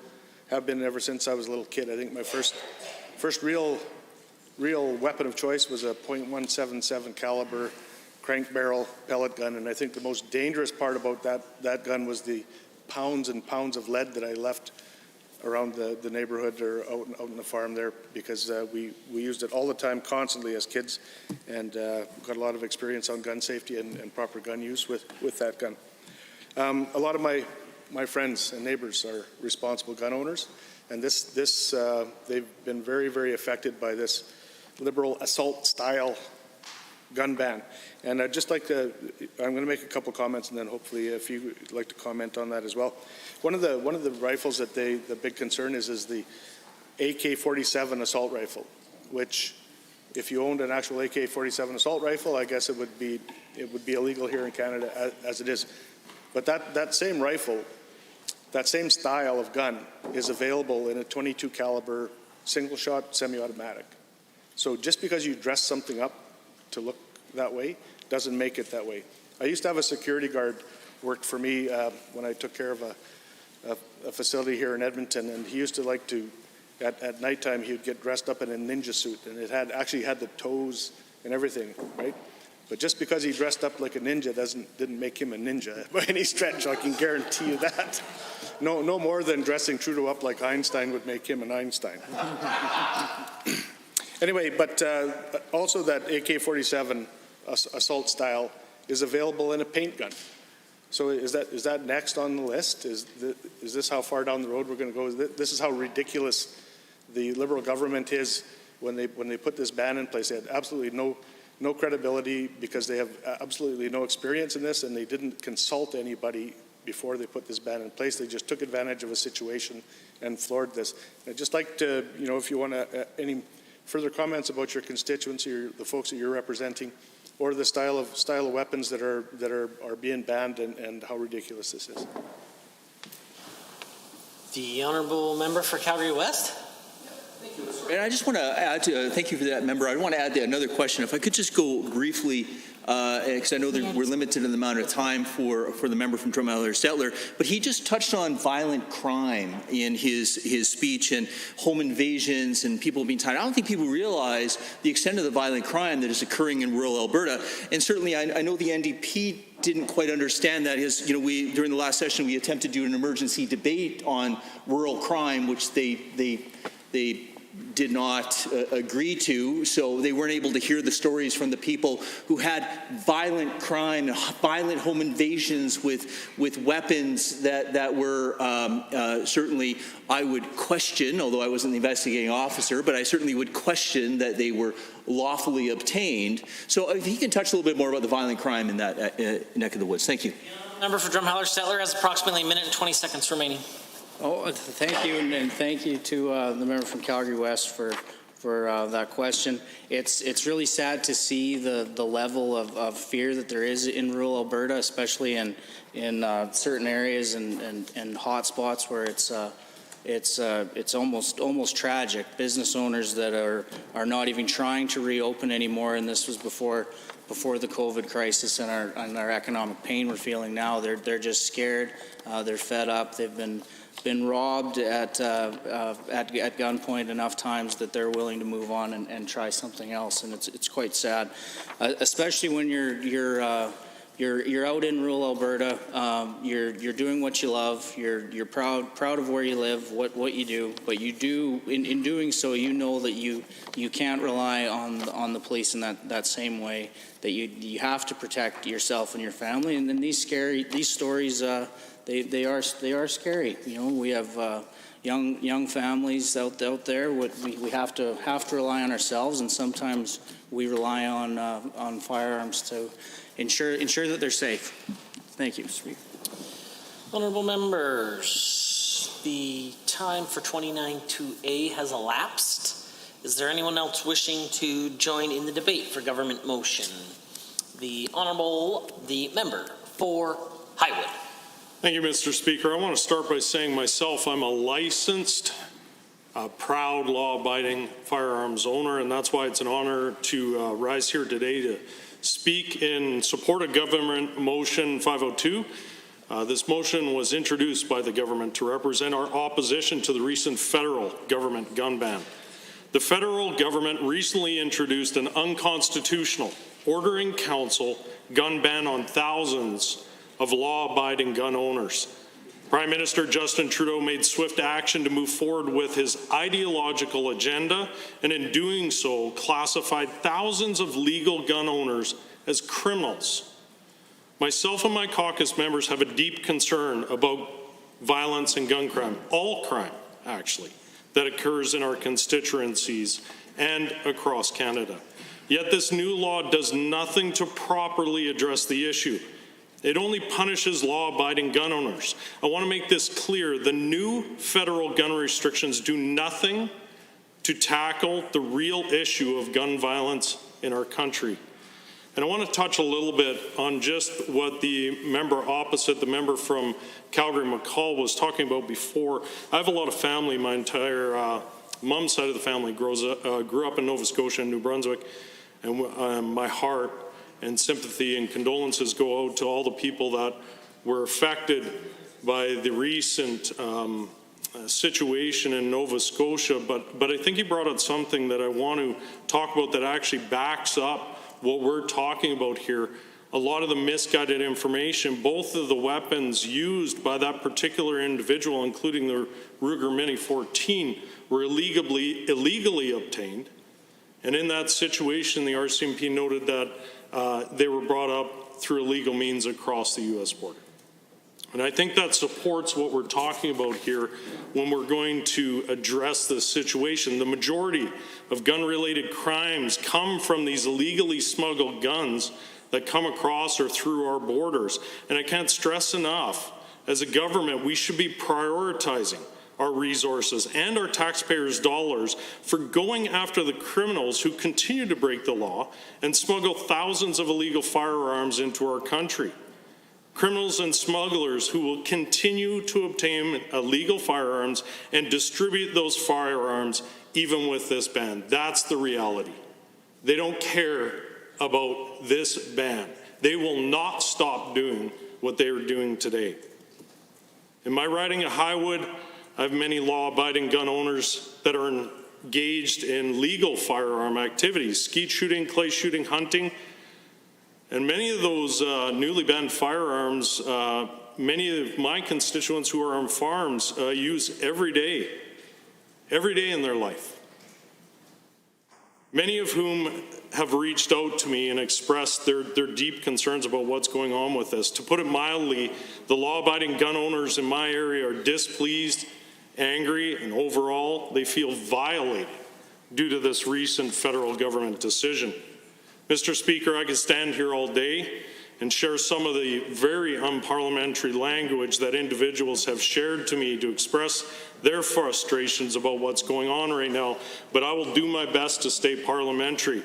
To sum up their comments on this criminal ban on firearms, they've told me it's misguided, rushed, undemocratic, poorly written, riddled with complete ignorance, full of complete incompetence, and to top it off, it's a violation of civil rights and completely unconstitutional. Amen. A decision that was made unilaterally and executed in a manner that avoided debate in the Parliament, and in doing so violated the right of our elected federal MPs to share their constituents' voices in the House of Commons. As a result, they have ignored the voices of law-abiding Canadian citizens. To top it off, this decision has been made by a federal government that has zero representation in this province. The government of Canada should not be punishing law-abiding gun owners. Rather, they should go after the root of the problem, the criminals who continue to break the law. With Government Motion 20, we are also urging the province of Alberta to move forward with all necessary steps within our provincial jurisdiction to protect and properly represent law-abiding gun owners in our province. This includes the replacing of the Chief Firearms Officer, who was once appointed by Ottawa, by one appointed by Alberta for Alberta. This is another step of more Alberta and less Ottawa. Mr. Speaker, I support this motion as it is a signal of strong opposition to the Government of Canada's decision on prohibiting possession, transportation, and sale of certain types of legally acquired firearms by lawful citizens. This motion, as it is stated, is an acknowledgement of the concerns of Albertans. It also identifies that we recognize the real issue. This government, unlike Ottawa, understands that the criminal use of firearms, primarily smuggled in from across borders, is the real direct threat to public safety. Mr. Speaker, I was elected to represent the individuals of my constituency of Highwood, which I'm very proud to do. I will continue to tirelessly represent them and their voices in this legislature. But I want to point out one comment that was made to me by a retired RCMP officer, and he was very frustrated on his email. You could just tell. He'd spent his entire life standing on the front lines, defending and protecting the individuals across all of Alberta. He's a sport shooter, and I'm just going to give a quick quote. The quote, "I was a law-abiding gun owner, and with a stroke of a pen from Ottawa, Justin Trudeau made me a criminal." And I think that is very unfair. As a gun owner myself, I fully share the same concern. Almost 2/3 of the firearms I currently own were passed down to me by my father. Firearms that I have right now that were given to me that were passed down from him, I have a real personal connection to. They were part of very important memories for me growing up, hunting and shooting with my father. I myself have spent numerous hours with my children, Caden, Ty, and Tristan, enjoying the sport of shooting in a very safe and responsible manner. This is a part of me raising my boys. It's very important for me. I hope to continue to pass these firearms down to my children. They're part of my family legacy.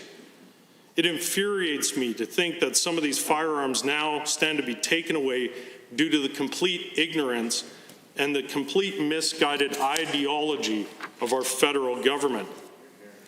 My commitment right now is to make sure that we don't waste taxpayers' dollars that won't make for safer communities. For those of you that actually support this ban, some of the members opposite, if you're really going to look into actually having a positive effect, of really making a difference in this country, I beg you to look into the data on this, read the reality, and there are so many supporting documents that will prove this will not work, not in the way you think it will. There's so much data out there that actually refutes that it will actually be the answer to gun violence. I too want to do everything possible to make sure that I advocate for a safe community and we deal with crime and violence. This is something I strongly share with my entire caucus, but this federal ban is not the answer. I'm proud to stand with this government because it actually has its priorities straight. We've already passed Government Motion 41 that recognizes and supports the ability of Albertans to lawfully and responsibly own and possess firearms. And today, again, I stand in strong support of Government Motion 20. Thank you, Mr. Speaker. I urge all members to support this motion in this House. Honourable member, Standing Order 29-2A is available. I see the Honourable Government Whip has risen. Well, thank you very much, Mr. Speaker. I'd like to thank the member from Highwood for his comments. We call it coincidence, happenstance, but, as he was reflecting, of course, on his constituency, I could not help but recall the situation regarding one of his constituents, Mr. Eddie Maurice. And what the horrific circumstances. So let's go back and reflect a little bit, because I would certainly like to hear the members' comments in regards to this. So let's remember this. We have a situation, and by the way, let me for the record, just say that I, of course, have talked with Mr. Maurice. He's a very nice individual, and I got to hear firsthand from him what transpired on that particular evening. And what I know from what was relayed to me by Mr. Maurice, of course, is that he had a situation at his farm, which is a very isolated area within Highwood, where a crime had taken place. He had called the police, and the police never came.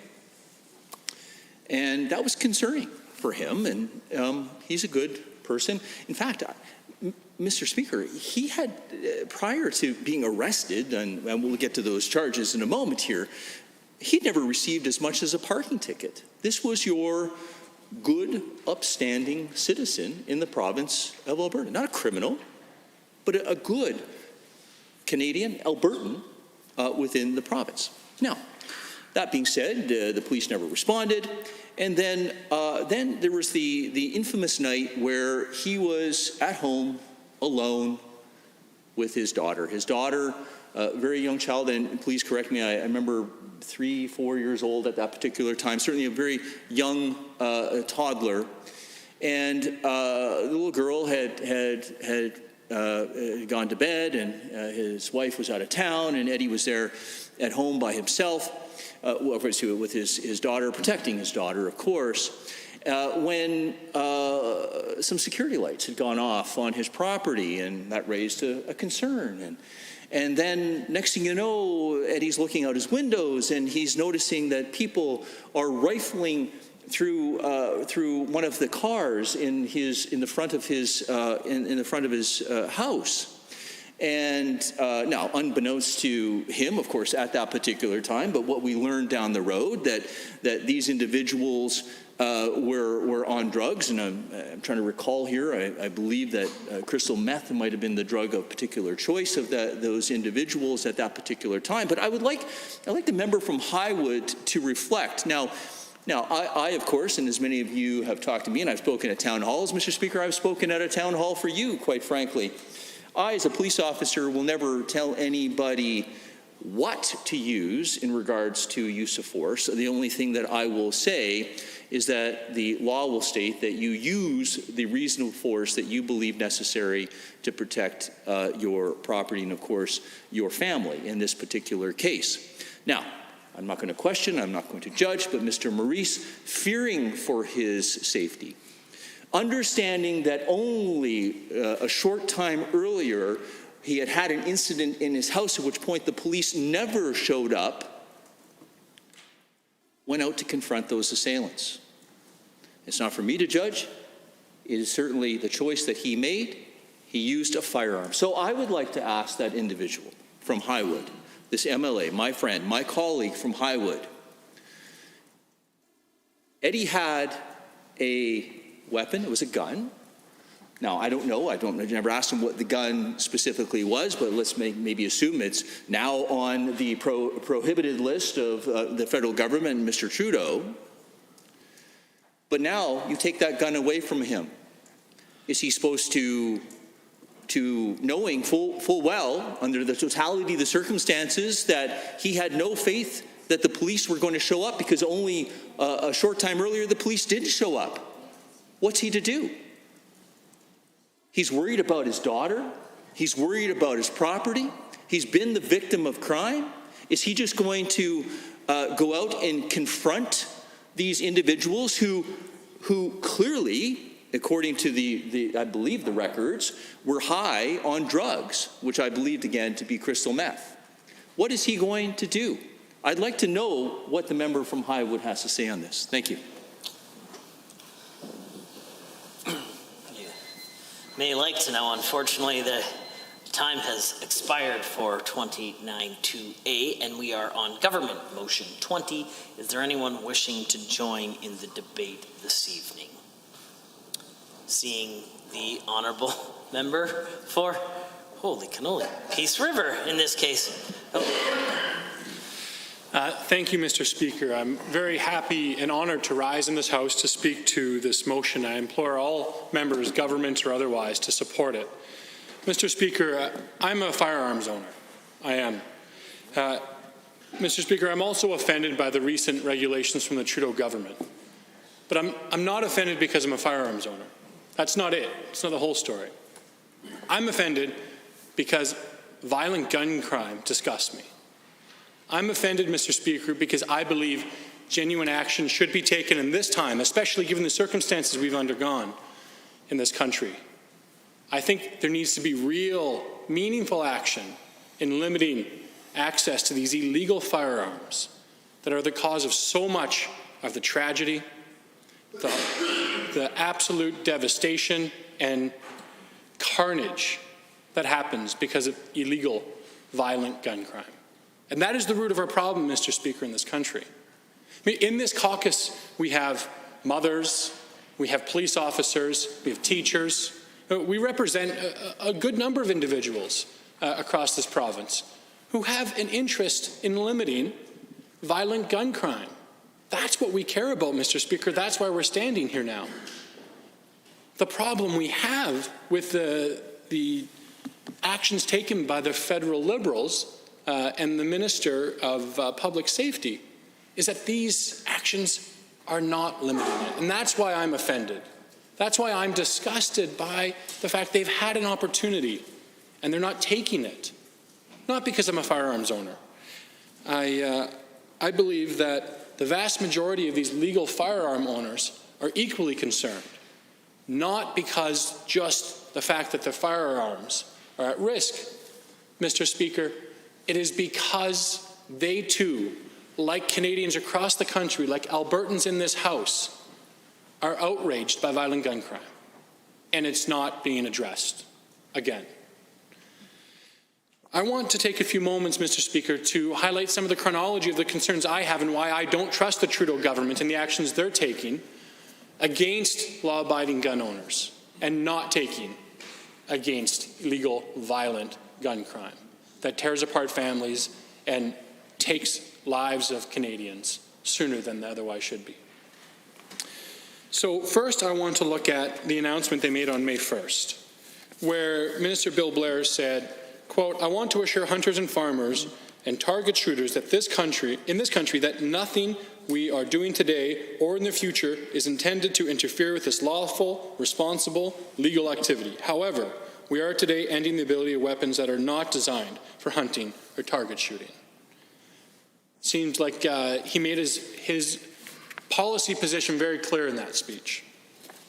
The concern, Mr. Speaker, is when we get to the 5th of that same month, and the Canadian Sports Shooting Association published a legal opinion they had done on the new regulations passed the Order in Council by the Trudeau Cabinet and announced by Minister Bill Blair, where the legal opinion draws into question whether 10 and 12 gauge shotguns are included in this ban because of their bore diameter and are thus subject to the prohibition just the same. My concern, Mr. Speaker, is that the Minister of Public Safety federally accidentally included what he didn't mean to. And as the CSSA says, Minister Blair is either too inept to comprehend the scope of his regulation, very concerning, or, continuing the quote, he lied to the government and Canadians. I don't know which way you want to split it, Mr. Speaker, but either way it's very disconcerting. So I look then to see the minister's response. Continuing on the May 5th, later in the day, tweets two things. Earlier today, the CSSA issued a statement alleging that our government is banning 10 and 12 gauge shotguns. This is absolutely incorrect. We'll be reaching out to them to correct the misunderstanding. Both 10 and 12 gauge shotguns are under the 20 millimeter provision, thus not subject to the prohibition. Well, I'm glad he tried to reach out. The problem is, in the meantime, as we can see, anyone who's an avid reader of the National Post, an article today highlighted how the RCMP is still adding retroactively a number of firearms to the firearms reference table that are now prohibited. I don't think that reaching out went too well, Mr. Speaker. Included in that, according to the National Post's own survey, are estimated 200 guns retroactively added to the list. It includes shotguns that are now allegedly within the 20 millimeter provision, which the minister said are not supposed to be included, including the Webley and Scott wildfowl gun. Sounds to me like a duck hunting gun, Mr. Speaker. And then we continue to read the single-shot duck gun made by W.W. Greener. A single shot, Mr. Speaker, for duck hunting. This surely is not an assault-style rifle. Surely this is outside the scope of his intention. Nonetheless, it's being added, Mr. Speaker, after the May 5th correction on Twitter. Thank you, Minister Bill Blair, but thank you very much. We'd rather you just backed off completely at this point. It's clear that you're either lying or inept, either of which are very concerning. So you can understand a lot of the concern that firearm owners in the province have, such as myself. I'm a firearm owner. I only own 2 guns. I own a duck hunting gun, as I mentioned, and I own a second gun. It's a Lee Enfield Number 4, MK1, which gunnies love to talk about, all the numbers associated with theirs. I'm not a big gun owner, but I do like my rifle, and I'll tell you why. It was made in 1942 in Canada, a place called Long Branch, and it was designed by the British, and it was used as a service rifle by the Canadian infantry during World War II. In fact, it was used by the Rangers in northern Canada, including in my communities, up until very recently. It's the longest serving service rifle in the world that I know of, and I stand to be corrected. I've since sporterized it, which some might say it's a crime in and of itself, but I do use it for target practice, and I hope to be able to get a bison in my riding, which we're known very famously for up north. The gun itself is designed to be an assault rifle. That was its intention. It's also the most common farm gun. It's part of our history. Every Canadian that came back from the front had one of these. And it became the rifle that was on the farm for everyone. The ranch that, whenever you needed to get out the gun, as my colleague from Drumheller Stettler mentioned, because he has livestock, he needs to have access to that. It's an assault rifle, Mr. Speaker, and by any stretch of any definition it is. It's designed for that. But it's repurposed to good ends, good lawful ends. I myself am one of the owners of those guns. I'm very concerned about the federal government and the step they're taking. I'm concerned, number one, because I believe they're not taking action on violent, illegal gun crime that kills people, that takes lives. They're not taking action when they should, and I'm outraged by that. But then secondly, incidentally, I'm concerned, as a gun owner, that my duck hunting gun is going to become illegal retroactively to May 1st of 2020, and I'm not going to know it. I'm concerned that the ineptitude of this federal government and the minister blundering about with legal firearm owners, the most responsible citizens we have, as we heard from the whip earlier, that they're going to continue down this path. That's my concern, Mr. Speaker, and I find it really disconcerting. I find it disconcerting, and I'm not alone. I'm not alone, and it's not just gun owners that see this. It's a province and it's a country increasingly waking up to what the federal government is doing with private property, with law-abiding citizens, with orders in council they have no idea what's going on with. So on behalf of my constituents, firearm owners or not, I'm going to vote for this motion, and I'm encouraging other members to do the same. I think it's of the highest importance that we as a province stand up for our citizens and for the rule of law, and stand up to a government that increasingly blunders ineptly into subject matter they have no idea on, without concern for the citizens of which they rule over. Thank you, Mr. Speaker. Honourable members, Standing Order 29-2A is available for a brief question or comment. Seeing none, we are on Government Motion 20. The Honourable, the Government Deputy House Leader. Well, thank you, Mr. Speaker. I rise to move that this debate on Government Motion 20 be adjourned. Members, having heard the motion as proposed by the Honourable Deputy Government House Leader to adjourn debate, all those in favour, please say aye. Aye. Any opposed, please say no. In my opinion, the ayes have it. That motion is carried and so ordered. Under Government Bills and Orders for second reading, Bill 4, Fiscal Planning and Transparency, Fixed Budget Period, Amendment Act 2020, adjourn debate on amendment. Honourable Mr. McIver. Honourable members, we are on Bill 4, Amendment REF1. Is there anyone wishing to speak to the amendment? Seeing none, I am prepared to call the question on the amendment. Honourable members, all those in favour of the amendment as moved by the Honourable Member for Edmonton Glenora, please say aye. Aye. Any opposed, please say no. No. In my opinion, the noes have it. That amendment is defeated. Honourable members, we are back on second reading of Bill 4, the Fiscal Planning Transparency Act, Fixed Budget Period Amendment Act 2020. Is there anyone wishing to join in the debate this evening? Seeing none, I am prepared to call the question or allow the Honourable Minister for red tape, Associate Minister for Red Tape Reduction to close debate on second reading. The Honourable Minister, should he wish? Close debate.